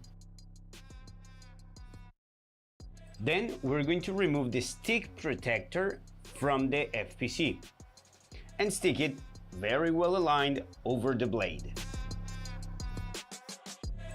Next, we're going to take from the little bag the copper sheets. We have 16 copper sheets, 4 for every prop. So make sure that the little folded section from the copper sheet is touching the FPC. That is gonna ensure a full connection. We're gonna take the batteries. Keep in mind that the batteries are not included, but you can buy them easily at your local hardware store, or some of the local retailers from Gemfan are selling these batteries as well, so you can ask for those batteries.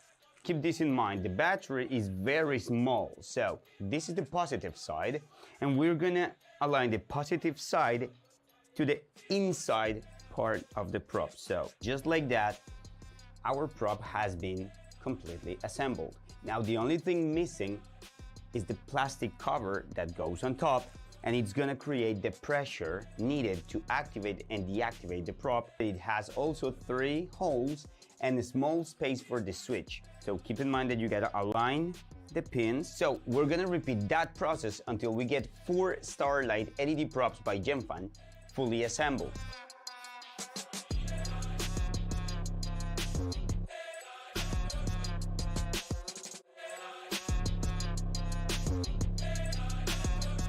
And just like that, we get 4 Starlight LED props by Gemfan. Thank you very much for watching. See you soon.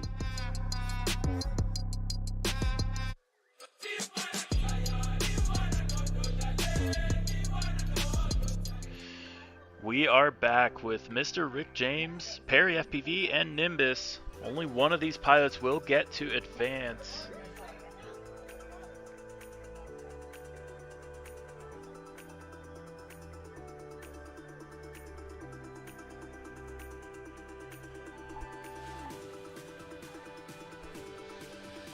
Sorry about that, actually different pilots than you may be seeing here.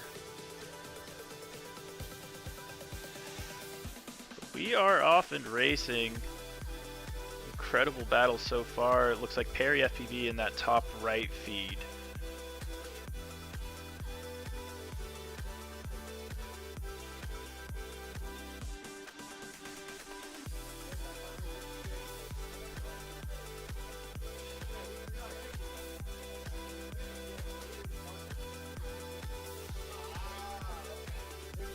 So it's going to be Mr. Rick James in the lead right now, trying to get this win, trying to get the advancement. Mr. Rick James in the top left. It's going to be Perry FPV in the top right. He's coming in for his second lap. Oh, a little bit of a bobble there. Looks like Mr. Rick James having some trouble, and that's going to let Perry FPV catch up a little bit. And unfortunately, Goddess Randy going down. She's in the bottom right-hand screen. And we are working our way on to lap number 2, I believe it is.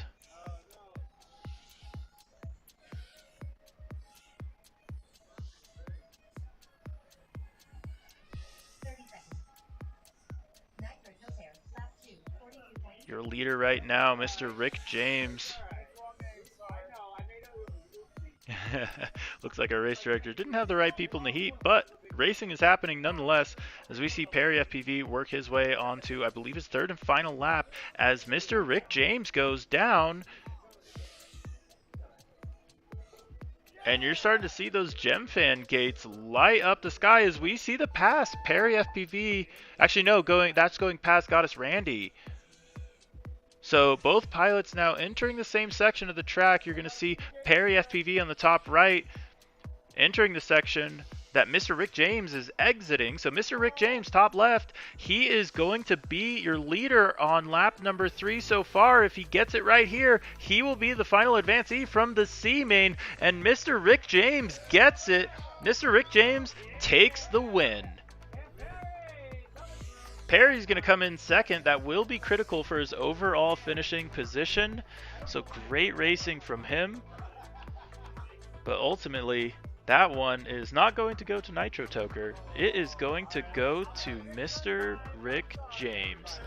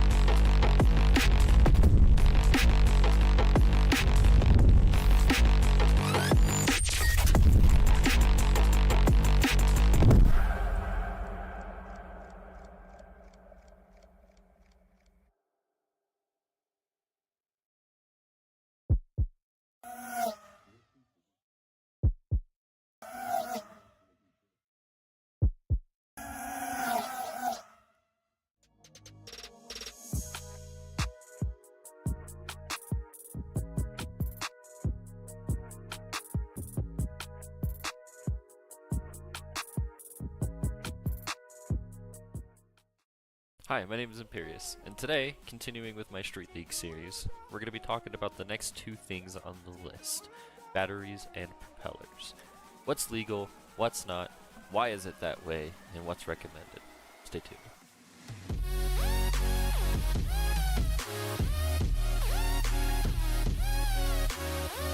Today I'm going to talk to you guys about batteries and propellers. Both of these subjects are pretty easy and the rules are pretty clearly defined, so we're going to go ahead and smash them together into one video. The first thing we're going to talk about today is the street legal rules for batteries and propellers. And any of the information or links can be found either here at the streetleague.io website or down in the description below.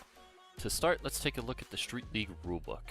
Section 3 of the Street League Rulebook version 3.0 states that a battery must have 5 cells. Each cell may be charged to no more than 4.25 volts at the beginning of a race. The manufacturer rating must be 2200 milliamp hours. It must be sold by at least one retailer, and all flight control and powertrain systems may only be powered by a single battery, which meets these specifications. The reason that that's an important note is because it doesn't say LEDs. If you really wanted to, you could power your LEDs off of a separate LiPo, but we'll save that for another video. Now let's take a look at several of the available batteries that meet these specifications. The first of which is the GNB Black Label 2205S. 120C rating. Coming in at $45, this is a little bit of a higher end priced LiPo, but GNB has been very good about providing Street League pilots with batteries when nobody else was able to. Alright, we are gridding up our next heat. This heat is going to include Nitro Toker, Mr. Rick James, who just bumped up, as well as LED Boy and Nimbus. Nimbus, your other pilot that bumped up earlier. This is going to be a pretty spicy heat here, I think. And we know that there's some serious speed within this pack. The real question is who's going to be able to finish out through some of the more treacherous parts of this course. We're seeing a lot of pilots struggle with the Wrecked Dive Gate, appropriately named after our sponsor, Wrecked Drones. We really appreciate all that they contribute to drone racing, as well as having a store that all our pilots can get stocked up on all their Street League gear. They've got a wonderful categorization method that lets you just find all the parts for your favorite specs of drone racing. So they've got Street League, they've got Freedom Spec, they've got Open Class, they've got Tiny Whoops. What do you want? That's what Wrecked's got. And they've also got some trouble for our pilots on the dive gate here so far in the consolation mains. But I think as we get up in these higher heats, as we work our way towards the A heat, our pilots have a little bit less trouble with that, and it kind of transitions to that Gemfan triple corkscrew. That's where I think the fast pilots tend to make mistakes, because there's a lot of time in that corkscrew if you've got the skill, but there's also a lot of risk to be had. Meanwhile, I think the dive gate, as you go up in skill level, gets a little bit easier to master, but a lot harder to, well, it's easier to master, harder to perfect the corkscrew. So we'll see how that plays out. That's kind of my estimation of our track so far. This track designed by FP Vegan, and we released that on the Velocidrone drone racing simulator earlier a week ago.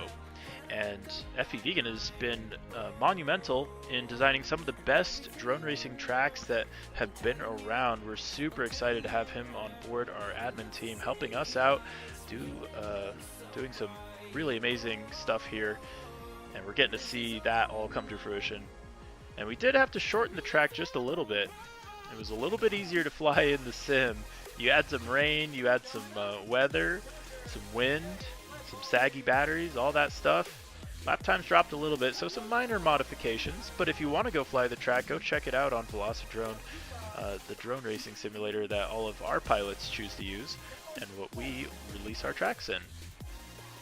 We've also got an amazing race coming up in Texas. If you're looking to do some Street League drone racing and you're near the Texas area, or honestly, if you feel like flying in, go check that out. We have NM Grower, another amazing track designer, designing that track that's going to be ripping through a forest. We got a heat about to kick off here. It's going to be Nitro Toker, Mr. Rick James, Leadboy, and Nimbus. And they are ready to race.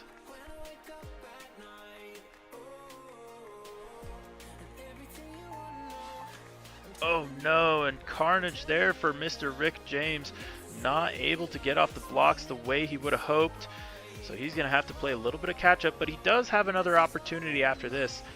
You have to get first. Oh, and it looks like Leadboy goes down hard. He is caught up in a gate, unfortunately. So it's going to be Nitro Toker and Nimbus duking it out on the track right now. And it looks like they're both going through that turtle mode triple threat. And we're really starting to see those Gemfan non-LED gates, reflective tape gates, start to light up that corkscrew as we see Nimbus work his way through it. Here at Street League, we've been trying to find a way to encourage pilots to throw some LEDs on their drones, and there's no better way to do it than the innovation brought from Gemfan with these amazing gates. Basically, any old chapter can now do some night racing because the drones will light your way instead of having to pay for expensive LED rope and floodlights, all that stuff. You can just buy the Gemfan Street League gates, and you can do some night racing of your own at home on your Street League quads, or honestly, any LED lit quad.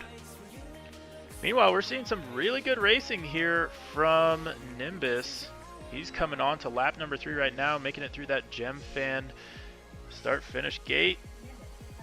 And on to lap number 3. He is looking nice and smooth here. And it looks like we've got Nitro Toker in the second place position. LED Boy able to get back up and get some laps in. So hopefully get a little bit more comfortable before this next main. And a little bit of lap traffic here for Nimbus. He's going to have to make the pass on Lead Boy. He does so in short order. So great racing here from Nimbus. He is looking to bump up. He is your first advancee from the C main to the B main. So we'll get to watch him race again after a heat. And Nimbus takes the win. Second place, who's that going to be? It looks like right now it's going to be Nitro Toker. But Leadboy is on that same lap. Oh, Leadboy lands it. Leadboy lands it, so he's done. Nitro Toker going to finish it out, lighten those gates up green. Looks great from Nitro Toker. A solid second place. It's not enough to help him in this heat. First is all that matters, and Nimbus is going to be the one to take that.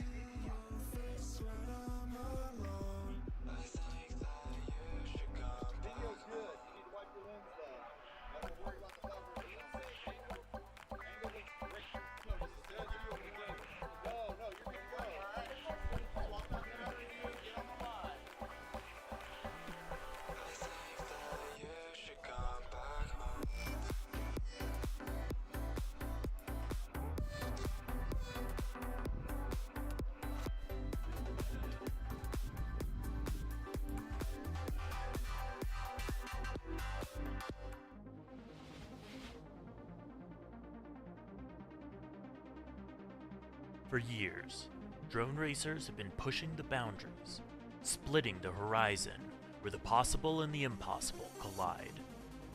Every millisecond we shed culminates in the victories we've earned. We tune, we train, we expend every trick in the book to defeat the clock. But what if we had one last option? Introducing Boost Mode, drone racing's first new game mechanic since Crash Recovery. Starting today, you have a new strategic option at your disposal. Find the optimal spots on the track to deploy one of 3 momentary boosts. Get ready or get past as you boost your way to becoming the Street League Drone Racing Champion.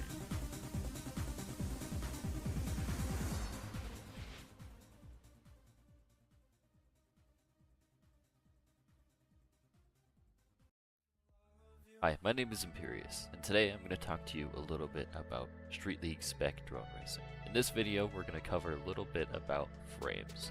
What's legal, what's not, why are the rules that way, and what's available for you to purchase today. So I can love.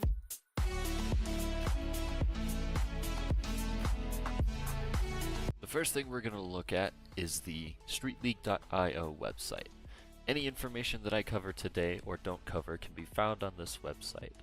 We have rules about the spec, season races, the StreetLeague.io store, and links to our Discord, which is where you can find much of our information and new things being posted every day. The first thing we're going to cover in this video is the Street League spec regarding frames. This is the Street League rulebook version 3.0. And when talking about frames, the specifications are all parts, including 3D prints, must be open source. They must be available to the public to download.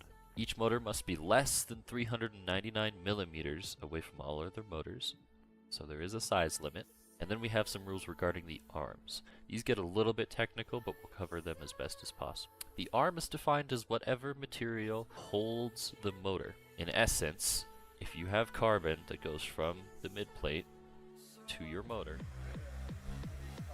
Here we go. We are kicking off the next round of racing. It is going to be the C main with Nitro Toker, Mr. Rick James, LED Boy, and Nimbus. Beautiful line of quads streaks across the sky as we try to decide who will be taking home this consolation main win.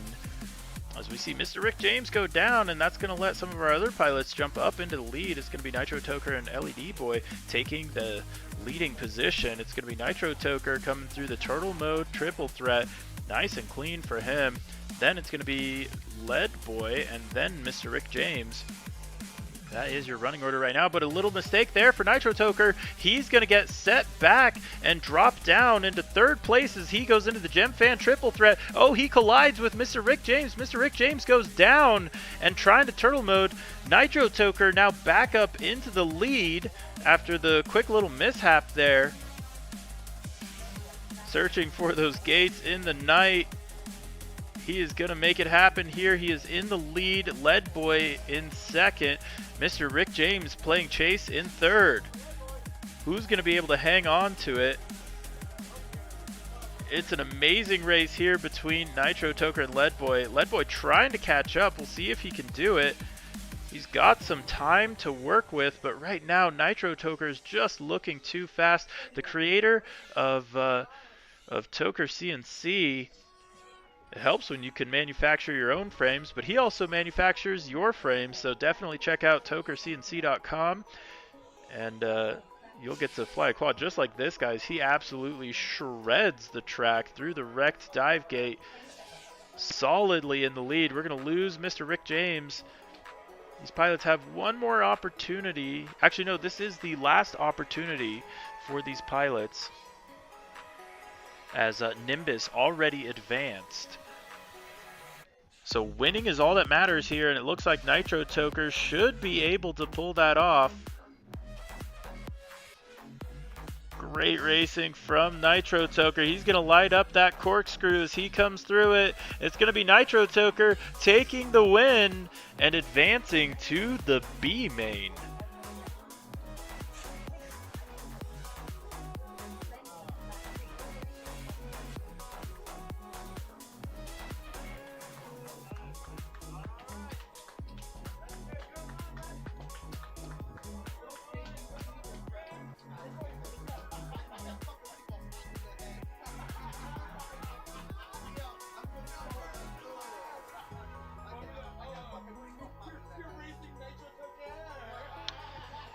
And it came down to the motocross rule between LED Boy and Mr. Rick James. And Lead Boy is going to come out the victor in that, since he set the better race time in the second heat. And he will finish out in 17th place overall. Not a bad result for him. He is one of your hosts at the No Quarter Ranch location that we are racing at right now. Huge thanks to him for making sure that we can race there and setting up this awesome facility for a fun night of drone racing here with Street League Drone Racing. Mr. Rick James going to finish out his event in 18th. Not a bad result for him as well. And we're going to do a quick raffle here. We're going to be giving away a couple of our prizes. So give us a moment while we pull up that information. Yeah, we've got some great raffle prizes from our fantastic sponsors. Before we do much, we want to shout them out. The first of which is Armaten.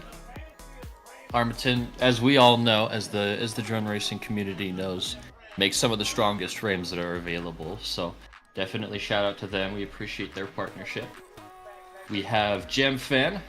GemFan, as always, has been a big supporter of Street League, and they have been able to give us some prizes to give away to our pilots today, as well as Fat Strap. Fat Strap goggle straps are the leader, the best goggle straps in the game, so they were gracious enough to give us a couple of raffle prizes for our pilots as well. Yeah, we're also super thankful to Turtle Mode FPV, providing us 2 variations of heavy metal frames, both the heavy metal and the heavy metal plus. If you've ever wanted to try a plus quad, go check out turtlemodefpv.com. And actually, our Armatan also giving us a $50 gift card. So that is going to, those last 3 prizes will go to the 9th through 11th places. So that'll be our podium for this consolation main. So 2 heavy metal frames, as well as a $50 Armatan gift card. We'll give the pilots their choice of which one they would like to receive. But for now, we're going to do our raffle, which is the prizes that Jonathan mentioned. And our first prize is going to be the Armatan Beaver 5-inch freestyle quad. And we're going to do a quick roll of the numbers here. And your Armatan Beaver 5 freestyle winner is going to be Specimen. So Specimen gonna walk away with a lovely little freestyle quad. I gotta say, there's not a better pilot to have given that to, honestly. I keep seeing some of his footage that he posts going to drift tracks, and so I'm sure Armatan freestyle quad will be super handy for that purpose. Yeah, absolutely. Like we say, some of the sturdiest frames in the game. So awesome to get a 5-inch freestyle frame that Specimen can use. Yeah, Armatan, they've been in this for a long time. I remember some of their first frames coming out, and I think all the way back in like 2016 or so, we were ripping Armatan quads. They are a wonderful supporter. We're super grateful to have them as a sponsor here at Street League Drone Racing. So definitely go check out their website if you're looking for some awesome freestyle stuff. Maybe we'll have a Street League frame in the future, but keep your fingers crossed. But if you're looking for some great 5-inch frames, they've got it. I believe they also have some really nice film rigs as well, so definitely go check out Armatan. Alright, we've got 1 minute and 40 seconds that these pilots have left to grid up, and we will be shaking out how the B main goes.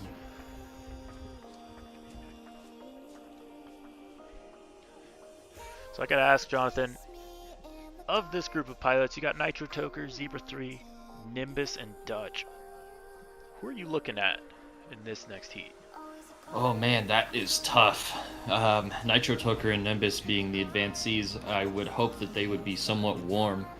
You know, having those last couple of heats to get warm again. Zebra 3 and Dutch are at a little bit of a disadvantage. You know, having to sit just a little bit and wait until their heat is called. But I think that Dutch and Zebra 3 have been only getting faster throughout the day. So at this point, really, I think I've got my money on Dutch. Yeah, I think Dutch has been fast in the past. We'll see if he can keep that up. Hoping he can. I think there's a good possibility. 30 seconds until course close. Keep in mind, we do take our rule very seriously about ready up time. It's part of the game, making sure that your gear is ready to rock and roll. And so our pilots do their best to make sure that they can make it back in time. The 1 minute mark is the course close time. And after that point, you must be off the course and ready to race. You have a minute after that you can sit on the line if you need to configure a video channel or anything like that. But any delay past that will result in a disqualification. So we'll see if all of our pilots have what it takes. Now keep in mind, some of these pilots are bumping up from previous heats, so keeping those quads working is tough, but it looks like Nitro Toker, Zebra 3, Nimbus, and Dutch have managed to get ready. We are going to be doing some racing here.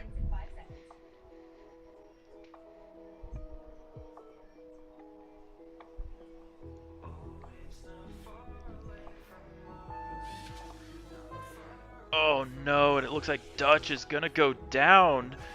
So much for the predictions. Anything can happen, as it's going to be Nimbus out in the lead. And Nimbus is looking really quick here already through that wrecked dive gate. He is moving.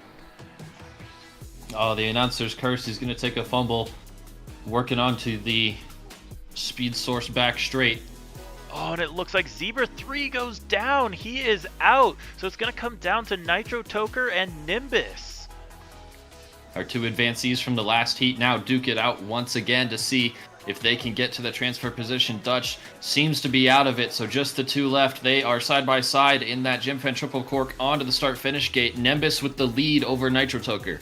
Statistically speaking, Zebra 3 and Dutch were supposed to be the better pilots here. They are the higher seed, but it looks like Nimbus and Nitro Toker have a great opportunity to make something happen here. Both of them with trouble on that wrecked dive gate. Nimbus goes down. He's going to have to try to get back up and catch up to Nitro Toker, but he only has 2 laps left to do it. Yeah, Nitro Toker keeping it clean and consistent. You can see those green LEDs on the Gem-Fan gates as they go by. He's going to be your leader. You can see those orange LEDs of Nimbus just behind him. So, not out of it yet, but Nitro Toker looks good. I gotta say, Nimbus has been super fast in these mains. If he can hold it together, there's a real chance he can catch up, but he's only got 1 lap left now to make it happen, and he knows that. You can see him pushing super hard here.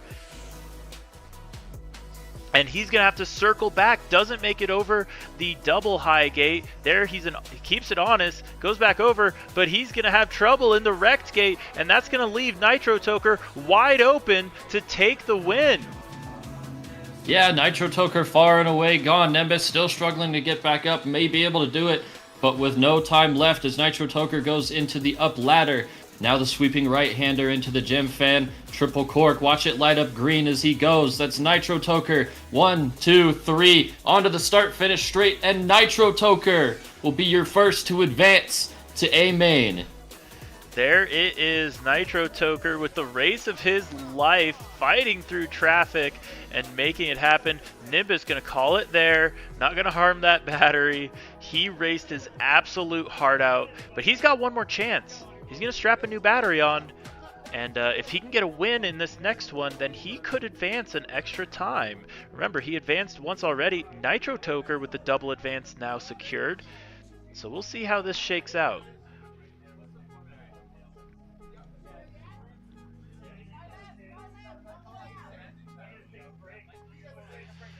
All right, we're going to take this opportunity to go to our next raffle. And let's see what this one's for. This one is for an Armatan sweatshirt. And we're going to roll the random number generator here and find our winner. And it looks like this one is going to go to the Sloth. So the Sloth earning himself an Armatan sweatshirt. And that'll be perfect for rainy days like this when you're out at a drone race and hoping to get a little bit of warmth from the very humid air in the Florida night here.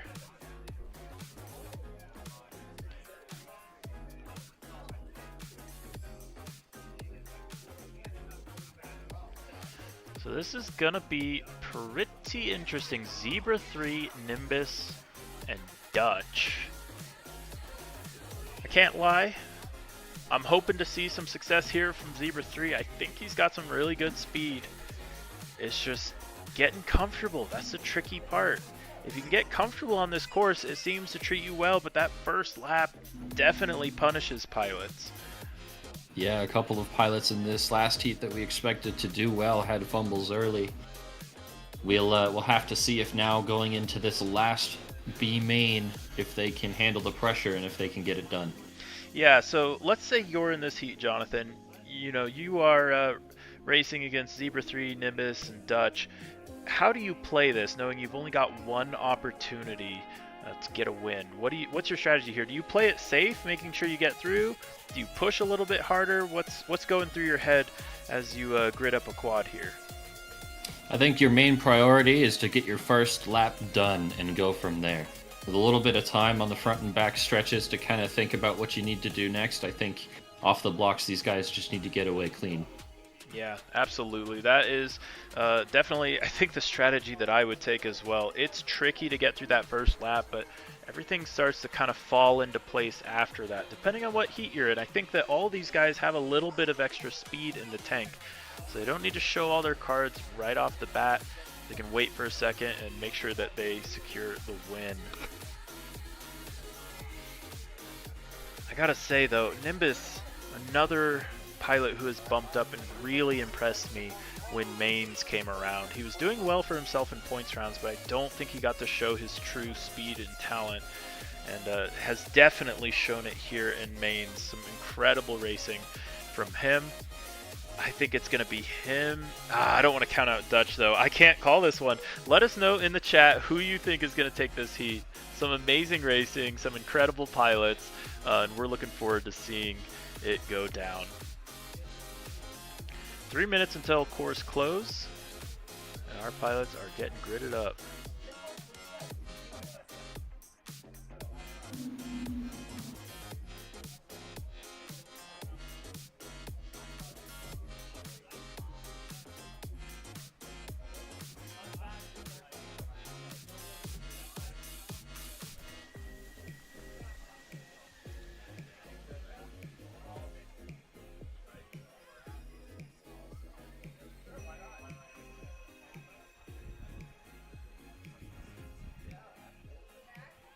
I'm seeing Celtro in the chat saying, hammer down, Dutch. Yeah, I think Dutch has got the speed. He can make it further in this for sure. I agree. He's definitely got that speed. He showed it to us in points rounds. It's all about being able to put it together here in consolation bracket B main. Yeah, I see he's got some fans in the chat hoping for his best possible race here. This is the consolation mains. You get 2 opportunities to bump up your first race. You got to get a win. If you don't manage to do that, you got 1 more race to get a win. So 2 chances to get a win and bump up. And it looks like this will be the second chance. But who will take that opportunity and advance to the A main?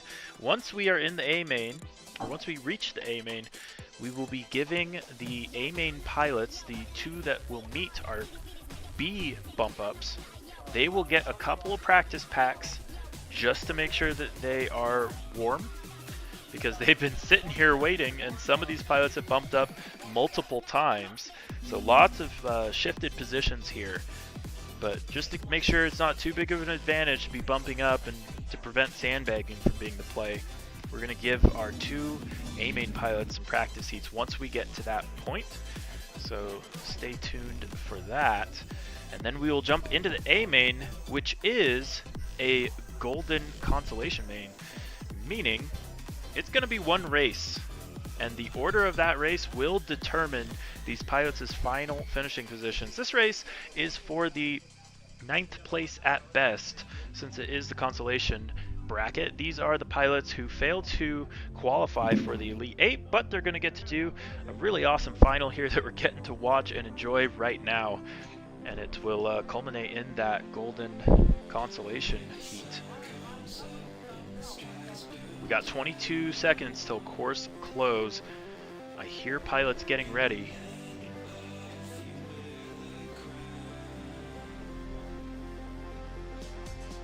This is the last opportunity here for Zebra 3, Nimbus, and Dutch. Nitro Toker already advancing. Here we go. Let us know in the chat who you're rooting for as our pilots hunker down and get ready to race.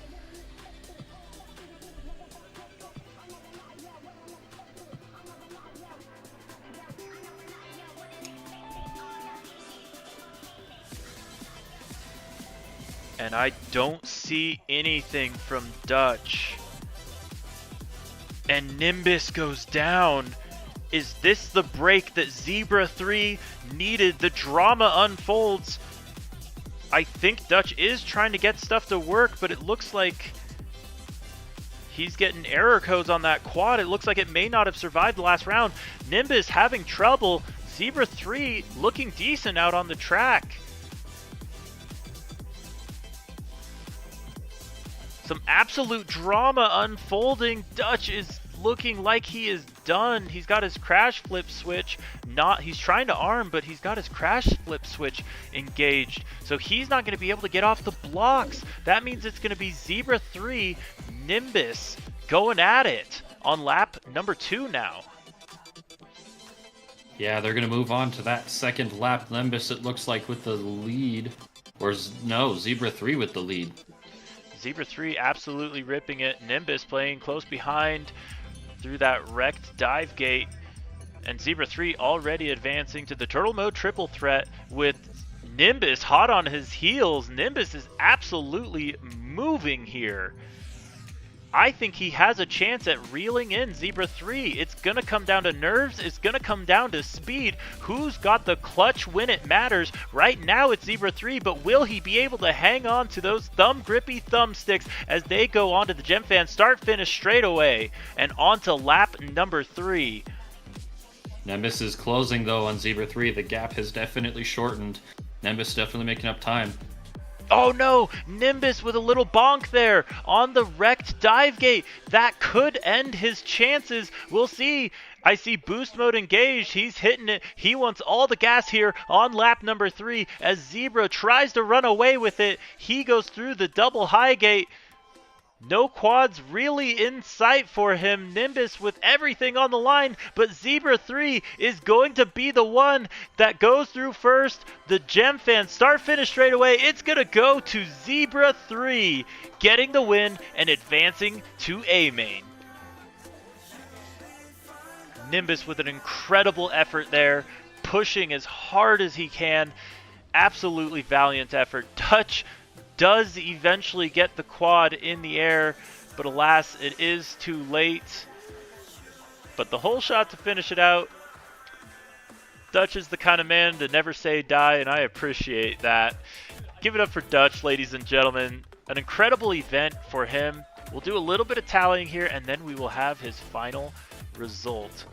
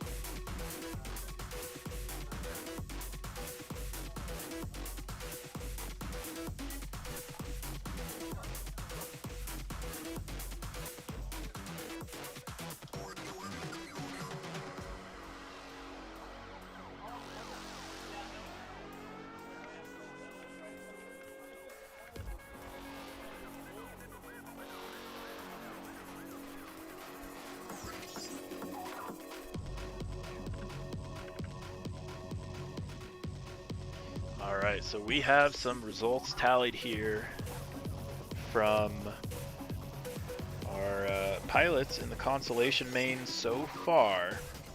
So here is your running order for the event. It's going to be Geoff FPV in the 23rd spot, followed by Limited in the 22nd, AOT finishing in 21st, Slowpoke finishing in 20th, Glacio finishing in 19th, Goddess Randy finishing in 18th, Perry FPV in 17th, Mr. Rick James in 16th, Leadboy in 15th, Dutch in 14th, and Nimbus finishing out in 13th.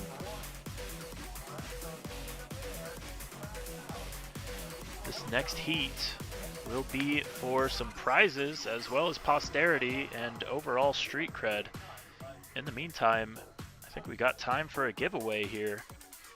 So we're going to go ahead and give away a GemFan t-shirt. Thank you to GemFan for providing that for our raffle prize. We're going to do a quick random number generator here. And it's going to be AT04. Congratulations to AT04 for winning the GemFan sweatshirt. Another awesome sweatshirt to have for rainy days such as this, although it looks like things have cleared up tonight. And our top 2 pilots did get their practice pack, so they're not going into this golden consolation main too cold. But this is going to be it. This is going to decide 9th place through 12th place. Had to do some quick math there. So 9th place through 12th place being decided. Right now we've got Dehas, Zebra 3, Nitro Toker, and Kinematic. A little bit of channel changing happening, but it looks like we got things starting to settle down.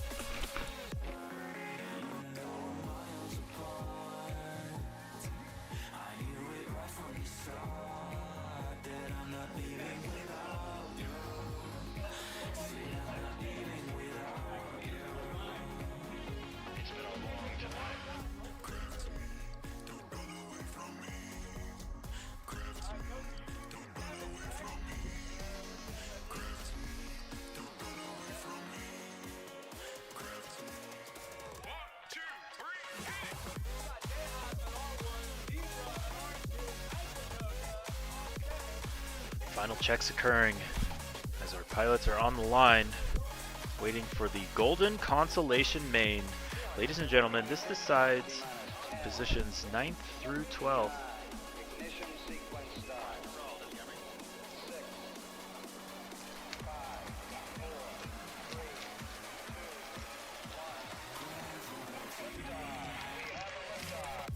Here we go. Are you ready? Who are you rooting for here in the golden consolation main?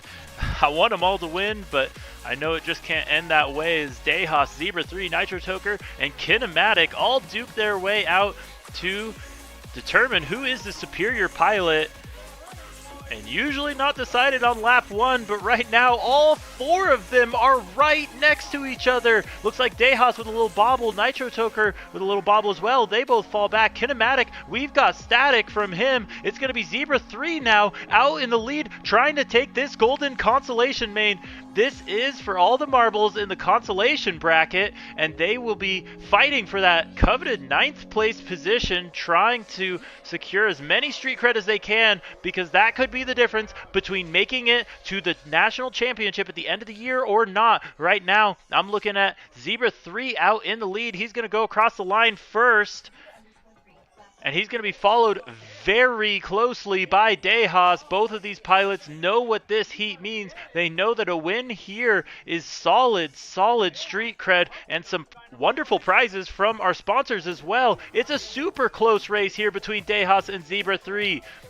Oh no, and Dejas misses a flag. He's got to turn around. That's going to set him back. And now he's got to kind of hold on. It looks like Nitro Toker not really in contention here. So really, Zebra 3 is going to be running away from it. He comes into that Gemfan triple corkscrew. Beautiful corkscrew from Zebra 3 as he works his way onto the final lap of the race. But Dejas is pushing. He is right behind him. He's only 3 seconds back, and it is lap 3. So he's got to make up 3 seconds this lap. That is going to be a tall order. Dejas pushing as hard as he can. Everything is on the line here for these pilots. This is how their day will be concluded. Zebra 3 pushing super hard, trying to hang on to that lead. And it looks like Dejas pushing as well. You can see the condensation in Zebra 3's lens. He's fought through the wind, he's fought through the rain, and now he fights through the Gemfan triple corkscrew and onto the straightaway. He is going to take the win. Zebra 3 gets first place in the Golden Consolation main, securing himself 9th place for the event overall. Dejas is going to come in second. That is going to be a 10th place finishing for him in the event overall. And Nitro Toker will be finishing out in 11th. Kinematic going to have to settle for 12th place overall.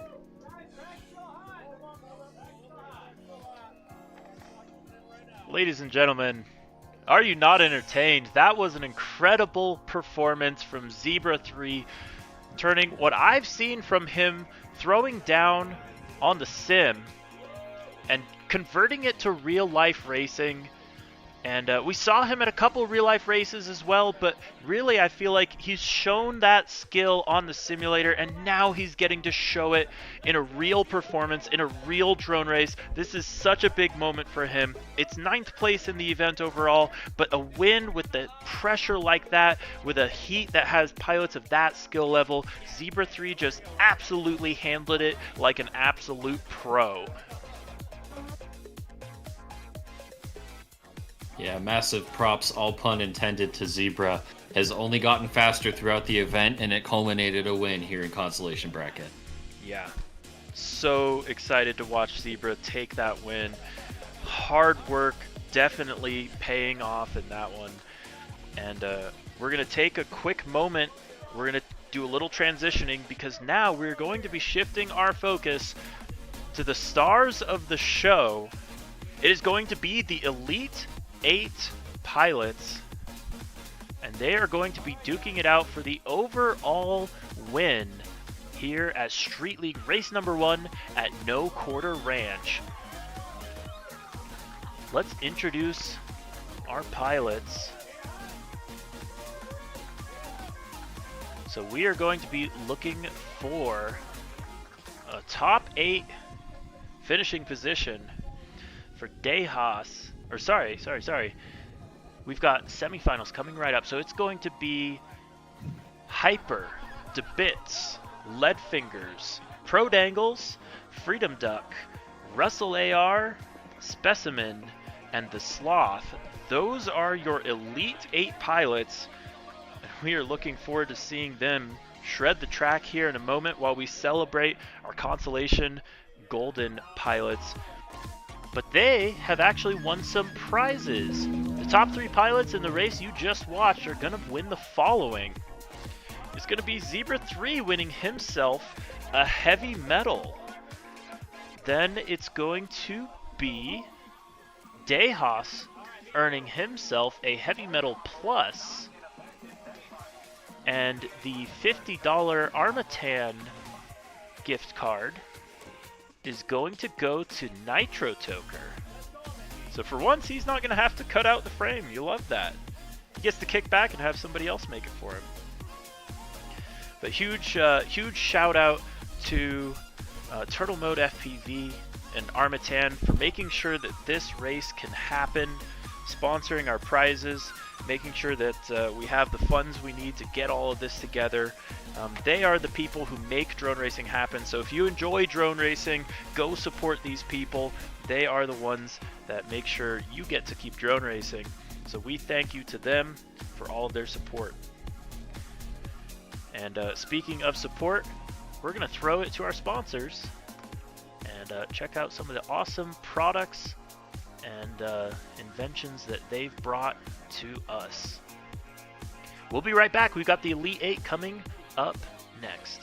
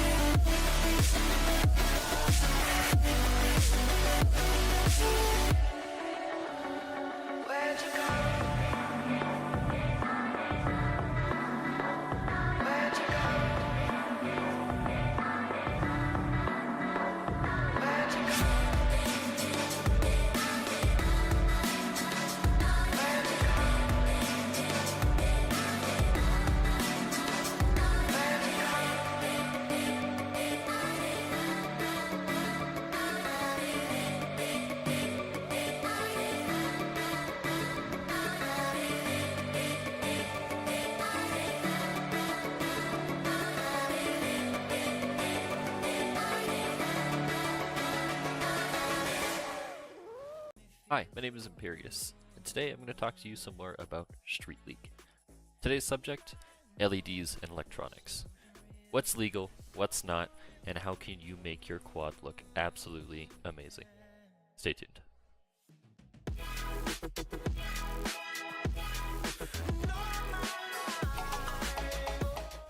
Today I want to talk to you guys a little bit about Street League LEDs and electronics. This is the big thing that separates Street League from many other racing platforms, is the look and the view of your quad. So, what's street legal and what's recommended? Taking a look at the Street League rulebook version 3, section 5, we have our rules regarding LEDs. Without getting too much into it, at least one LED must be visible from both the top and the bottom of your quad. It also must be visible from all directions. And intentionally turning off your LEDs during a race is prohibited. Your LEDs must be visible to the human eye, and they must be reasonably bright as determined by the race director. This means if the race director decides that you're blinding people or that they're not visible enough despite being on, you will have to fix that. Because ultimately, this is the goal of Street League. Just a bunch of guys with some amazing looking quads and some amazing looking racing. Now the question. How can you make a Street League quad look this cool? And what do you need to purchase to do so? Well, you're in luck. I'm going to show you guys a couple of popular LED options to make your quad look amazing. The first of which is a simple 5-volt LED strip. These strips are available on the StreetLeague.io shop and are $4.50 per, and they run off of 5-volt power. Important thing to note about these LEDs is regulator, but that they're addressable, so you can change their color. And when applied to a quad, they can look something like this. Now, let's say you're okay with them not being able to change color, and you don't want to have to use a BEC. Something like this, the Tiny's X-Class 6S LED, would be something for you. The LEDs only shine one color, but you can apply full 6S power, including 5S, to make these guys light up. These are a great option for one fixed color and minimal amount of effort. If you want to be able to change your color, and you're okay with using a 5-volt power regulator, and you want something just a little bigger, I recommend the Tiny's Project 399 Rig LED arm. These require a 5-volt regulator, but are addressable, and when applied to a quad, they can look something like this. One of the other popular options is what's called a cob LED. These come as a rope rather than individual LEDs.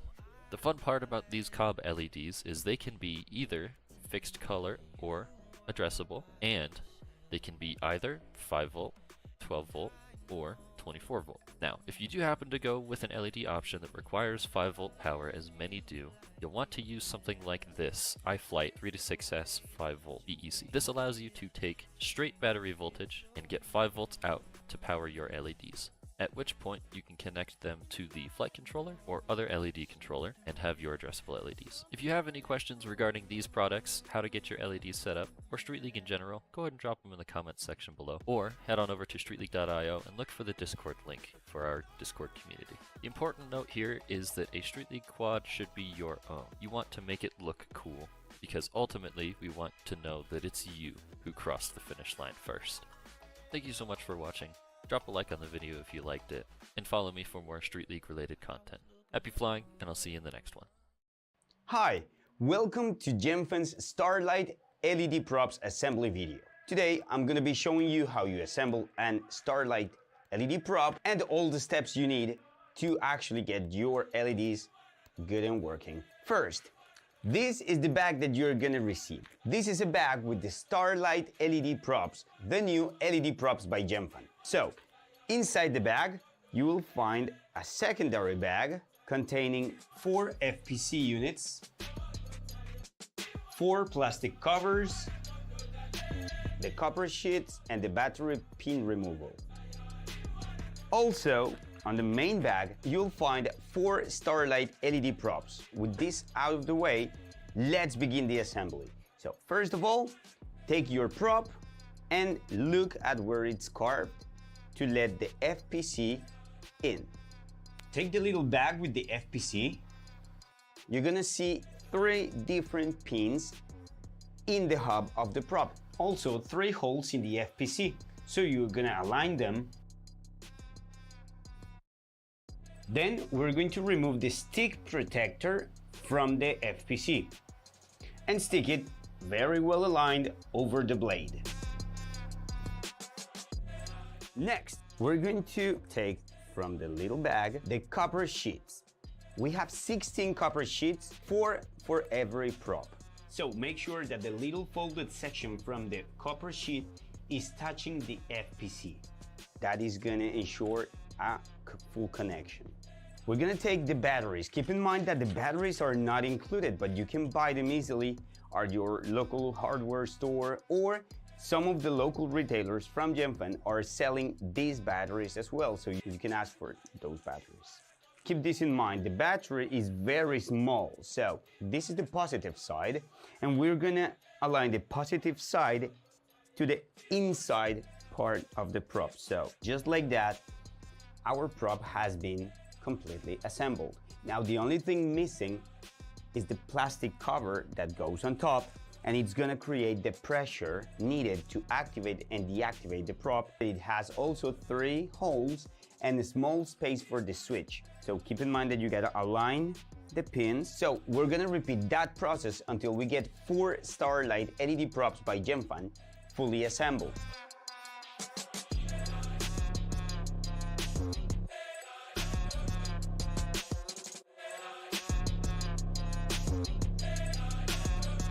And just like that, we get 4 Starlight LED props by GemFan. Thank you very much for watching.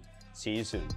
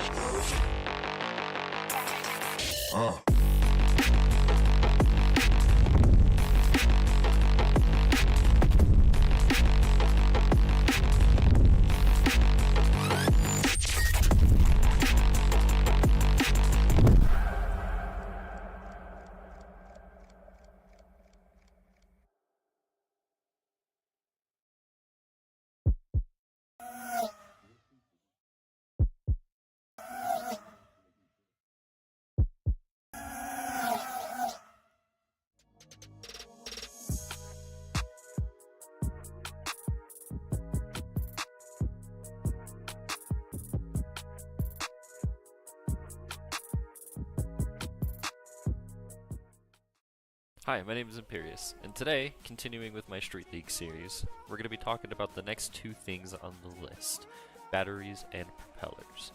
What's legal, what's not, why is it that way, and what's recommended. Stay tuned.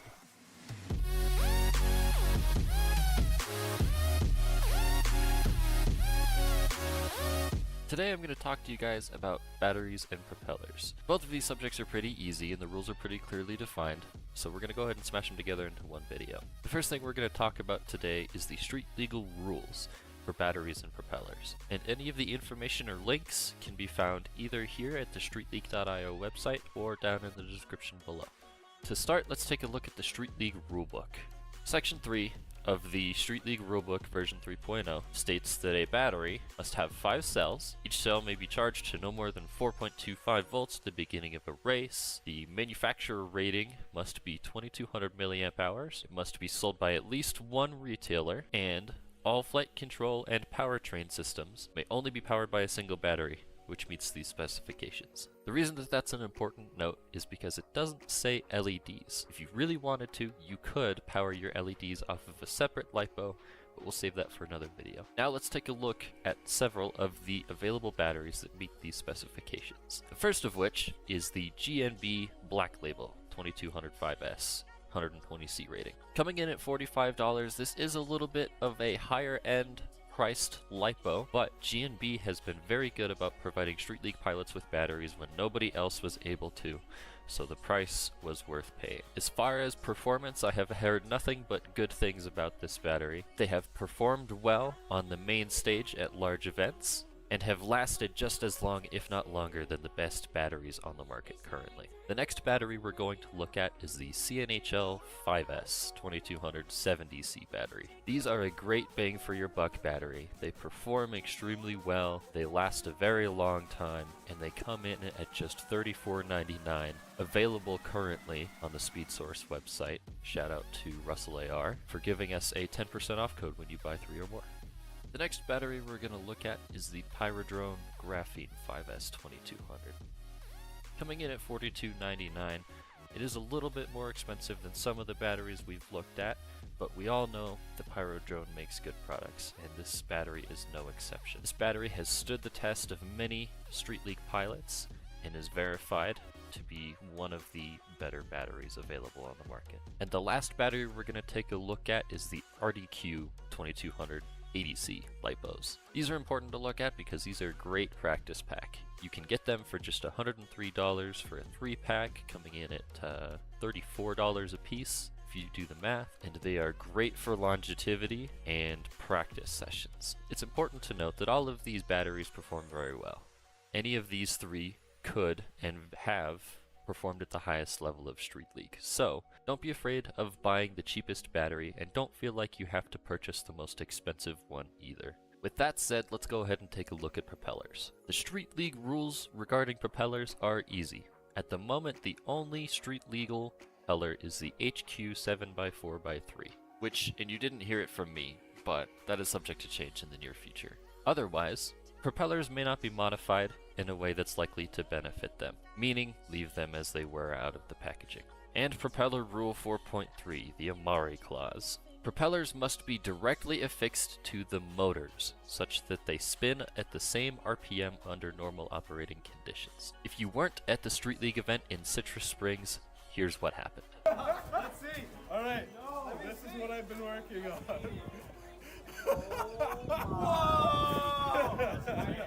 No! I'm gonna crash the fuck out of it. Hence, the Amari clause. Currently, those HQ 7x4x3 propellers are... Here we go, ladies and gentlemen. We are back. We're going to be jumping right into the Elite 8 finals. This is the top 8 pilots for the entire day of racing, and we're excited to see how they do.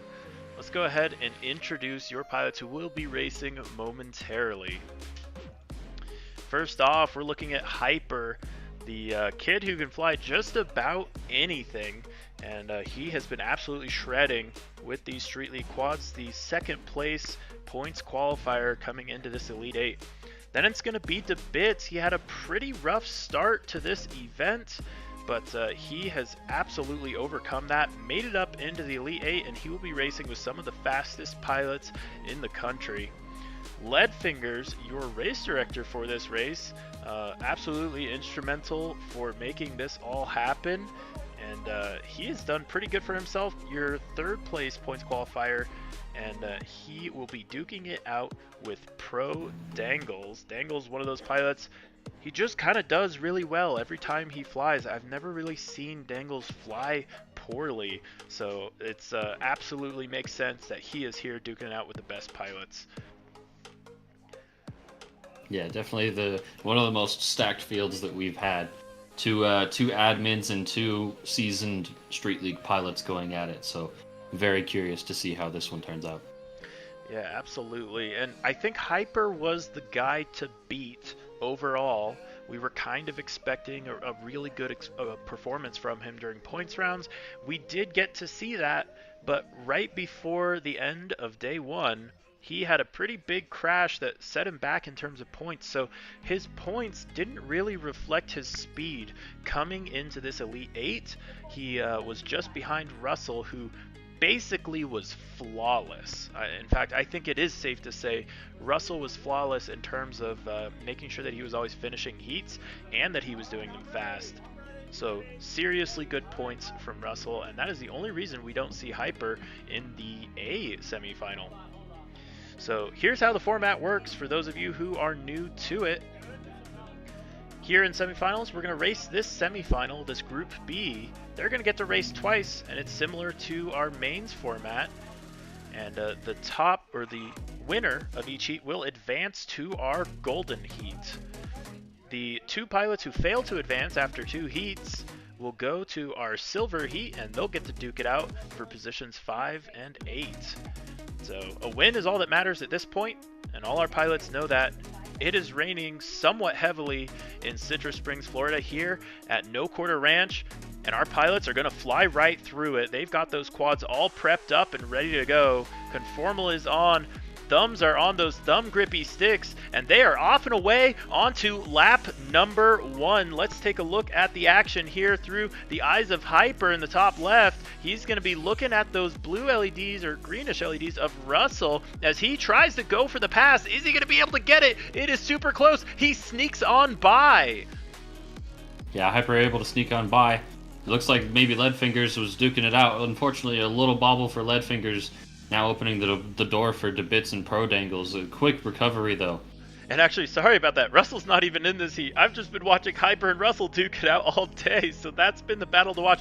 We'll hopefully get to see that in the golden heat, but right now it's going to be Hyper leading the pack, absolutely shredding here. Leadfingers in that second place position. Yeah, make sure that we're keeping an eye on first place here, because first place is going to go to that final golden main. We'll see how these guys are able to handle the pressure. And it looks like Hyper handling that pressure with skill and expertise that none of the other pilots can match right now.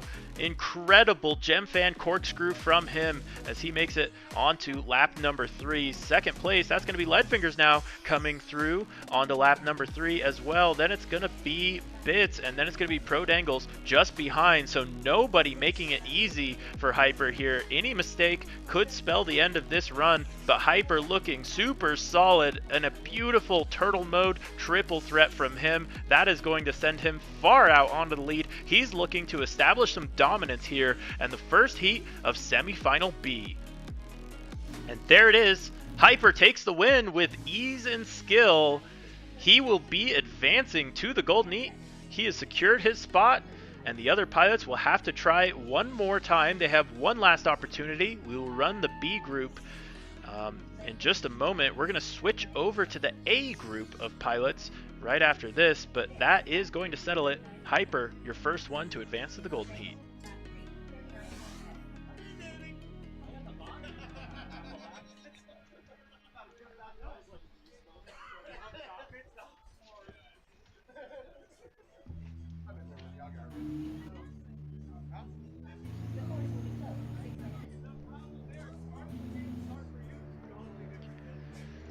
That was some incredible racing, and I think we've got even more in store as we now move on to the A group of pilots here in semifinals.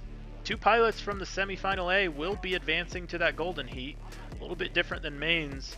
Instead of working our way straight up, we start out with the 2 sides of the bracket now. We've got semifinal A and semifinal B. This is your semifinal A pilots, and they will be racing for that win and an opportunity to race in the golden heat. Once again, we see that father-son duo, Freedom Duck and the Sloth. They get to duke it out versus RusselAR and Specimen. Freedom Duck has been getting faster all day. The Sloth has been putting down consistent times. We have the mean machine that is RusselAR, and we have Specimen. We got to see who's going to be able to come out of this first semifinal A with a win. Yeah, mostly locals here. Russell is the odd man out, traveling in from Colorado. He's a pilot that I've had the pleasure of racing many times. Got the best of me at our Colorado race. I believe it was race 3 in 2023. That was an incredible performance by him to take the win. So he knows what it's like to get to the top of the podium. He knows what it takes, and he's got the skill. And look at him posing there in front of his race car. He knows what it's like to race hard. He's been doing it his whole life, and I think we're going to see something really special from him here in about less than 4 minutes until course close.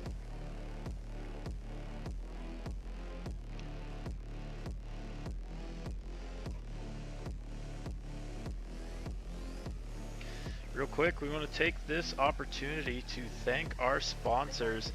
They are the reason we get to see this amazing racing. This live stream in particular brought to you by HD0. Thank you for providing that crystal clear HD image. Then it's going to be Gemfan with the amazing gates they've provided and their spec prop that a lot of our pilots are running now, as well as MultiGP, the gateway to drone racing. And Speed Source FPV, Russell about to fly right now. He is the Speed Source pilot. Thumb Grippies, providing you with all the action replays we've seen today, as well as Toker CNC Design with that leisurely landing zone we get to use. It's going to be Turtle Mode FPV, providing us that triple threat section of the track and some heavy metals to give away. VCI, one of the toughest motors in Street League, welcome them to the club. As well as Wreck Drones, providing all of your spec drone racing needs, as well as Open. Pilots are gridding up. We hear the excitement building. The course will be closed in 3 minutes. And the course will be closed in 3 minutes. No more, no less. Last year we got to see an amazing battle here at No Quarter Ranch with several DRL pilots attending and doing an incredible job. We got to see MCK, the 2023 DRL champion. He was also the winner of the Street League race number 1 in 2023. So he got a little bit of extra DRL practice racing the quads here. Kind of a similar experience, lots of LEDs and lots of head-to-head battles on the track. And that year it was Dubicki in the 2nd place. He wasn't able to attend this race, but I think we'll get to see him later on in the season, as he finished out 2nd place overall in the Street League season last year. We've got pilots ready to take this win though, who are here. It's going to be Freedom Duck, RusselAR, Specimen, and the Sloth FPV.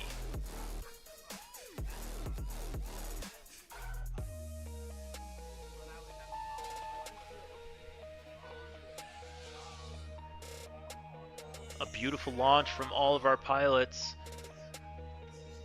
And we'll see who can establish that golden heat position.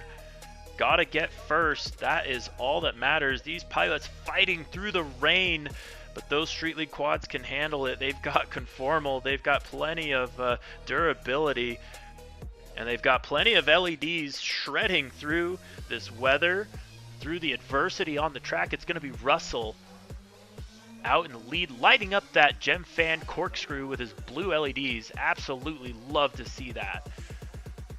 Lap number 2 for Russell. Made lap number 1 look easy. Freedom Duck goes down. And that's the father-son duo we were watching earlier. Freedom Duck and the Sloth. And it looks like Specimen using his boost mode now as he goes on to his next lap. It's going to be lap number 1 complete for him. He's going to use his next boost. He's going to dump them all right here. Specimen going for the big speed here, trying to catch up to Freedom Duck. But right now it looks like RusselAR is unstoppable. Absolutely shredding this track. As RusselAR goes on to his 3rd and final lap, he's going to be chased by the Sloth, his closest contender, but he's trying to make it as much not a race as he can. Both of them through the wrecked dive gate safely. And I just love seeing those gates light up as our quads go through. That is courtesy of GemFan for bringing us that retro reflective tape. So now anyone can run an amazing, almost LED lit course. Oh my gosh, that incredible last section from RusselAR. He's going to finish out and take the win. RusselAR will be advancing to the Golden Heat. The Sloth, Freedom Duck, and Specimen will have to try again in their 2nd and last opportunity to advance. So really, I have to say, no big upsets so far. It's been your points leader just now advancing to the Golden Heat, and your 2nd place point scorer advancing as well. We'll see if it stays in that order though.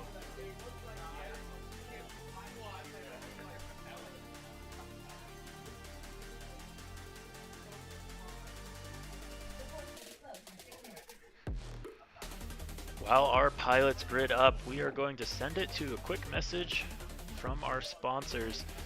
Again, I can't stress this enough. These are the people who make drone racing possible for both me and you. So definitely go check out their websites, go check out their merch, grab what you can, but for now, enjoy this somewhat educational and also promotional content.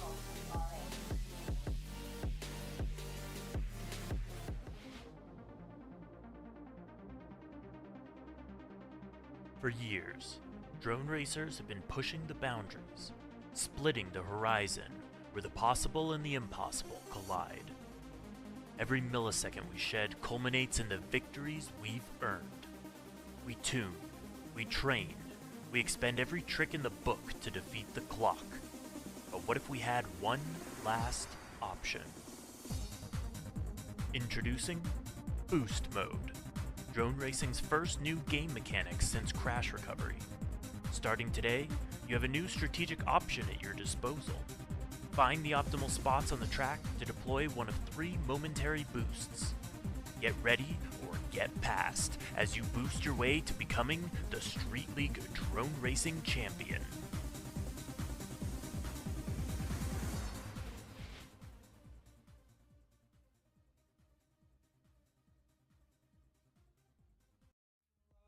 Hi, my name is Imperious, and today I'm going to talk to you a little bit about Street League Spec drone racing. In this video, we're going to cover a little bit about frames. What's legal, what's not, why are the rules that way, and what's available for you to purchase today. So I can love.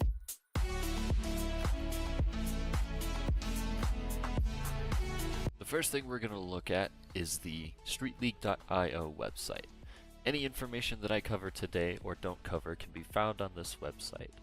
We have rules about the spec, season races, the StreetLeague.io store, and links to our Discord, which is where you can find much of our information and new things being posted every day. The first thing we're going to cover in this video is the Street League spec regarding frames. This is the Street League rulebook version 3.0. And when talking about frames, the specifications are all parts, including 3D prints, must be open source. They must be available to the public to download. Each motor must be less than 399 millimeters away from all other motors, so there is a size limit. And then we have some rules regarding the arms. These get a little bit technical, but we'll cover them as best as possible. The arm is defined as whatever material holds the motor. In essence, if you have carbon that goes from the midplate to your motor, the arm is considered the carbon itself and not any kind of print or LEDs you may have on top of it. Now that we have the arms defined, there's a couple of rules regarding the amount of material that must be in an arm. We talk about total convex circumference, which is if you were to take a string around the arm, how long would it be? You need 42 millimeters or more across the thinnest portion. And then we have a total cross-sectional area. For each motor, you must have a cross-sectional area greater than 90 square millimeters, which is if you were to cut the arm. Here we go.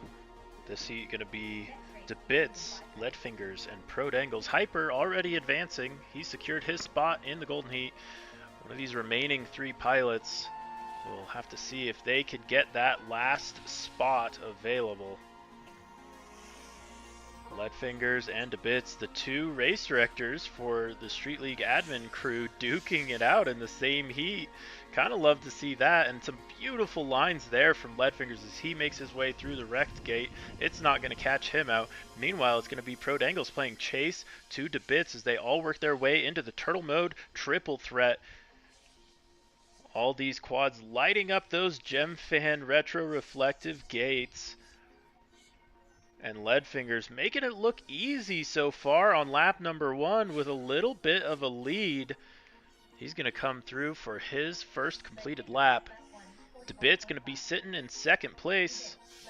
And Pro Dangles sitting in 3rd. But not a whole lot separating our field. It is still anyone's race. And mistakes were just made by Pro Dangles. A little bit of announcer's curse there. He goes down.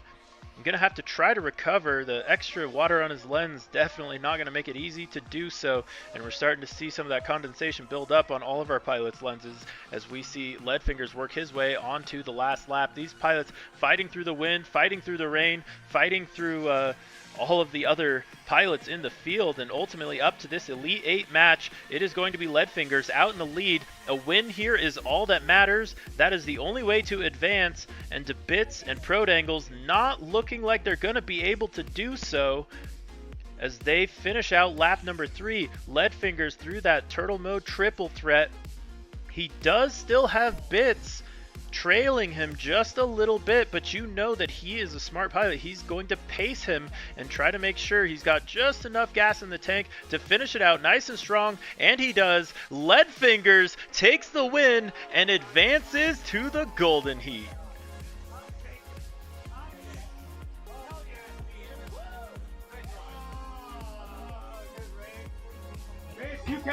so on it.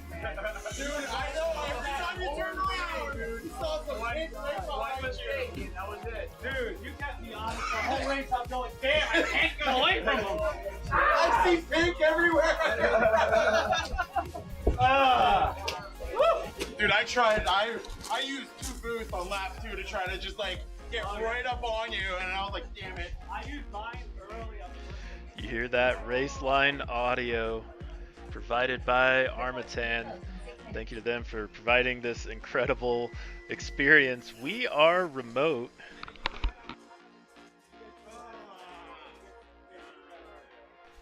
But we feel like we're there. We feel the emotions that these pilots are putting onto the track. And they've really put their hearts and souls into this, and you can hear it in their voices there, celebrating the win. Leadfingers is going to be advancing to the Golden Heat. So what a story there. Leadfingers directing the race, shipping all of the equipment there, and his good buddy Bits helping him do it. And ultimately, Leadfingers gonna get to go to that Golden Heat, duke it out with Hyper and RusselAR. Remember, we gotta lose it for silver bracket. The course will be closed in 5 So it's not settled yet. Now you may be wondering, we've got RusselAR already advanced, and Freedom Duck and Specimen and Sloth will be racing here for the final spot in the Golden Heat. The pilots who fail to advance to the Golden Heat will have one last race on their hands. That will be the Silver Heat, and that will be determining positions 5th through 8th. While our pilots grid up, we're going to check out another message from our sponsors.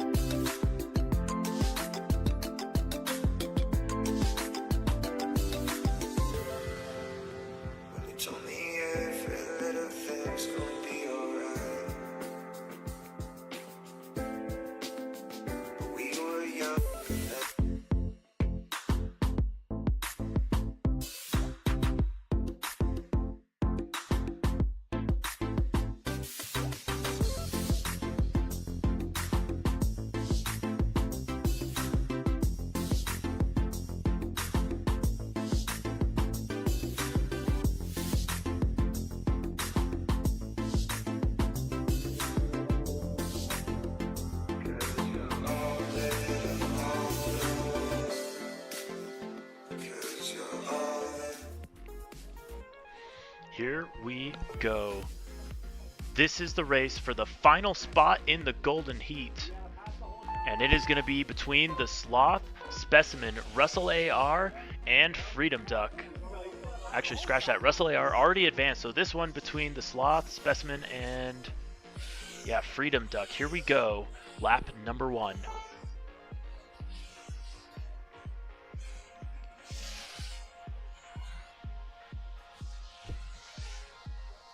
Right off the bat, we're seeing Sloth really show that he deserves to be in that top heat. Is he going to be able to hang on to those nerves, though? This is a big heat for him. Lots of positions to be gained or lost, depending on how this goes for him. He's got his dad supporting him, except for actually trying to take that spot away from him. But supporting him in all the other ways as he works his way onto lap number 2 as well. But Sloth well ahead of the rest of the field. Specimen now coming through that wrecked dive gate in second. We're going to see an easy turtle mode triple threat from the Sloth, making it look so simple out there. Some great packs. He comes through that Gem Fan triple corkscrew, lighting it up with blue LEDs. Oh, and Freedom Duck goes down. That's going to be it for him. Specimen going to be the last remaining pilot to try to make something happen here against the Sloth. But right now, Sloth is not to be messed with. He wants in that golden heat. He is going to snag that final spot. And he is going to send Freedom Duck and Specimen to the silver heat, where they will battle out for 5th through 8th. But right now, Sloth FPV through the final portion of the track. Sloth FPV takes the win and made it look easy too. Incredible racing from him there. And a nice landing there into the Toker CNC landing zone. Specimen going to finish out his run as well. He's going to enjoy some of his final packs here. Second to last pack, rather. As he gets to get sent to the silver heat, where he's going to duke it out with the pilots in 5th through 8th. Meanwhile, though, Sloth going to be the final pilot to get into the golden heat. Great racing from him. And we've seen some huge improvement from him as he works his way up the drone racing ladders.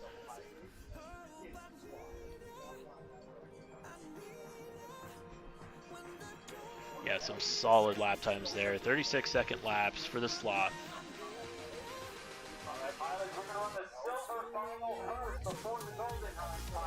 So as you can probably hear there, we're going to be jumping into the silver finals. And this will decide positions 5th through 9th in the span of one heat. So these pilots raced all day today, all day yesterday, earning as many points as they can to try to earn their way into the Elite 8.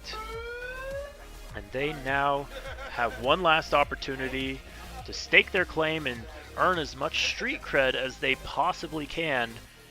You may be asking yourself, what is street cred? As if I haven't explained it already, but I'll explain it again, don't you worry. Street cred is the only way to get to the Street League Drone Racing Championship. If you're trying to become a drone racing champion in one of the most esteemed spec races on the planet right now, that is what you're going to want to do. You earn as much street cred as you can, and the top 16 street cred owners at midnight on a specific date we'll announce later, that pilot or those pilots will receive their official invitation to the Street League Championship. Now, it's going to get kind of interesting. We've seen a lot of shakeups in that leaderboard throughout the season. So pilots who win early races early on, it's not always enough. Sometimes you need to go to a couple races and perform well in order to have enough street cred to be in that top 16. The way that we allocate street cred at a given race, so for example at this race, pilots will receive 10 street cred for attending, and they will receive an additional 10 street cred for every pilot that they beat at that event. So lots of street cred on the line here. And I'm actually going to take a quick peek at my notes. We have 23 pilots who have made a whole shot or otherwise raced in this race, which means that there is a maximum street cred payout of 240 street cred. So 240 street cred on the line here for our top 4, and a little bit less than that for our pilots in the silver final. As we wait for our pilots to grid up, this will be a full heat with Freedom Duck, DeBits, Specimen, and Pro Dangles. Freedom Duck had some ups and downs during this race, but he is now starting to come into his own. He wasn't able to get into the top 4, but the Elite 8 is no joke for sure, and he's definitely making the most of it here. I think he's going to be able to finish pretty strong in the semifinals, but he's got Sensei Bits to contend with here, the drone racing teacher, as well as Specimen, the drift car chaser. He's got some amazing footage. I see his TikToks pop up on my feed all the time. He's got great videos that he posts pretty frequently. Pro Dangles, another pilot. I've raced the Velocitron Sim with him several times. He hosts a lot of races there, an excellent staple of the community, and we appreciate some of the races that he hosts, and we appreciate some of the skills that he's laid down on the track here. He was one of our early picks here that we thought would be able to make it into the Elite 8 finals, and here he is. He's made it, and he's going to try to make the most of it here in the last heat that he will be participating in. The silver finals, everybody.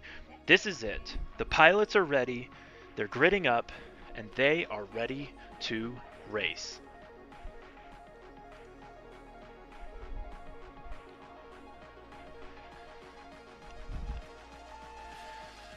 All of our pilots gripping those thumb grippy stick ends as hard as they can here on lap number 1. Looks like Freedom Duck with a little bit of a hole shot there. He is absolutely moving. Is anyone going to be able to catch him? Oh, as he goes down, that's going to be a pass now for Bits as well as the rest of the field. Second place, looks like that's going to be Specimen, but hot on his heels is going to be Pro Dangles as they all three go into the Turtle Mode triple threat together.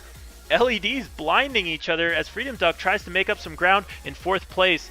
Onto the Gem Fan triple corkscrew they all go, lighting up those retro reflective pieces of tape, lighting them up as if they were LED lit. We love to see it, but we love to see this battle between Debits and Pro Dangles, the two pink and purple quads, absolutely duking it out through the wrecked dive gate. Who is going to take it? It looks like Bits misses a flag. He has to circle around as Freedom Duck goes down in the back of the field, and Debits is going to have to try to catch up Pro Dangles. Now here's the thing, ladies and gentlemen, it's going to come down to this is deciding positions. So if you try to push here too hard and crash out, that's several positions you miss out on. So these pilots trying to gauge how hard do I push, how hard do I conserve, and it looks like the Bits and Pro Dangles are leaving it all on the track. They are absolutely shredding together. It is Bits versus Pro Dangles versus the Bits.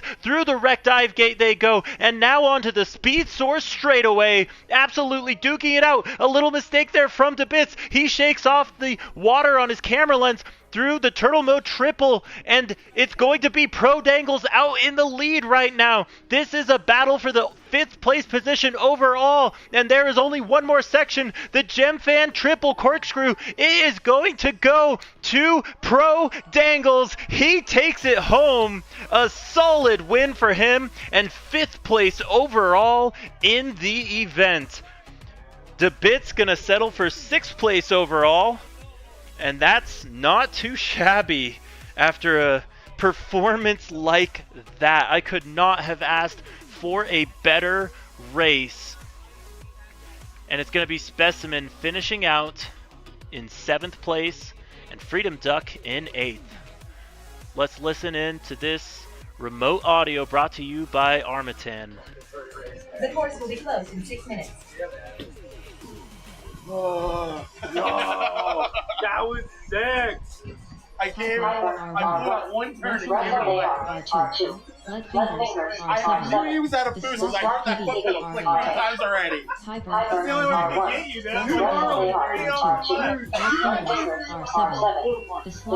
Yeah, that fucking guy, 3rd lap, I was terrified. And then your light disappeared. I'm like, oh, that means... Those pilots, lots of adrenaline pumping there, excited to perform at their peak here in the Elite 8 finals. What an incredible race that was. And I think that is one that is worthy of the replays. And I think I'm just going to let that one play. I'm just going to let that play because that was such an incredible heat. And we could just watch it just by itself. Let's do that right now. This replay brought to you by Thumb Grippies.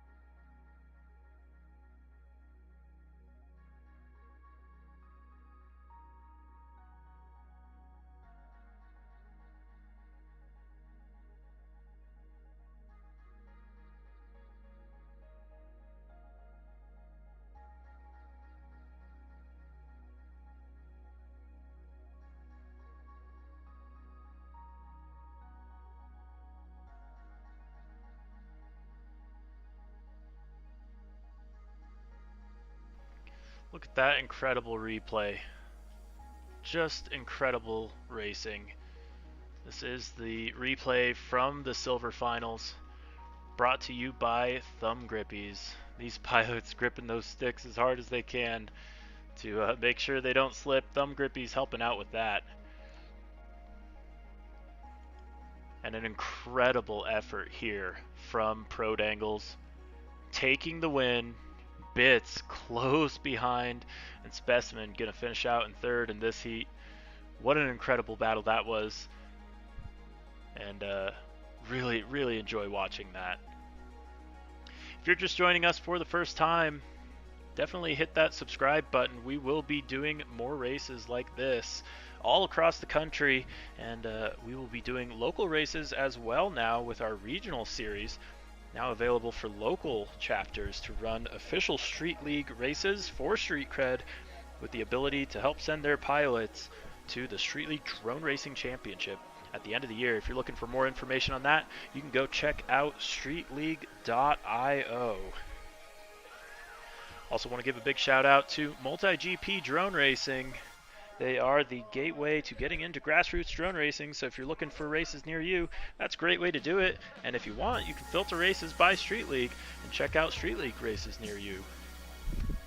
Also want to give a huge shout out to GemFan, the retro reflective gates you're seeing at the track, all provided by them.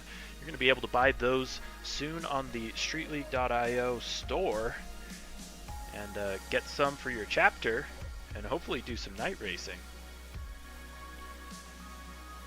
We've got 45 seconds. These pilots cutting it close. 45 seconds until course close. We will see if that affects the results of our golden heat. But this heat coming up will determine positions first through fourth. So the finishing order you see here is what you get for the overall event. These pilots are going to leave it all on the line. And there's nothing to hold back here. We have seen Hyper absolutely crushing the lap times. We've seen Russell absolutely crushing the consistency. We've seen Leadfingers lighting up the track and making sure that he gets those points. And we've seen Sloth absolutely impressing the heck out of us with his major improvement, not only over the course of this race, but over the course of the year.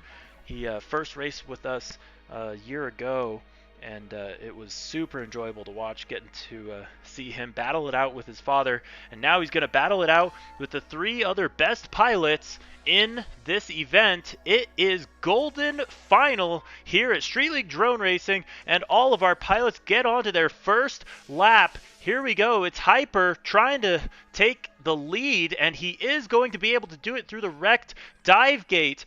Hyper looking good. Oh, trouble from Russell. He is one of the favorites going into this, so this could be a big upset for him.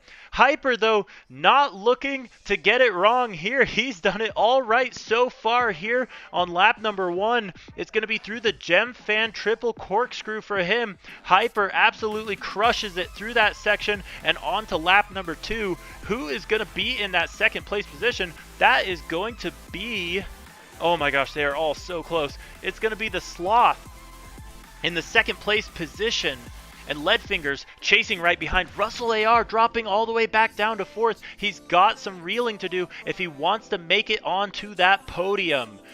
Hyper looking solid through the track right now. Nobody able to catch him. Sloth is the closest one to it. Through that GemFan triple corkscrew he goes, and he gets it right.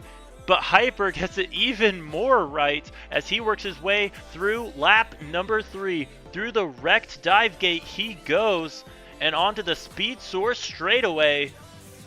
It has been a phenomenal run here from Hyper. This is the run he's been looking for all day long, where he gets to establish his dominance. Coming through the final portion of the track, it's going to be the GemFan triple corkscrew one last time for Hyper FPV as he establishes himself as the Street League Race 1 winner. Hyper takes it. Who's going to get second? It's going to go to Sloth. Leadfingers gonna come through and finish out on the podium in third. RusselAR going to settle for fourth.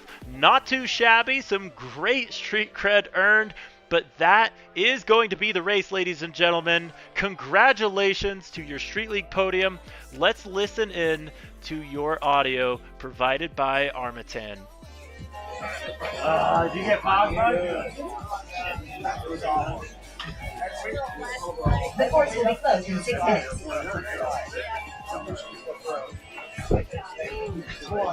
Dude, that was so much contact right off the start. I was so on the tap. Oh, they were touching a lot of it.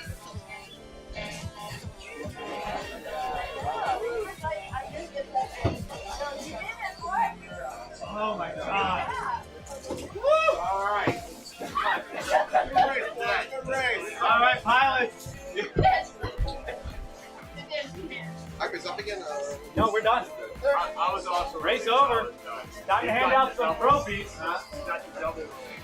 Here we go. We want to congratulate your podium for Street League race number 1. It's going to be Hyper taking the win, the Sloth in second, and Leadfinger's going to finish it out in third. Thank you so much for joining us, ladies and gentlemen. That will conclude our broadcast. We want to give a huge thank you to all of our sponsors. Definitely go support them. Those are the people that make sure that we get to keep doing this amazing drone racing and seeing awesome wins like what we got to see from Hyper there. Thank you so much for watching. If you want to hang out with us some more, check out our Discord. We'll have links to that posted below, as well as our Facebook. And check out streetleague.io if you just want to learn more in general. Again, thanks so much to all of our sponsors, and thank you to our pilots for participating and showing us such incredible skill around that track. And last but not least, thank you so much to you, the viewer, for joining us for this live stream. We love having you here, and we look forward to seeing you next time. Thanks so much, and we'll see you again.